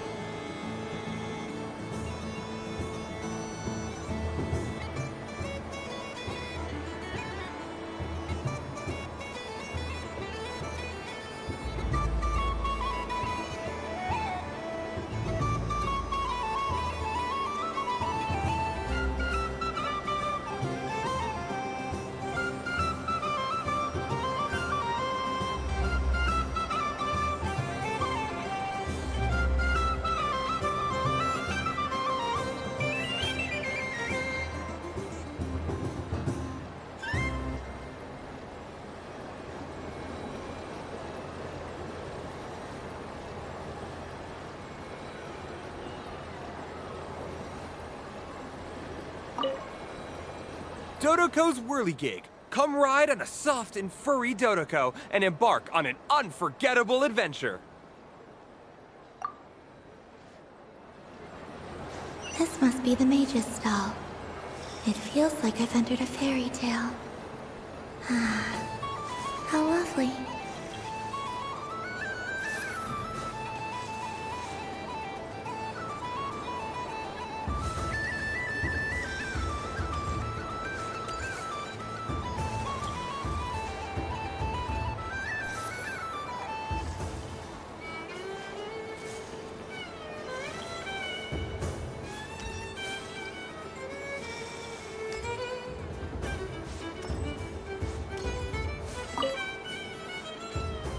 Welcome home, Moon Goddess.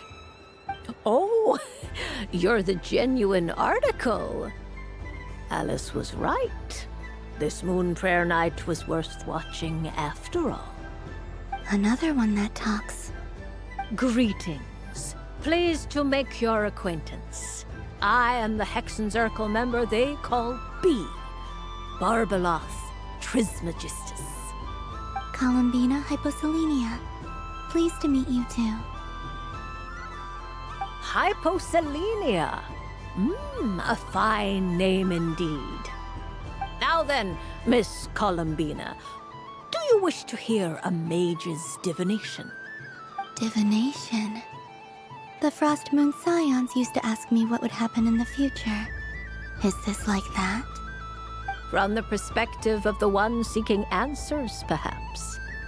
As you look to your journey ahead, if you seek to understand the unknown, resolve your doubts, and soothe the confusion in your heart, divination could be for you. The unknowns on my journey. Of course, if one wishes to peer into fate, then hydromancy is the more precise option. But that is a complex affair, and to relegate that majestic art to the status of a festive amusement would seem somewhat uncouth. Besides, it is sometimes better to not know fate with great certainty. Hence, I shall use the suitably festive Luna Arcana to tell your fortune instead. It is more popular with the youth in any case. Lunar Arcana. Indeed. Unlike hydromancy, this will only display possibilities and trends. People like to think of themselves as creatures of agency and free will. Peering too far and too clearly into the future is detrimental to both body and soul. I'd like to give it a try. Of course you may. Come then, take a seat, Miss Columbina. Before we begin, are there any specific questions you would like to ask? Let's stick to general possibilities and trends, like you suggested. Ah, very well. Then I shall use the basic Lunar Arcana deck. Now, try to relax. Cast your mind upon the things you have experienced and the things you are soon to experience. I will shuffle the deck.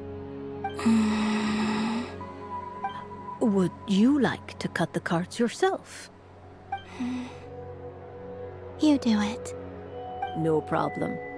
Now then, to make things easier for the seeker, that is to say, you, I shall decipher the cards from your perspective.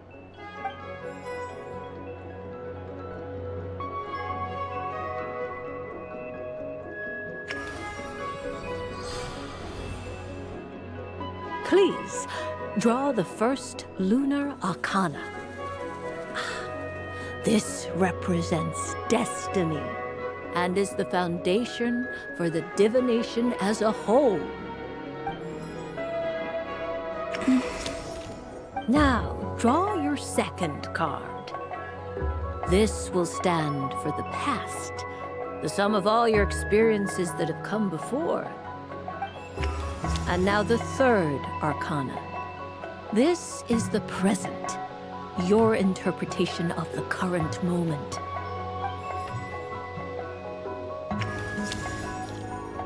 Finally, the last card. This shall speak of the future, which... Oh. Kuvaki Pulse? Fascinating. I've never encountered this before in my role as a diviner. Something has exerted an influence upon this card, causing it to leave its designated position. What do you make of this, Miss Columbina? Perhaps this is the guiding hand of fate in action. Of course, if you wish, you can choose to deny the validity of this card and draw the future for yourself. No, it's fine. Let's go with this one. A bold decision. I must say I'm looking forward to the results. Well then, let us flip the lunar arcana in sequence and see what emerges. Sure. First, Destiny. No surprises here. The card that represents yours is the moon. The moon. Indeed. The moon can represent the truth at some times, but deception at others. False peace, destructive calamity, and the world-changing power that lies within. When the moon is placed on the destiny tile, it indicates that your destiny is not what it may appear on the surface. Instead, it may yet have a hidden side. It symbolizes a journey through the fog, fraught with uncertainty and deception, where one must face inner challenges head-on. I don't understand. Patience, my dear. This is but the first card, which serves as a basis for the interpretations that follow. Our divination will only grow clearer from here on out. Now then, flip the second card, the one that speaks for the past.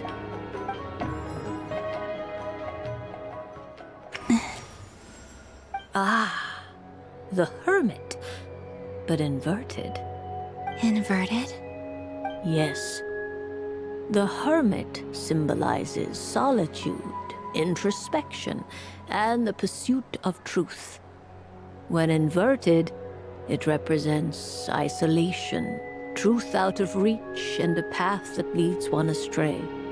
Combined with the moon as one's destiny, the Hermit inverted represents a choice you made to stand alone in the past. It was a choice made not out of fear or arrogance, but for reasons that others could not perceive. You fumbled through the darkness without a guide, but you did not find your way. Rather, you went astray. More than once, it would seem. Is this about how I became Kutar despite not wishing to become a god? And how I joined the Fatui because I yearned for a place to belong? I suspect only you know the answer to this question.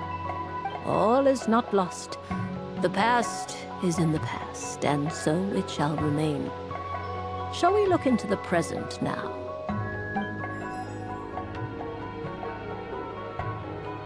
Oh my. The Lovers.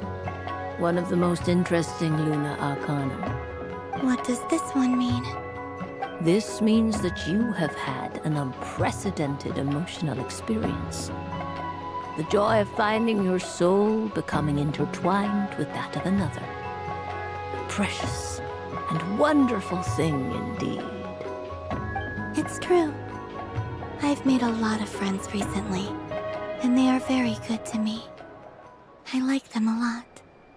That sounds lovely. I am most delighted for you. The Lovers can also represent important decisions, perhaps related to a parting of ways. Now, if I were to guess... Yes. My return to the moon. I understand. Parting with friends is never easy, Columbina. But rest assured, this is not the end of your journey. there is always another story waiting to be told. The future always lies ahead. The future. Well now, it's finally time to flip this most mysterious of cards. Why did it appear? And what does it wish to tell you? I'm ready.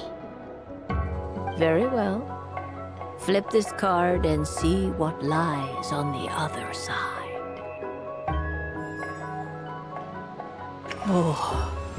Miss Barbeloth? What is it? This card is death. That doesn't sound very good. It depends on how we interpret it. It is true that it can represent an agonizing death, a complete and utter end, but at the same time, it can also represent rebirth. Do not forget that your destiny card is the moon. That lends your future many different potential meanings. If death spells the end, is it unavoidable? As I have said, divination can only display general trends. It is a rough guide, but it does not show predetermined outcomes. Allow me to summarize it for you. In the past, you may have lost your way, but now you have gained new connections and new strength. You now face an important decision, one that may bring about a great change in what is yet to be.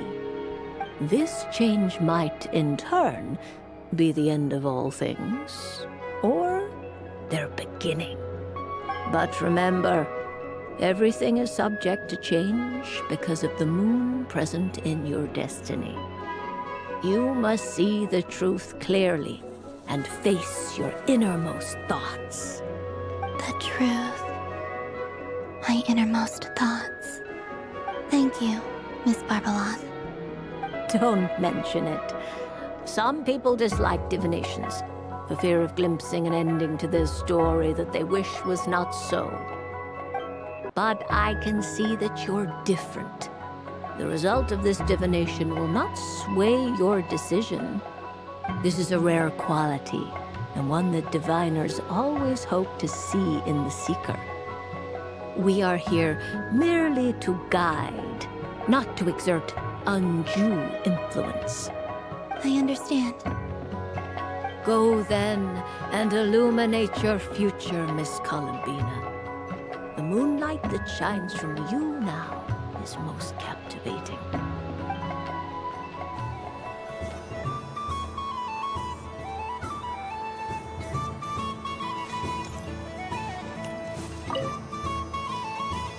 A soft and furry creature that bounces and jumps.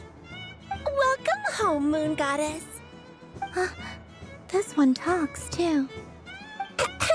Allow me to introduce myself. I am a Dodoco from a distant archipelago, the most mischievous of all my Dodo brothers and Dodo sisters. When the going got tough, I powered through, and when I met obstacles, I boomed them away. That sounds like a lot of fun. Doesn't it just? Oh, but then the trouble started. Recently, I found a lovely beach, the same beautiful jelly color as my hometown, and so I dove in to have a look. Only to find it overgrown with seagrass and nasty little spiky fish everywhere, looking to turn me into a Dodoco kebab. I made it back to shore by the skin of my teeth, but my tail was sorely hurt. Couldn't you just boom them away? Oh, I wanted to, believe me. But I've heard that you, Moon Goddess, can understand animal speech. The last thing I wanted was to cause a gigantic fuss and get taken to court by a school of spiky fish. I'd be driven out of these waters for good, and my winter holiday would be ruined. And so, dear Moon Goddess, I was wondering if you might lend me your allegiance. Are you roping me into a crime? Oh, let's Let's call it a once-in-a-lifetime carefree adventure. Does that sound better? All the festival goers tonight are dressed up as the moon goddess. But there's nothing to say that the moon goddess can't disguise herself as a Dodoko, is there? Besides, this is your home. You should be free to be whoever you wish. I'm afraid I'm not well acquainted with Dodokos, Madam Mage. Oh, that's quite all right.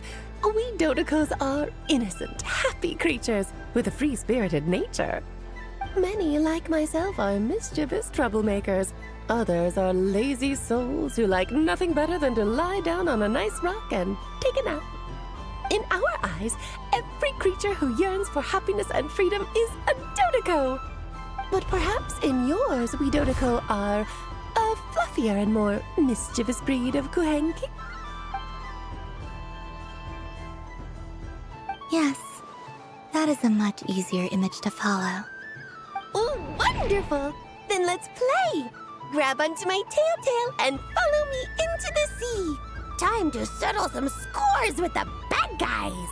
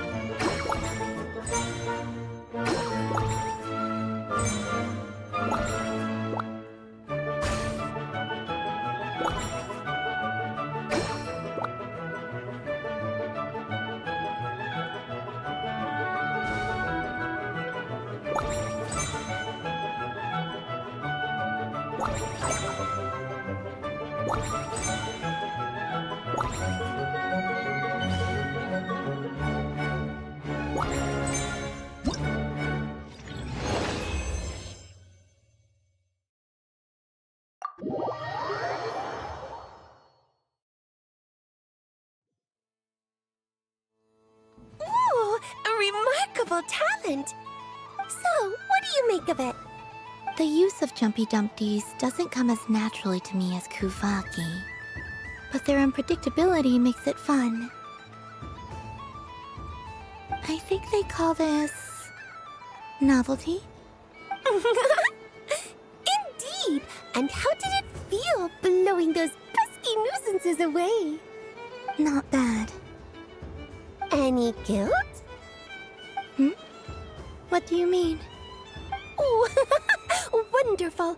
Lovely answers to all three questions. You've passed the safety test. Now I can give this special bomb to you as a souvenir. Remember, if you find any meanies living on the moon, you can use this to boom them into oblivion. I will. Up for another round of fish blast? Oh, I mean of bye-bye, bad fishies. Of course! Feel free to come back whenever you like. There's always time for a dodo venture.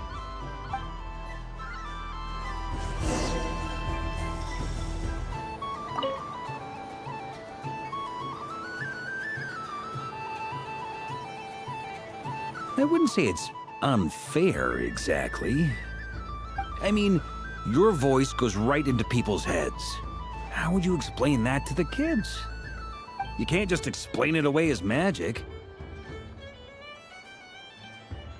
Is something the matter? Ah, Miss Columbina! No, nothing you need to worry yourself about. Ah, impeccable timing. Stick around for a second, Miss Columbina. I need your input on something. This self-proclaimed Knight of Justice has yet to give me a satisfactory answer. I, for one, would like to hear your verdict on the matter. Hey, now, I left the flagship just to help you out, Miss Nicole. What's going on? So Alice and I are both using long-range remote control spells that work on similar principles, allowing us to attend this festive fair in Dodoco form. Sorry, let me backtrack a little. While similar, there are some key differences.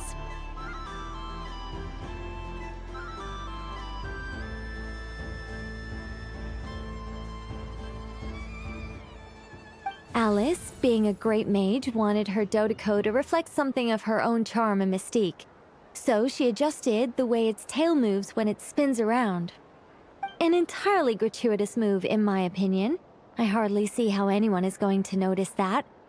If anything, I'd say that anyone who stares intently enough at a Dodoco's tail to notice such a small detail is someone we ought to be highly concerned about. I only say this to emphasize that my question has nothing to do with tails. Now that we're clear on that, why is Alice's Dodoco permitted to interact directly with the children celebrating Moon Prayer Night, while mine is not? Your voice speaks directly into people's minds. See? Exactly what I said.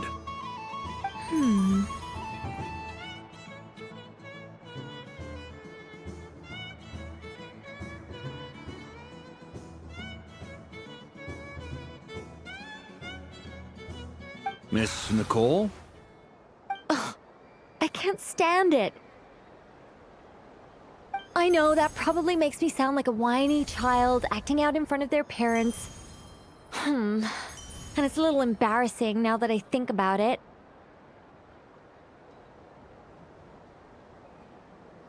But hey, I've said it now, I can't take it back. That would be even more embarrassing.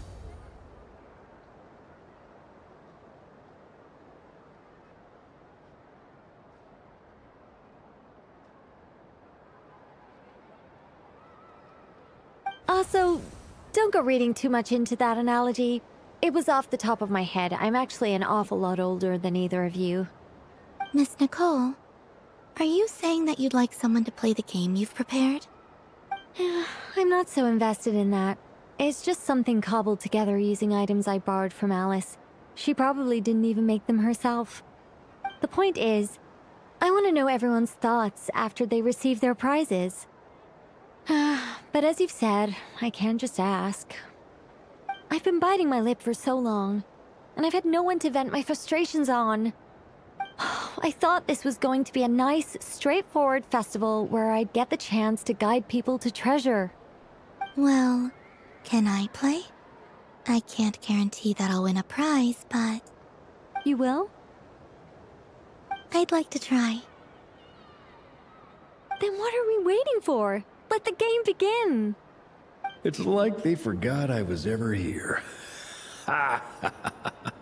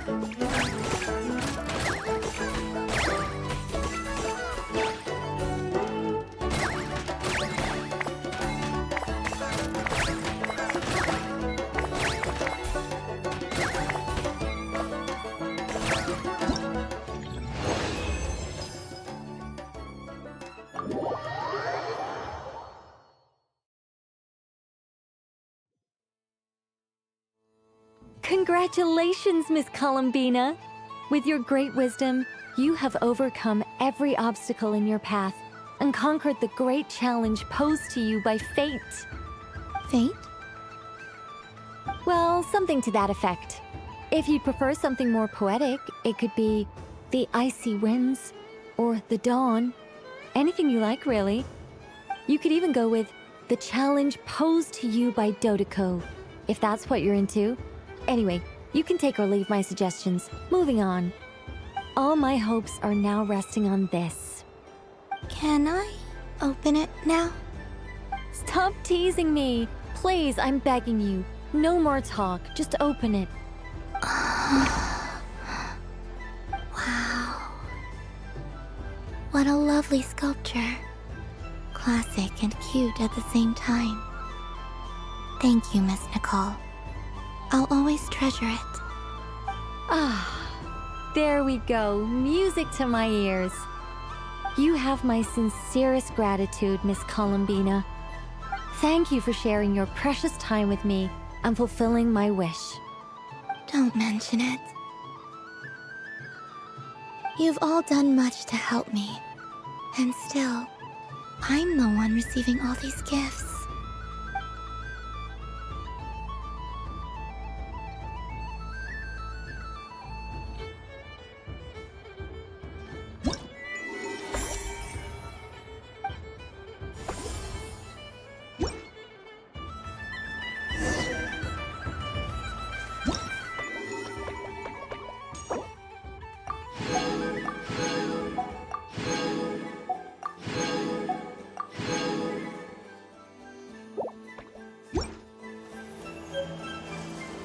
What's this?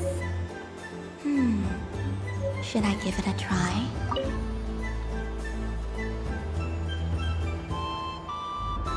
Come on, Citrus. One more round. Just one more. But my neck... oof. It's acting up again. You should take a break. Health comes first. Yeah, don't push yourself. We'll find someone else. Hey, don't look at me. I'm the referee. What are we gonna do then? Do you need any help? Yes, we do. We need one more player for our game.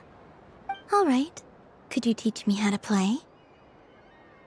It's really simple. You just throw the dice and move by that number of tiles. First one to reach the finish line wins. Rolling a hamster means you move one tile. A paper frog is 2 tiles, and a flying squirrel is 3 tiles. 'Cause they go the fastest. Okay, I get it. So, we're all set? In that case, please take your places and let the game begin!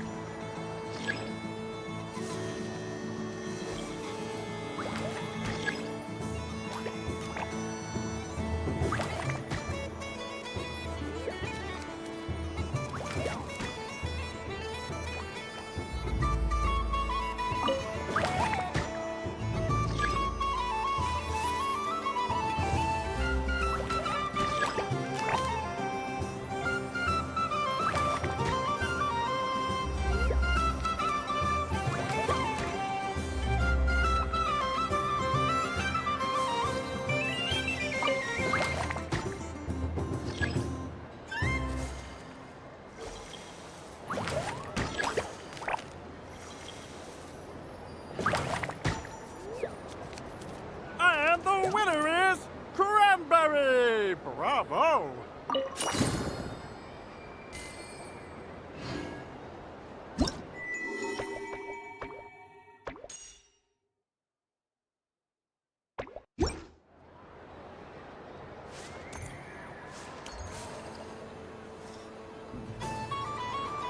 But I was aiming right at it. Aw, what a pity. I saw it with my own eyes.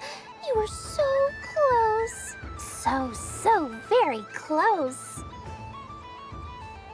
That's not true!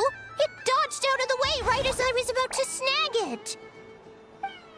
I'm sorry? You heard me! This paper frog can move! I swear! Dear, oh dear, what are you saying? How could a paper frog move? Unless you believe there really is magic in this world.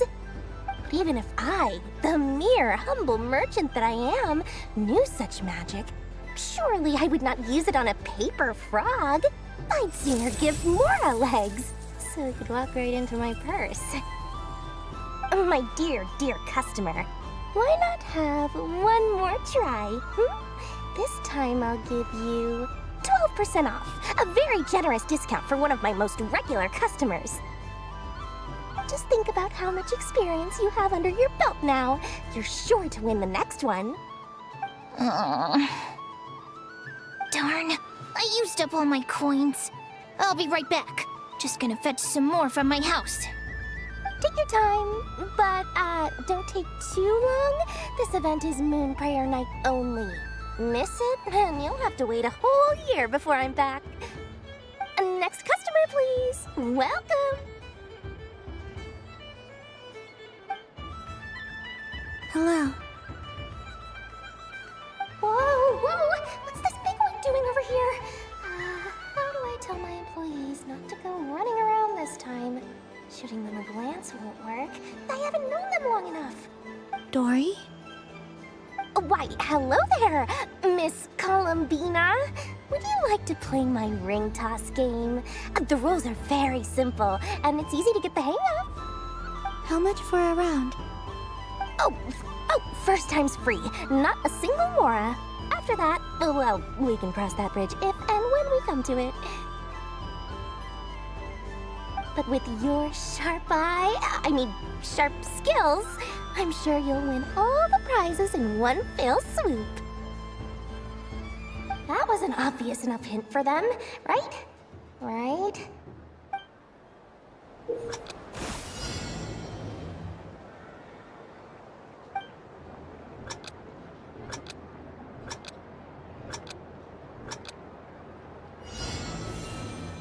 Here comes the ring!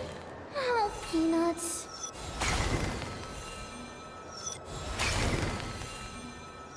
Change tracks. Roselle, should we move or not? Just a tiny bit. All right, then I'll... Oh, sugar plums, not the clock hands. How do I move the legs again?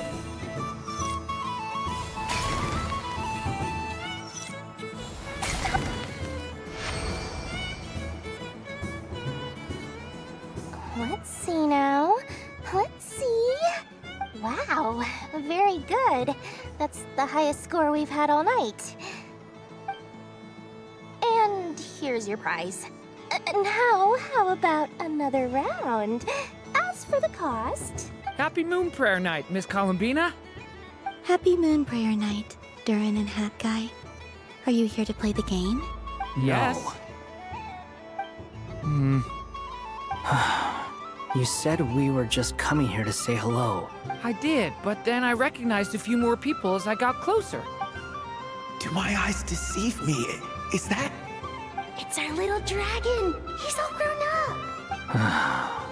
Someone's popular. Well now, since you came all this way, why don't you try out this lovely game we have going? First try is free. He'll have a go. I'll pass. It's only one free try per customer. You can't give your try to him. I'm aware. How has Elder Almond been lately? He's in great shape. He goes for a run in the forest every morning to stay fit and healthy. He tried to go boat racing with Firecracker a while back, but he couldn't even make it onto the Lotus Leaf. Firecracker was in fits of laughter. How about you, little dragon? Can you still fly? Yes, I can. But you've become less chatty. Has growing up been tough on you? We call that maturity. You know, the thing people sing about. The knight wields a sword of stone, to defend those hearts that are made of gold. Stone is very heavy. That's what keeps them from talking too much. That's awesome! I want to be a knight when I grow up, too. Ring, here I come! Oh, the hat-wearing man. I never thought I'd see you again. You seem more determined than when I saw you last on the train. If you say so. Oh, I do say so. The people you once helped see it clearly. It's because you are once again on the right track. May the engine in our hearts propel us to the station of our dreams. I can move! I can move now, Roselle! What are they doing, running into the rings like that? You got them all so quickly! I have never seen anything like this in all my travels. Is this guy actually an old friend of theirs? But how? They're origami animals and clockwork people from a fairy tale. Getting to know them would be quite an arduous task, unless they share a hometown? I have to get to the bottom of this. Next time I see the great mage Alice, I shall demand answers. Thank you, Dory. I had a lot of fun. Now for your prize. Where did I put it? Give me a moment to dig it out. Oh, sweet grand prize. How I wish I didn't have to let you go. Good thing I've already turned a profit from the customers earlier in the night. Otherwise, I'd have wasted all my hard work. Okay, I'm back. What? I leave for 2 seconds and someone's already claimed the grand prize? Oh, well, these things happen, you know? Perhaps you'd be interested in one of the other prizes instead. We've got all kinds of wonderful goodies here. Is this the thing you wanted? Here. You can have it. Huh? But... Don't worry about it. It will be happier with you. Oh, thanks so much, miss. Moon Goddess. Oh, goodness gracious, Columbina. Give me strength. How am I supposed to make any more money from this child at this rate? Daddy, look! That's the game I was telling you about! Forget it. She is the Moon Goddess after all. I'll think of some other way to swing this. Maybe I can try to hook this new kid. Huh? Oh, someone already won the grand prize. You can take mine if you want. What? Why? Why are all these bleeding hearts coming here to ruin my business? Happy Moon Prayer Night, everyone. Happy Moon Prayer Night.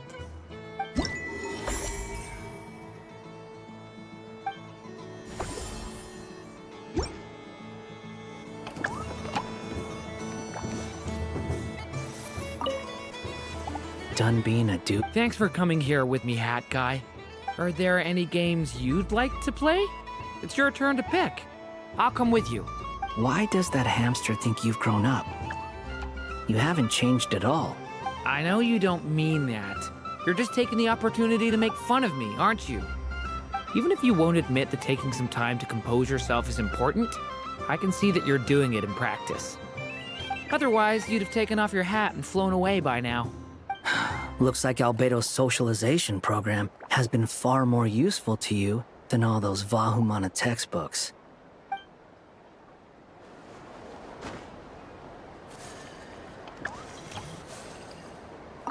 Happy Moon Prayer Night, adventurers. May you have a lovely evening.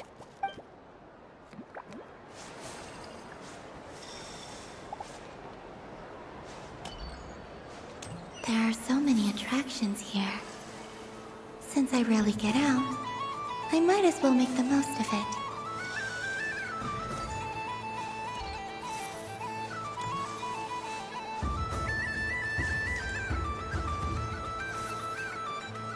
Moon Prayer Candy! Beautiful, tasty Moon Prayer Candy!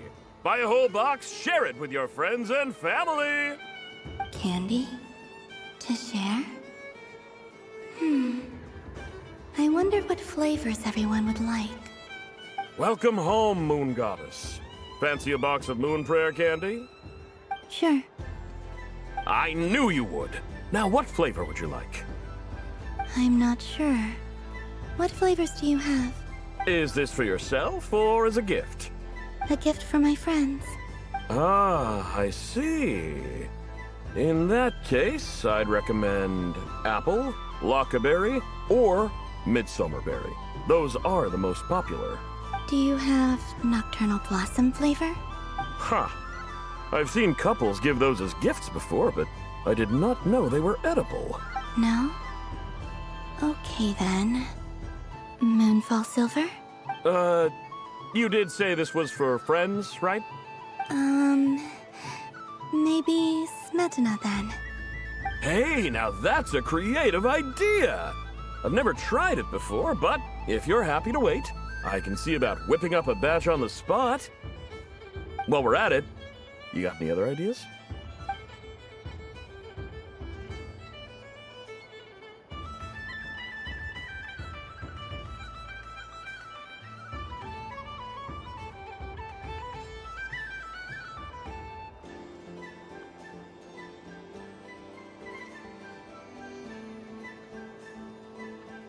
Here you go.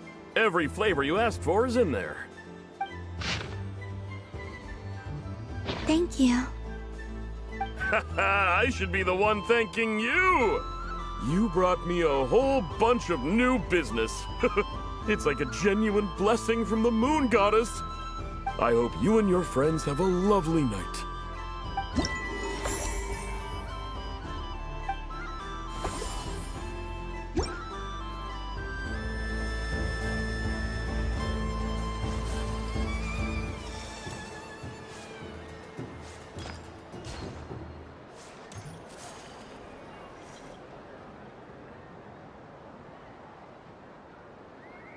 Well, well, look who it is.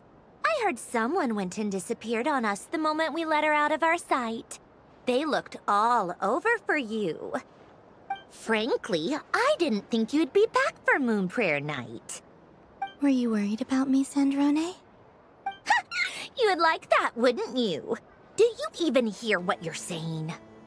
It seems to me like you disguised yourself with festive headgear, just so that you could come see me on Moon Prayer Night and make sure I'm okay. You didn't even bring Polonia with you. You? I thought you couldn't see. I cannot. But I sense the confusion of those around us rippling through the Kuvaki currents.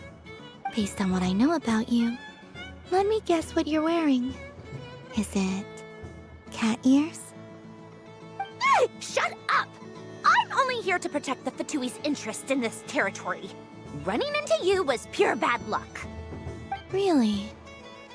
But you were the one who asked Arlecchino to help everyone find my name. Columbina! Ugh! Just one more word, and I'll unscrew your vocal cords.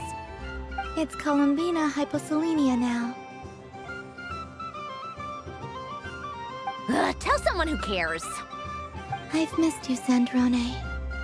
The whole time I was gone, I was thinking. I hope I get a chance to say some ugly words to you. Is that supposed to be a joke? Anyway, let's go play that game. What? You mean that frostfin whale? Yes. It's some kind of game where you get bitten if you step on the wrong tooth. Seems like fun.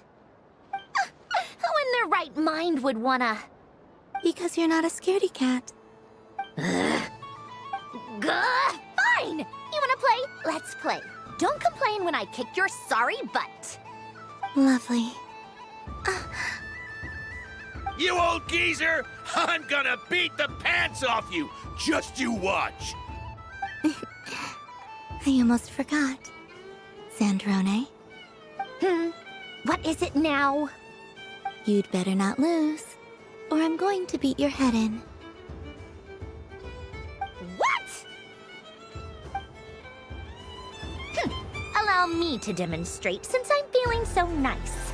You just step on the teeth, like this.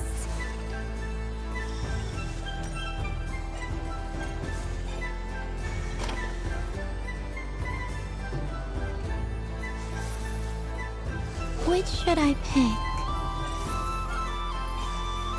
Your turn, Sandrone.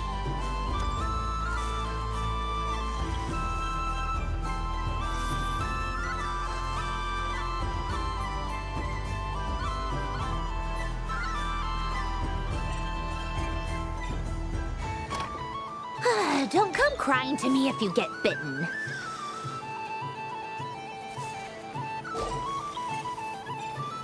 There are less and less teeth remaining.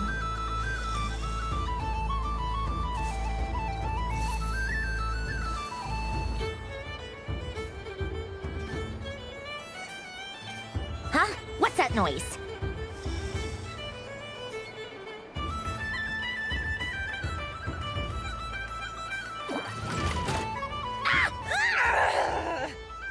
I think you might have picked a bad tooth, Sandrone. Shut it! Do you need any help? It seems like you're stuck. No! It's just a blasted toy! How is its grip this strong?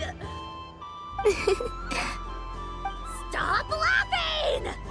All right. Well, you lost. So just like I promised. Hey! What are you doing? Are you seriously? Hiya! Why you? Oh, just you wait! Rematch! Are you all right, Sandrone? That was quite a strong bite.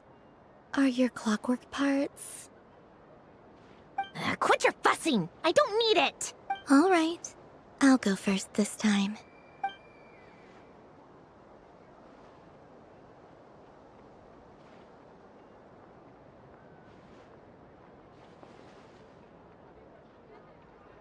I see it now. She can sense which teeth are rigged. So I just need to avoid the same ones that she does.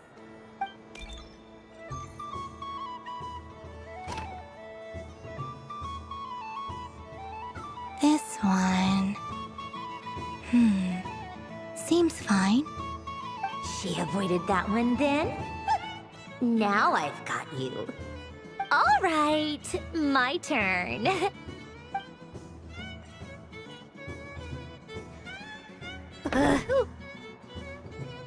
What? Looks like you lost again, Sandrone. Wait! There's more than one bad tooth! Bonk.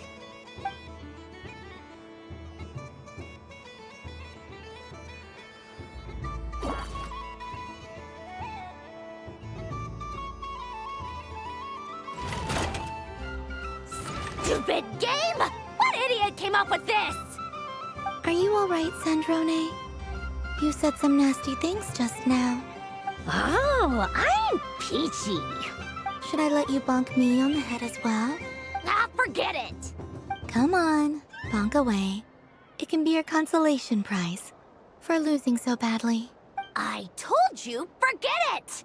Gah, you've always been so annoying. Singing right outside my door, inviting yourself to my tea parties, going AWOL. And now you're off to the moon or something. Of all my days with the Fatui, the times I spent with you, Arlecchino, and Rosaline, they were my favorite. I will not forget them. Just as I shall not forget this moment. We'll always be friends, no matter where we are, right? Who'd want to be your...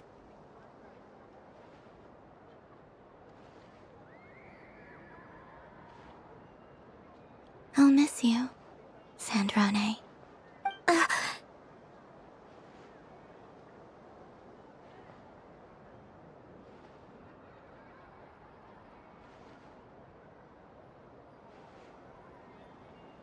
Goodbye, Sandrone.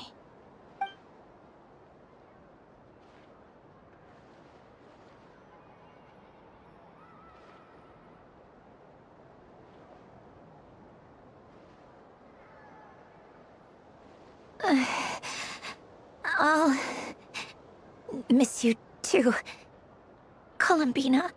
Sorry, what was that? Ah! Ah! Yeesh! No need to freak out. What's wrong? We've been looking everywhere for you. What do you want? Oh, nice ears. What do you want? This. Huh? It's your turn to draw something. You're one of her friends too, aren't you?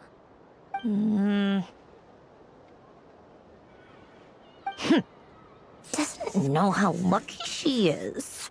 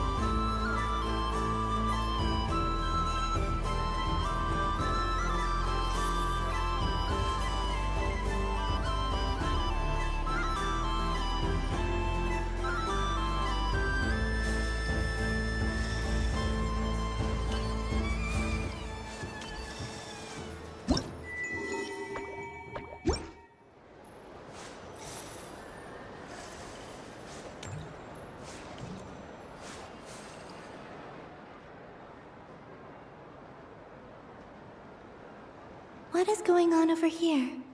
It looks like fun. Hold it right there! You can't run away from me, Moon Goddess.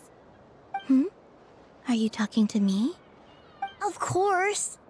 Do you see anyone else here dressed up as the Moon Goddess besides me and you? Hey, come on.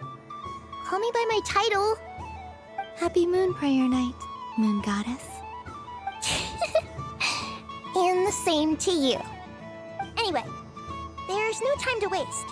Get ready for the duel of a lifetime.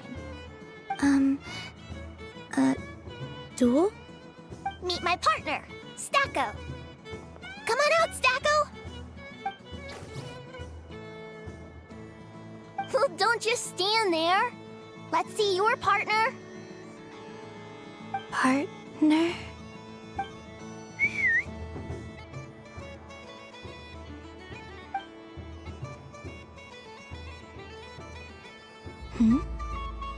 So I need to select a partner and command them in battle. Partner. I need a partner.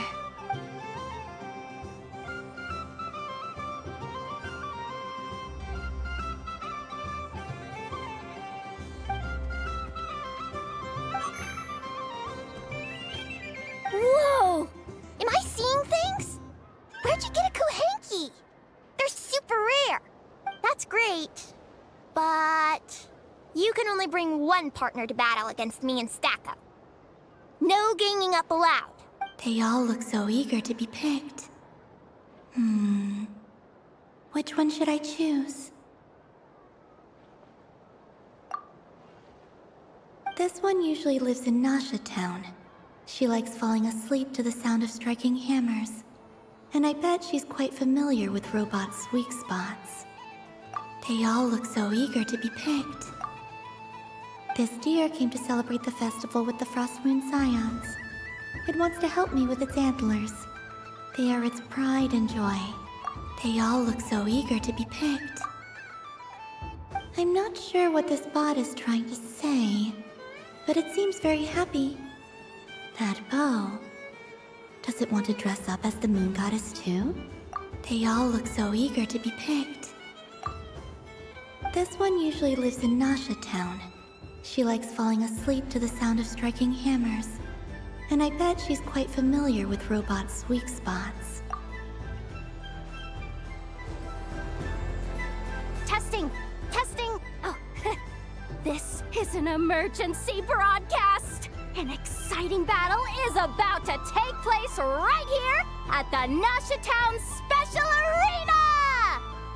In this corner, we have the Moon Goddess and her robot partner.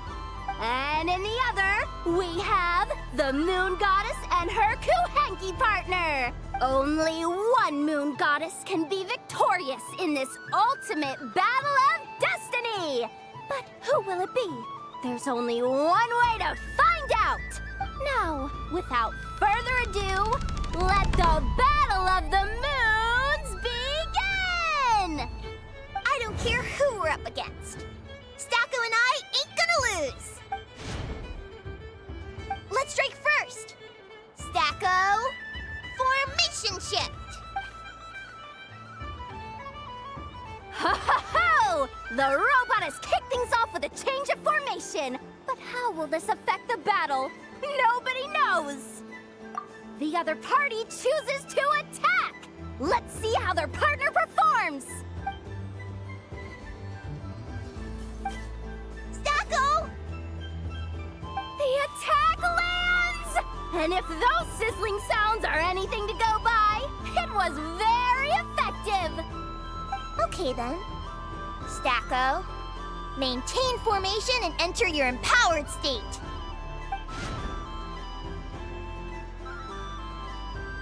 Empowered state! There we go! Now we're talking! Absorbing the immense Kuvaki present on Moon Prayer Night, this lean, mean machine has greatly increased its offensive power! Here it comes! A Lockaberry! Oh, what could the Moon Goddess be planning now? Frankly, I don't have a clue, so your guess is as good as mine. The battle is heating up fast! I'm about to start sweating machine oil over here! Go for it, Stacko! Set Kuvaki to maximum!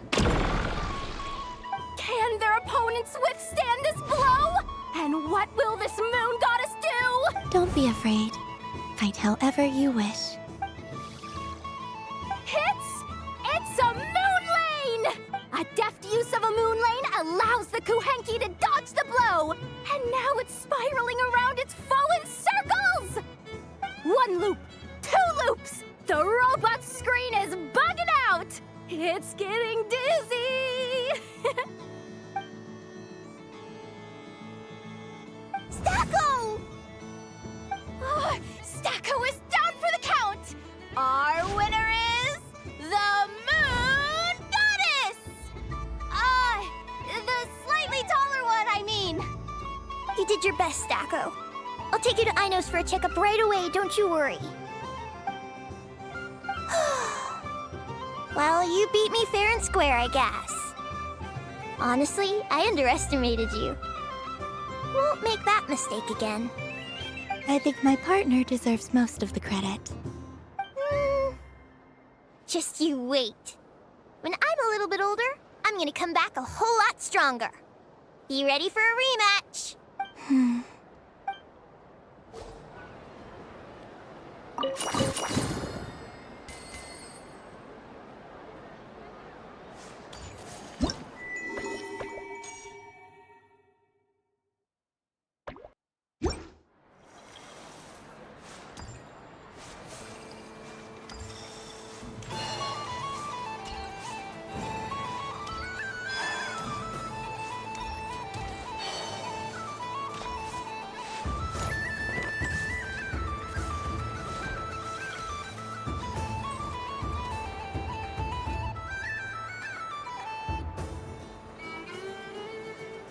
Doesn't make any sense. How am I losing every single time? Wait, Inefa, you're cheating, aren't you?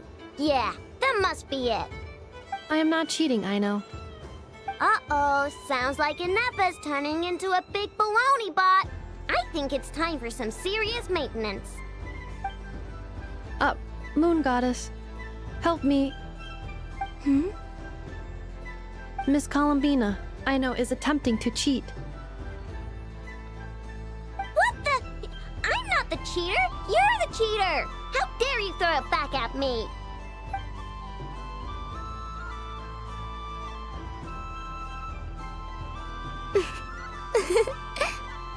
All right, fine. Let's all laugh at Aino. Just you wait. wait till I get home, because I'm gonna make a game bot that can win 100% of the time. Let's see you laugh when I come back and beat your butts. You'll all have your heads covered in stickers when I'm through with you. We came to check everything was okay after all that yelling, but,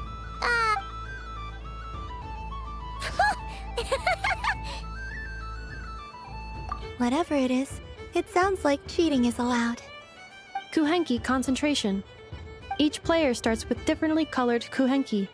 Each round, they draw one kuhenki from their opponent. When a player has two kuhenki of the same color, they make a pair and can be discarded. Any that can't form a pair must be kept. The round ends when a player can't form any more kuhenki pairs, and that player gets a sticker.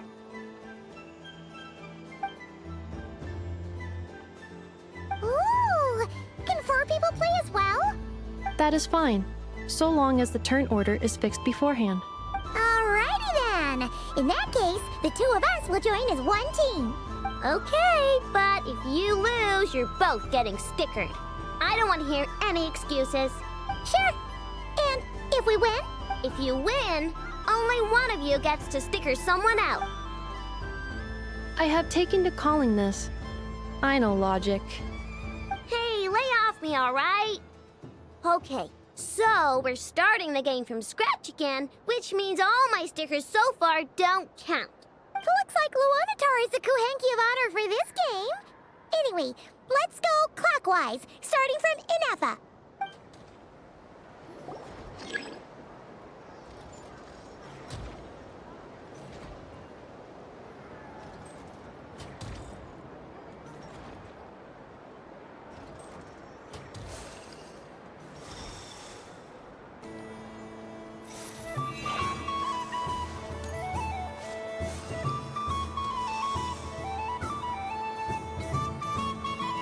Nice! That's a pair!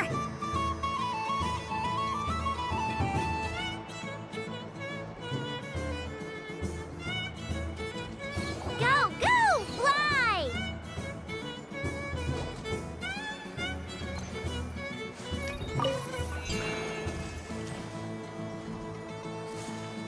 Go on.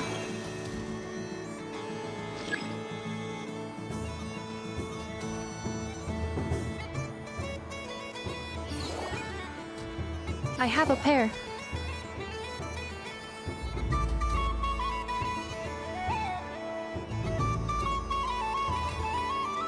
Uh-oh! We gotta pick up the pace!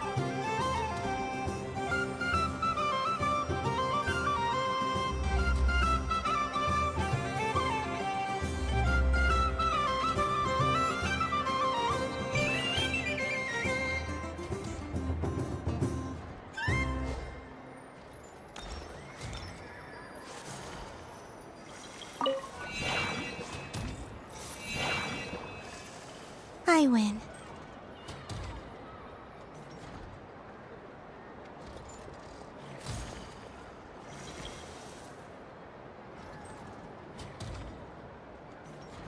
Phew, that was too close. I thought I was gonna lose. Good luck, everyone. Aw, we're out!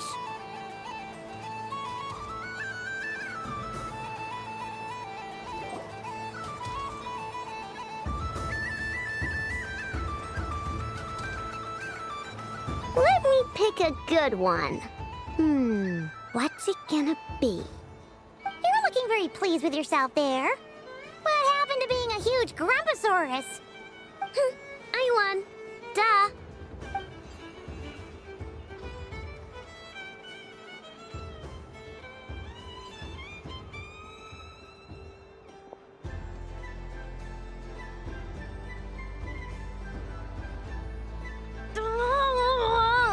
Me again? Don't fidget too much, Aino, or the sticker's going to fall off. I don't care. If it falls off, it falls off. If a pair of Kuhenki get discarded, why not a pair of stickers? Huh? Huh?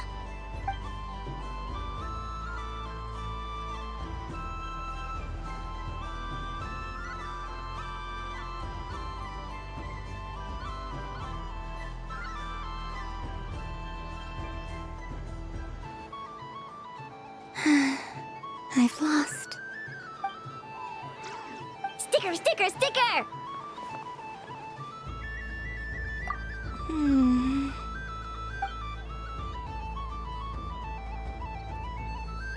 Cute! You think so? Shame. I can't see it for myself. What did Luanatar say? She said it looks so cute that she wants me to lose a few more rounds.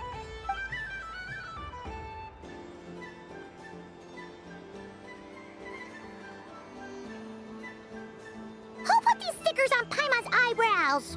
Ugh, she can barely see. Alright, now, I think we got enough evidence to prove that there's a serious problem here. Yes, I agree as well. The culprit is... Inefa! Culprit? What did I do? Quit acting dumb, Inefa! You're not wriggling your way out of this one. I've been watching you. Not only did you remember whose side Luanatar started at, but every time someone drew a Kuhenki, you were logging it and calculating every last possibility. Which Kuhenki pairs were gone, who had what color Kuhenki in their hand, even our facial expressions. You were keeping track of it the entire time. Exactly! What I know said. Putting aside the fact that running calculations is not against the game rules, do you have any evidence to support your allegations? But that's not against the rules either. So she admits it. She certainly does. Alright, everyone grab a sticker. It's time to get Inefa back. But... Take that!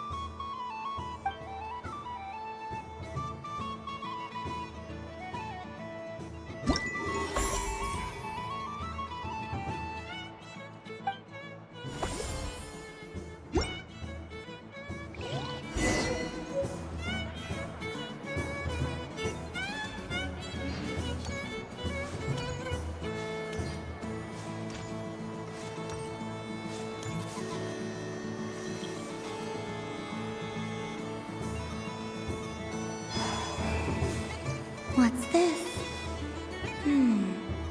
Should I give it a try?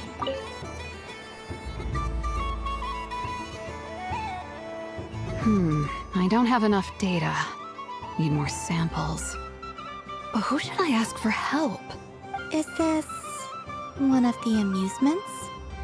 Or is it a research project? Bit of column A, bit of column B. I'm currently running some synchronization tests on these bots. Basically, you need to press the button to help them successfully obtain the treasure. But you've got to time it right. I'll record your data, which will be used to improve the robot's accuracy. But, ma'am, I mean, Moon Goddess, don't you think you should take your eye mask off first? There's no need. I will be all right. Okay then. Whatever you're comfortable with. Great. Then let's begin.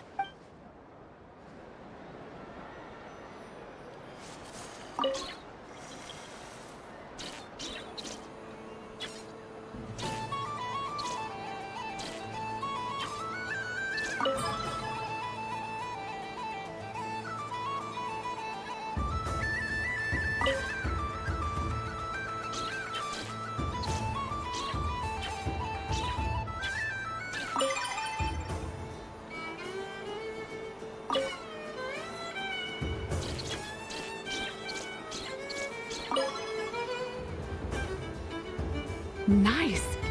Data collection complete.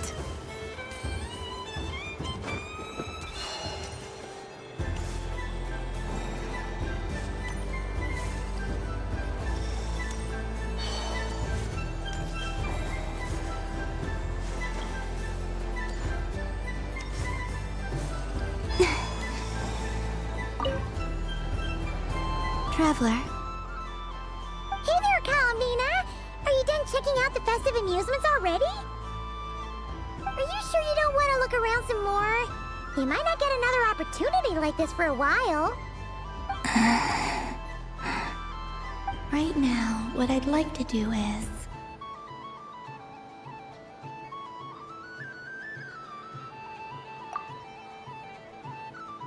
Oh! Candy for us?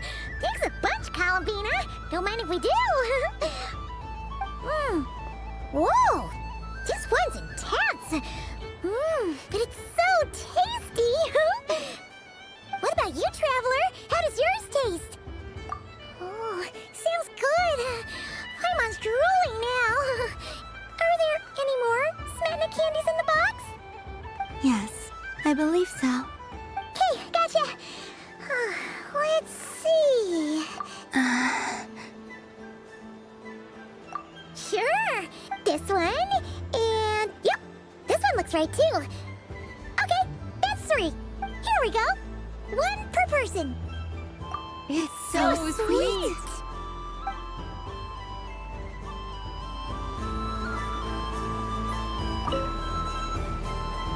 Traveler, Paimon. Columbina! Finished with the festival already? Really? You're sure you don't want to have a little more fun out there? Final answer. Yes, I am sure.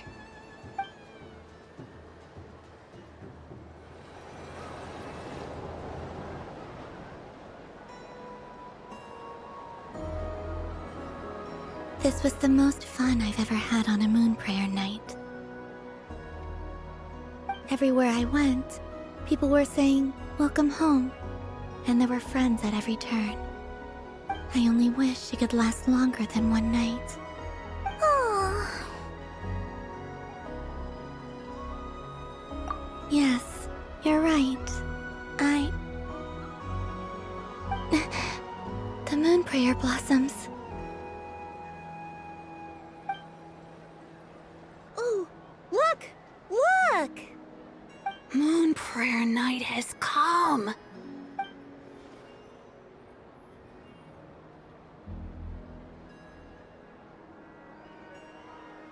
The moon. It's so beautiful. Happy Moon Prayer Night, dear. Happy Moon Prayer Night.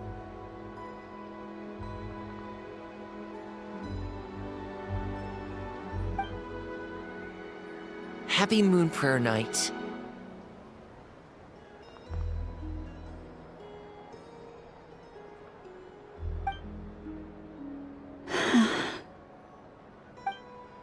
Aww. Huh.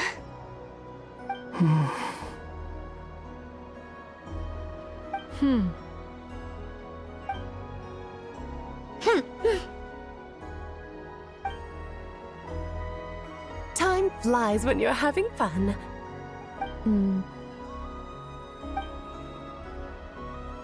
Oh. Looks like the time has come. Columbina. You're heading off then? Yes, to the ruins you mentioned. And from there, back home to the moon. Wait! I know? At least... Take one of our craft shop's crumb cookies up to the moon with you. You know, for a snack. Sure, why not? The Curatorium of Secrets believes in proper farewells.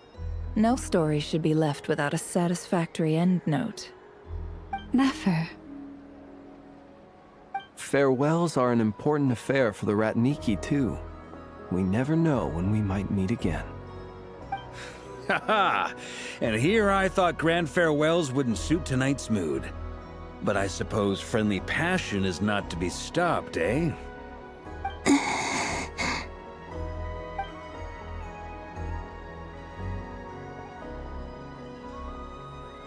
We made a little something for you, Columbina. Ta-da! What is it? A Moon Prayer Night greeting card with drawings by all of your friends. You did mention that you'd like a portrait done, so I took the liberty of creating one for you. I, meanwhile, did the portrait of Mr. Albedo. And Mr. Varka did the same for me. I mean, I think my work was pretty true to life, don't you think? The picture of Ashru was my doing. The two of you seem to get along rather well. Wait, was I the only one who did a full-body picture?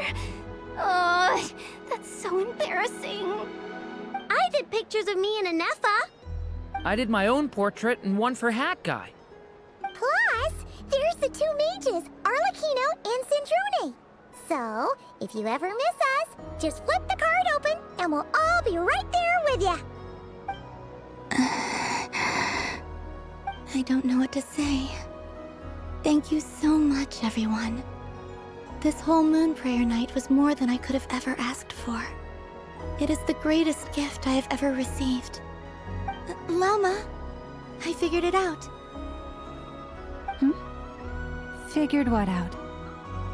Remember how the Frost Moon Scions used to use milk as invisible ink to write hidden messages?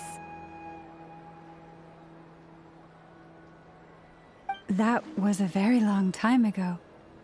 Oh, are you saying? Yes. When I miss you all, I shall use moonlight in the same way, to write words that only you can see upon the moon itself. Wow, that sounds lovely. Quite. But how will we see them? Simply open your windows on nights when the moon shines bright, and the moonlight will naturally flow towards the words I have written. That sounds most fitting indeed. Very true to form. I'll try to write them in places that won't disturb your sleep. I, for one, would sleep all the better for having read one of your messages before settling down for the night. Exactly. So don't worry about disturbing anyone's sleep. Just promise you'll write to let us know you're okay, all right? All right. I promise.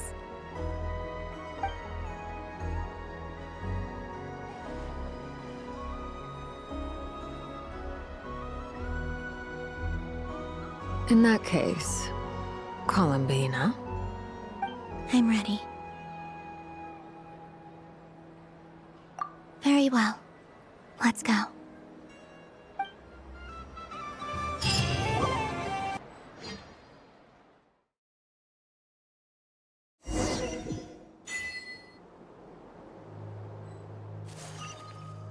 In just a few moments, I will be gone.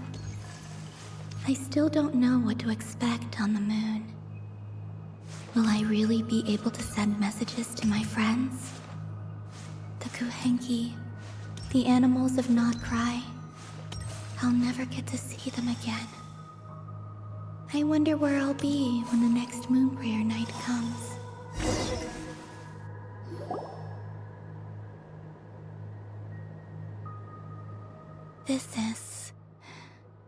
This is where the people of Hyperborea used to communicate with the moons.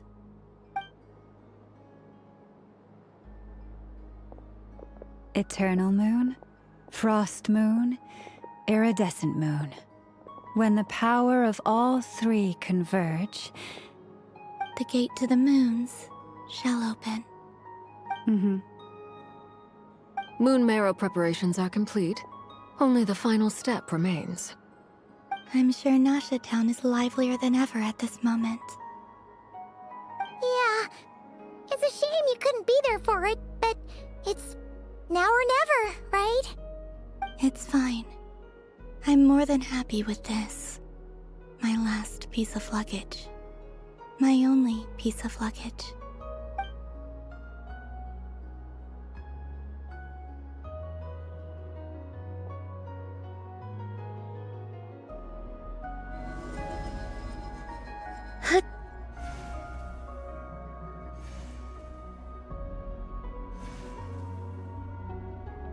I can already feel the moon calling to me.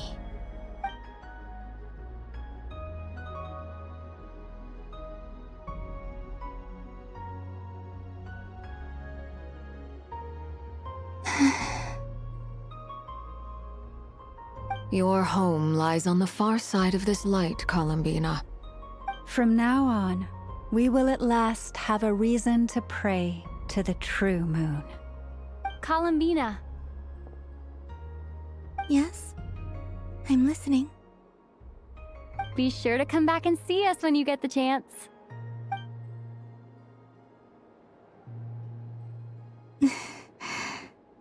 Of course. But if that chance doesn't come, then remember that you have friends on this planet. People who will miss Columbina. Yes, I will.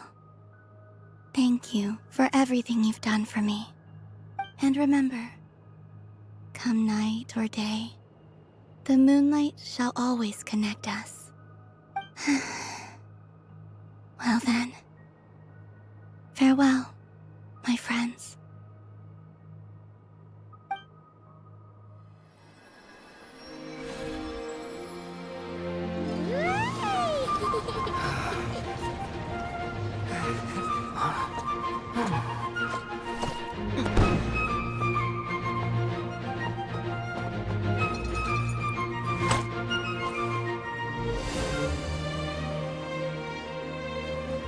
Thank you. This was my happiest night in Teyvat.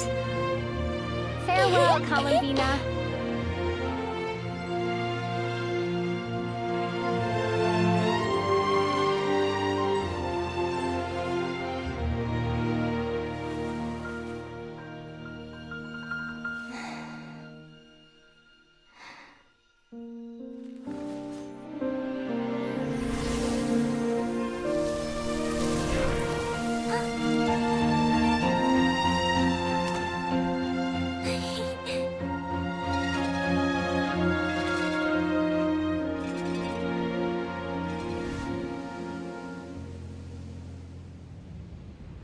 The moon really is closer than ever tonight.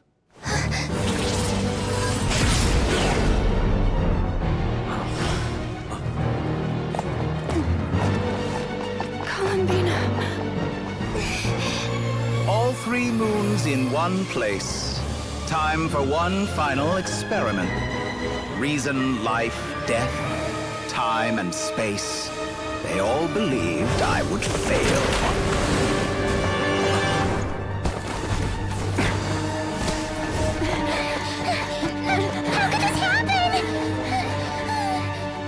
But Teyvat's primordial power never did belong to the throne of heaven.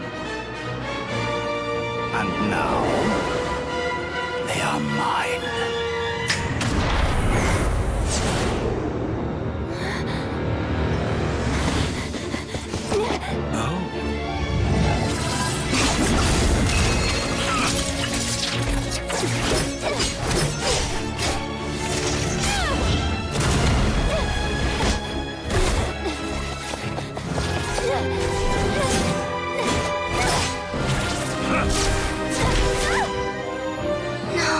As long as I'm here, the Doctor is free to wield the 3 moons' power.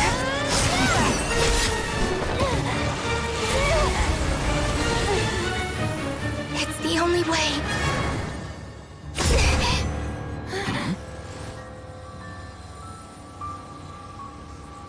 I guess I won't be going home today. Columbina! No!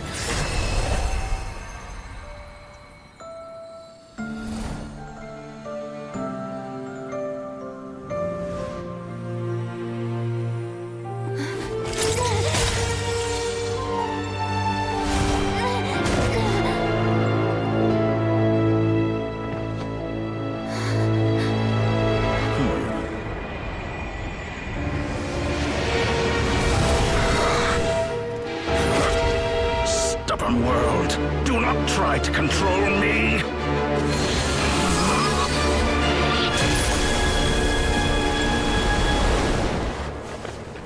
Columbina.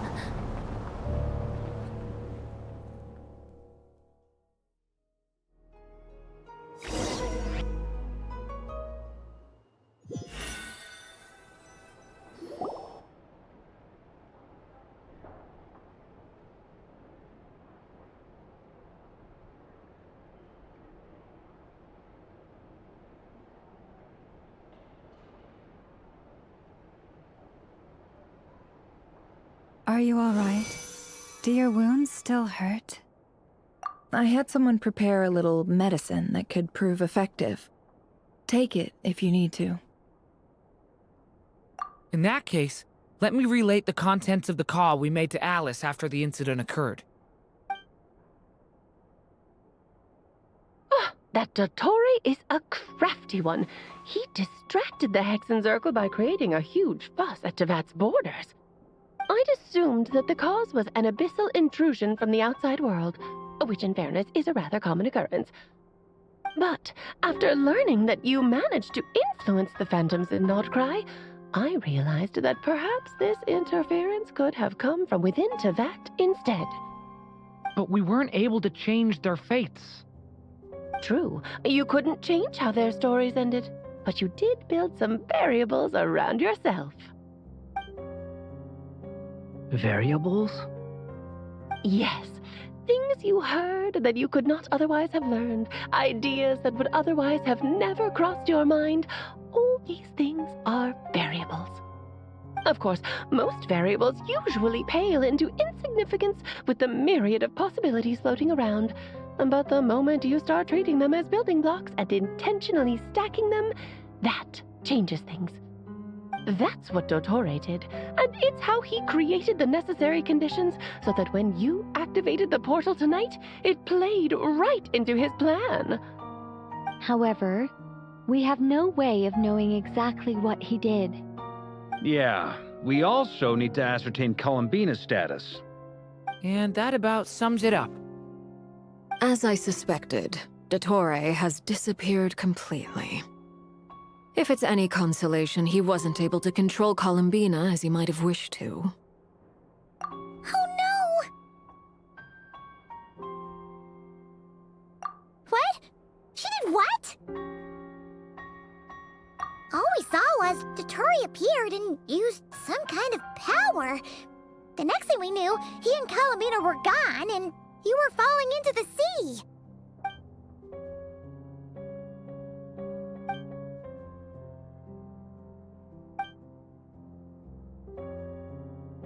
So, Columbina intentionally opened the Moon Gate and escaped into the same mysterious world as Rerir and Thalindis. Sounds like bad news. Seen in that way, the Trilunar Syzygy and Rerir's emergence, Dottore might have been pulling the strings in both cases. According to Miss Alice, he is attempting to transcend his destiny and finish an experiment that only a god might complete. An utter lunatic. Wait a sec, where's Hat Guy? Seems like he'd want to be here for this. He took off with a Dodo communication device after we spoke to Alice. He said he had a hunch that he wanted to investigate by himself. The look on his face was terrifying. I've never seen him like that before.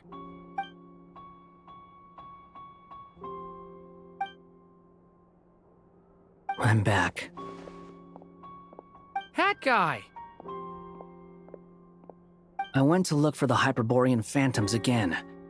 I think I've gotten to the bottom of it. I got them to talk to Nicole on the other end of the communications line. Turns out, the history they describe is different from how Nicole remembers it. Really? But how? Surely Nicole can't have been wrong. Because the phantoms are the ones who are deceived. They speak of a savior who appeared in their history. One who never should have existed. This savior promised to create a new moon within the false sky, and even bring back their moon goddesses. Foolishly, they believed in him, and told him everything he wanted to know about the moons. It's obvious that this was Dottore's doing. Now you mention it, the first time we entered the Hyperborean ruins, we heard the phantoms discussing their history, and I remember Nicole commenting that something sounded a little strange. But Dottore shouldn't have been able to get in there in the first place! He didn't. Nicole said that this was an anomalous state triggered by disruptions in the causal connections between phantoms from the same era. The variables that Dottore put in place were substantial enough that they even affected phantoms that he never met. So it's not that their memories were unclear. they'd been tampered with. That's exactly the possibility Dottore was trying to manufacture. He turned these variables into knowledge and engineered the situation so all that knowledge would fall into his hands. Then, he harnessed that knowledge on Moon Prayer Night to truly create a false moon. How is that even possible? To be precise, he exploited a weakness in the way the spell works. The spell senses Kuvaki to detect the moon's location. So, as long as the false moon more strongly resembled the moon than the frost moon beyond the skies, the gate would teleport Columbina to the false moon's location. In other words, to Dottore's side. Once he had her under control, the teleportation spell remained active, and he manipulated her power to seize both moon marrows. At that moment, the moon marrows disappeared right before our eyes. It was already too late, even as we were leaving the ruins. By then, Dottore had already amassed the power of all 3 moons. So, where does that leave us? What do we do now? I'd certainly like to know what Her Majesty thinks, now that the concerns I expressed to her have come to pass. But we cannot simply sit and wait for her to decide the matter. And in any case, it is not the Fatui Harbinger Damselette who sees us as her friends, but rather Columbina Hyposelenia. If, even in such extreme circumstances, Her Majesty will not lift the prohibition on Harbingers drawing steel against one another, then I will do as my heart demands. I will fight as Peruware instead. Oh, Arlecchino! Time is short, so I'll make the first move.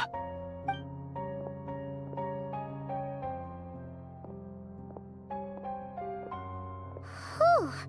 Even Arlecchino seems to be losing her cool now.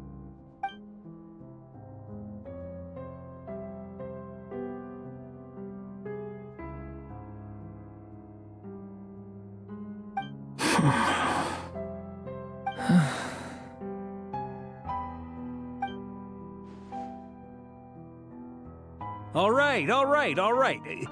Lose those dejected looks for a moment and let me get a word in.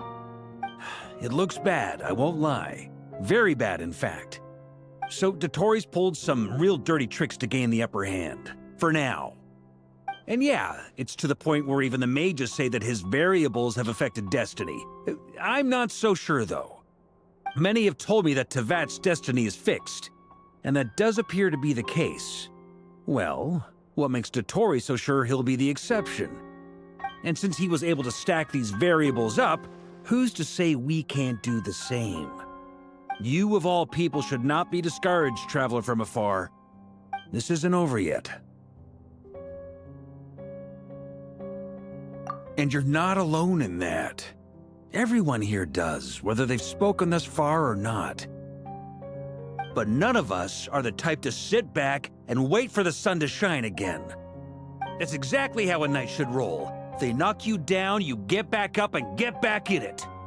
Don't forget, Honorary Knight, you're a legitimate member of Mondstadt too. Mark is right. This is far from over. Dottore's already way overdue a butt-kicking given his past shenanigans. And after this, he's earned himself a double dose. That's what I'm talking about. How's everyone else feeling? I'll use Kuvaki to investigate Columbina's whereabouts. I am not ready to give up either. Leave the intel gathering to me. Whatever happens within Nodcry's borders, when the Curatorium of Secrets wants to be in the know, we always find a way. Aino and I will do all we can to support you. We will attempt to reverse engineer Dottore's actions and seek a breakthrough that way. Alice and Nicole are busy dealing with an emergency at Tevat's borders, so they can't return just yet. But they're both very angry about this. They've asked Albedo and me to act on the Hexen Circle's behalf and do everything in our power to fight back against Dottore. Are you ready then? We're going to have to conduct a lot of research, even in the early stages. I'll do my best. As for me, I'm pretty familiar with Dottore's way of doing things. so I can try to predict his next move. I'll help with your investigation. Nice! Looks like we have our basic division of labor. I'll get in touch with Flinch and Itlua, get them to have a chat with their Starshiner. It couldn't hurt to bring the Lightkeepers on board as well. At the same time, I'll pass on instructions to the Knights present in Nodcry to assist the Lightkeepers and other organizations in ensuring the safety of those living here.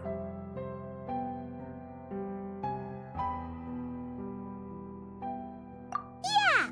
We'll show him! That's it then. Good luck, everyone.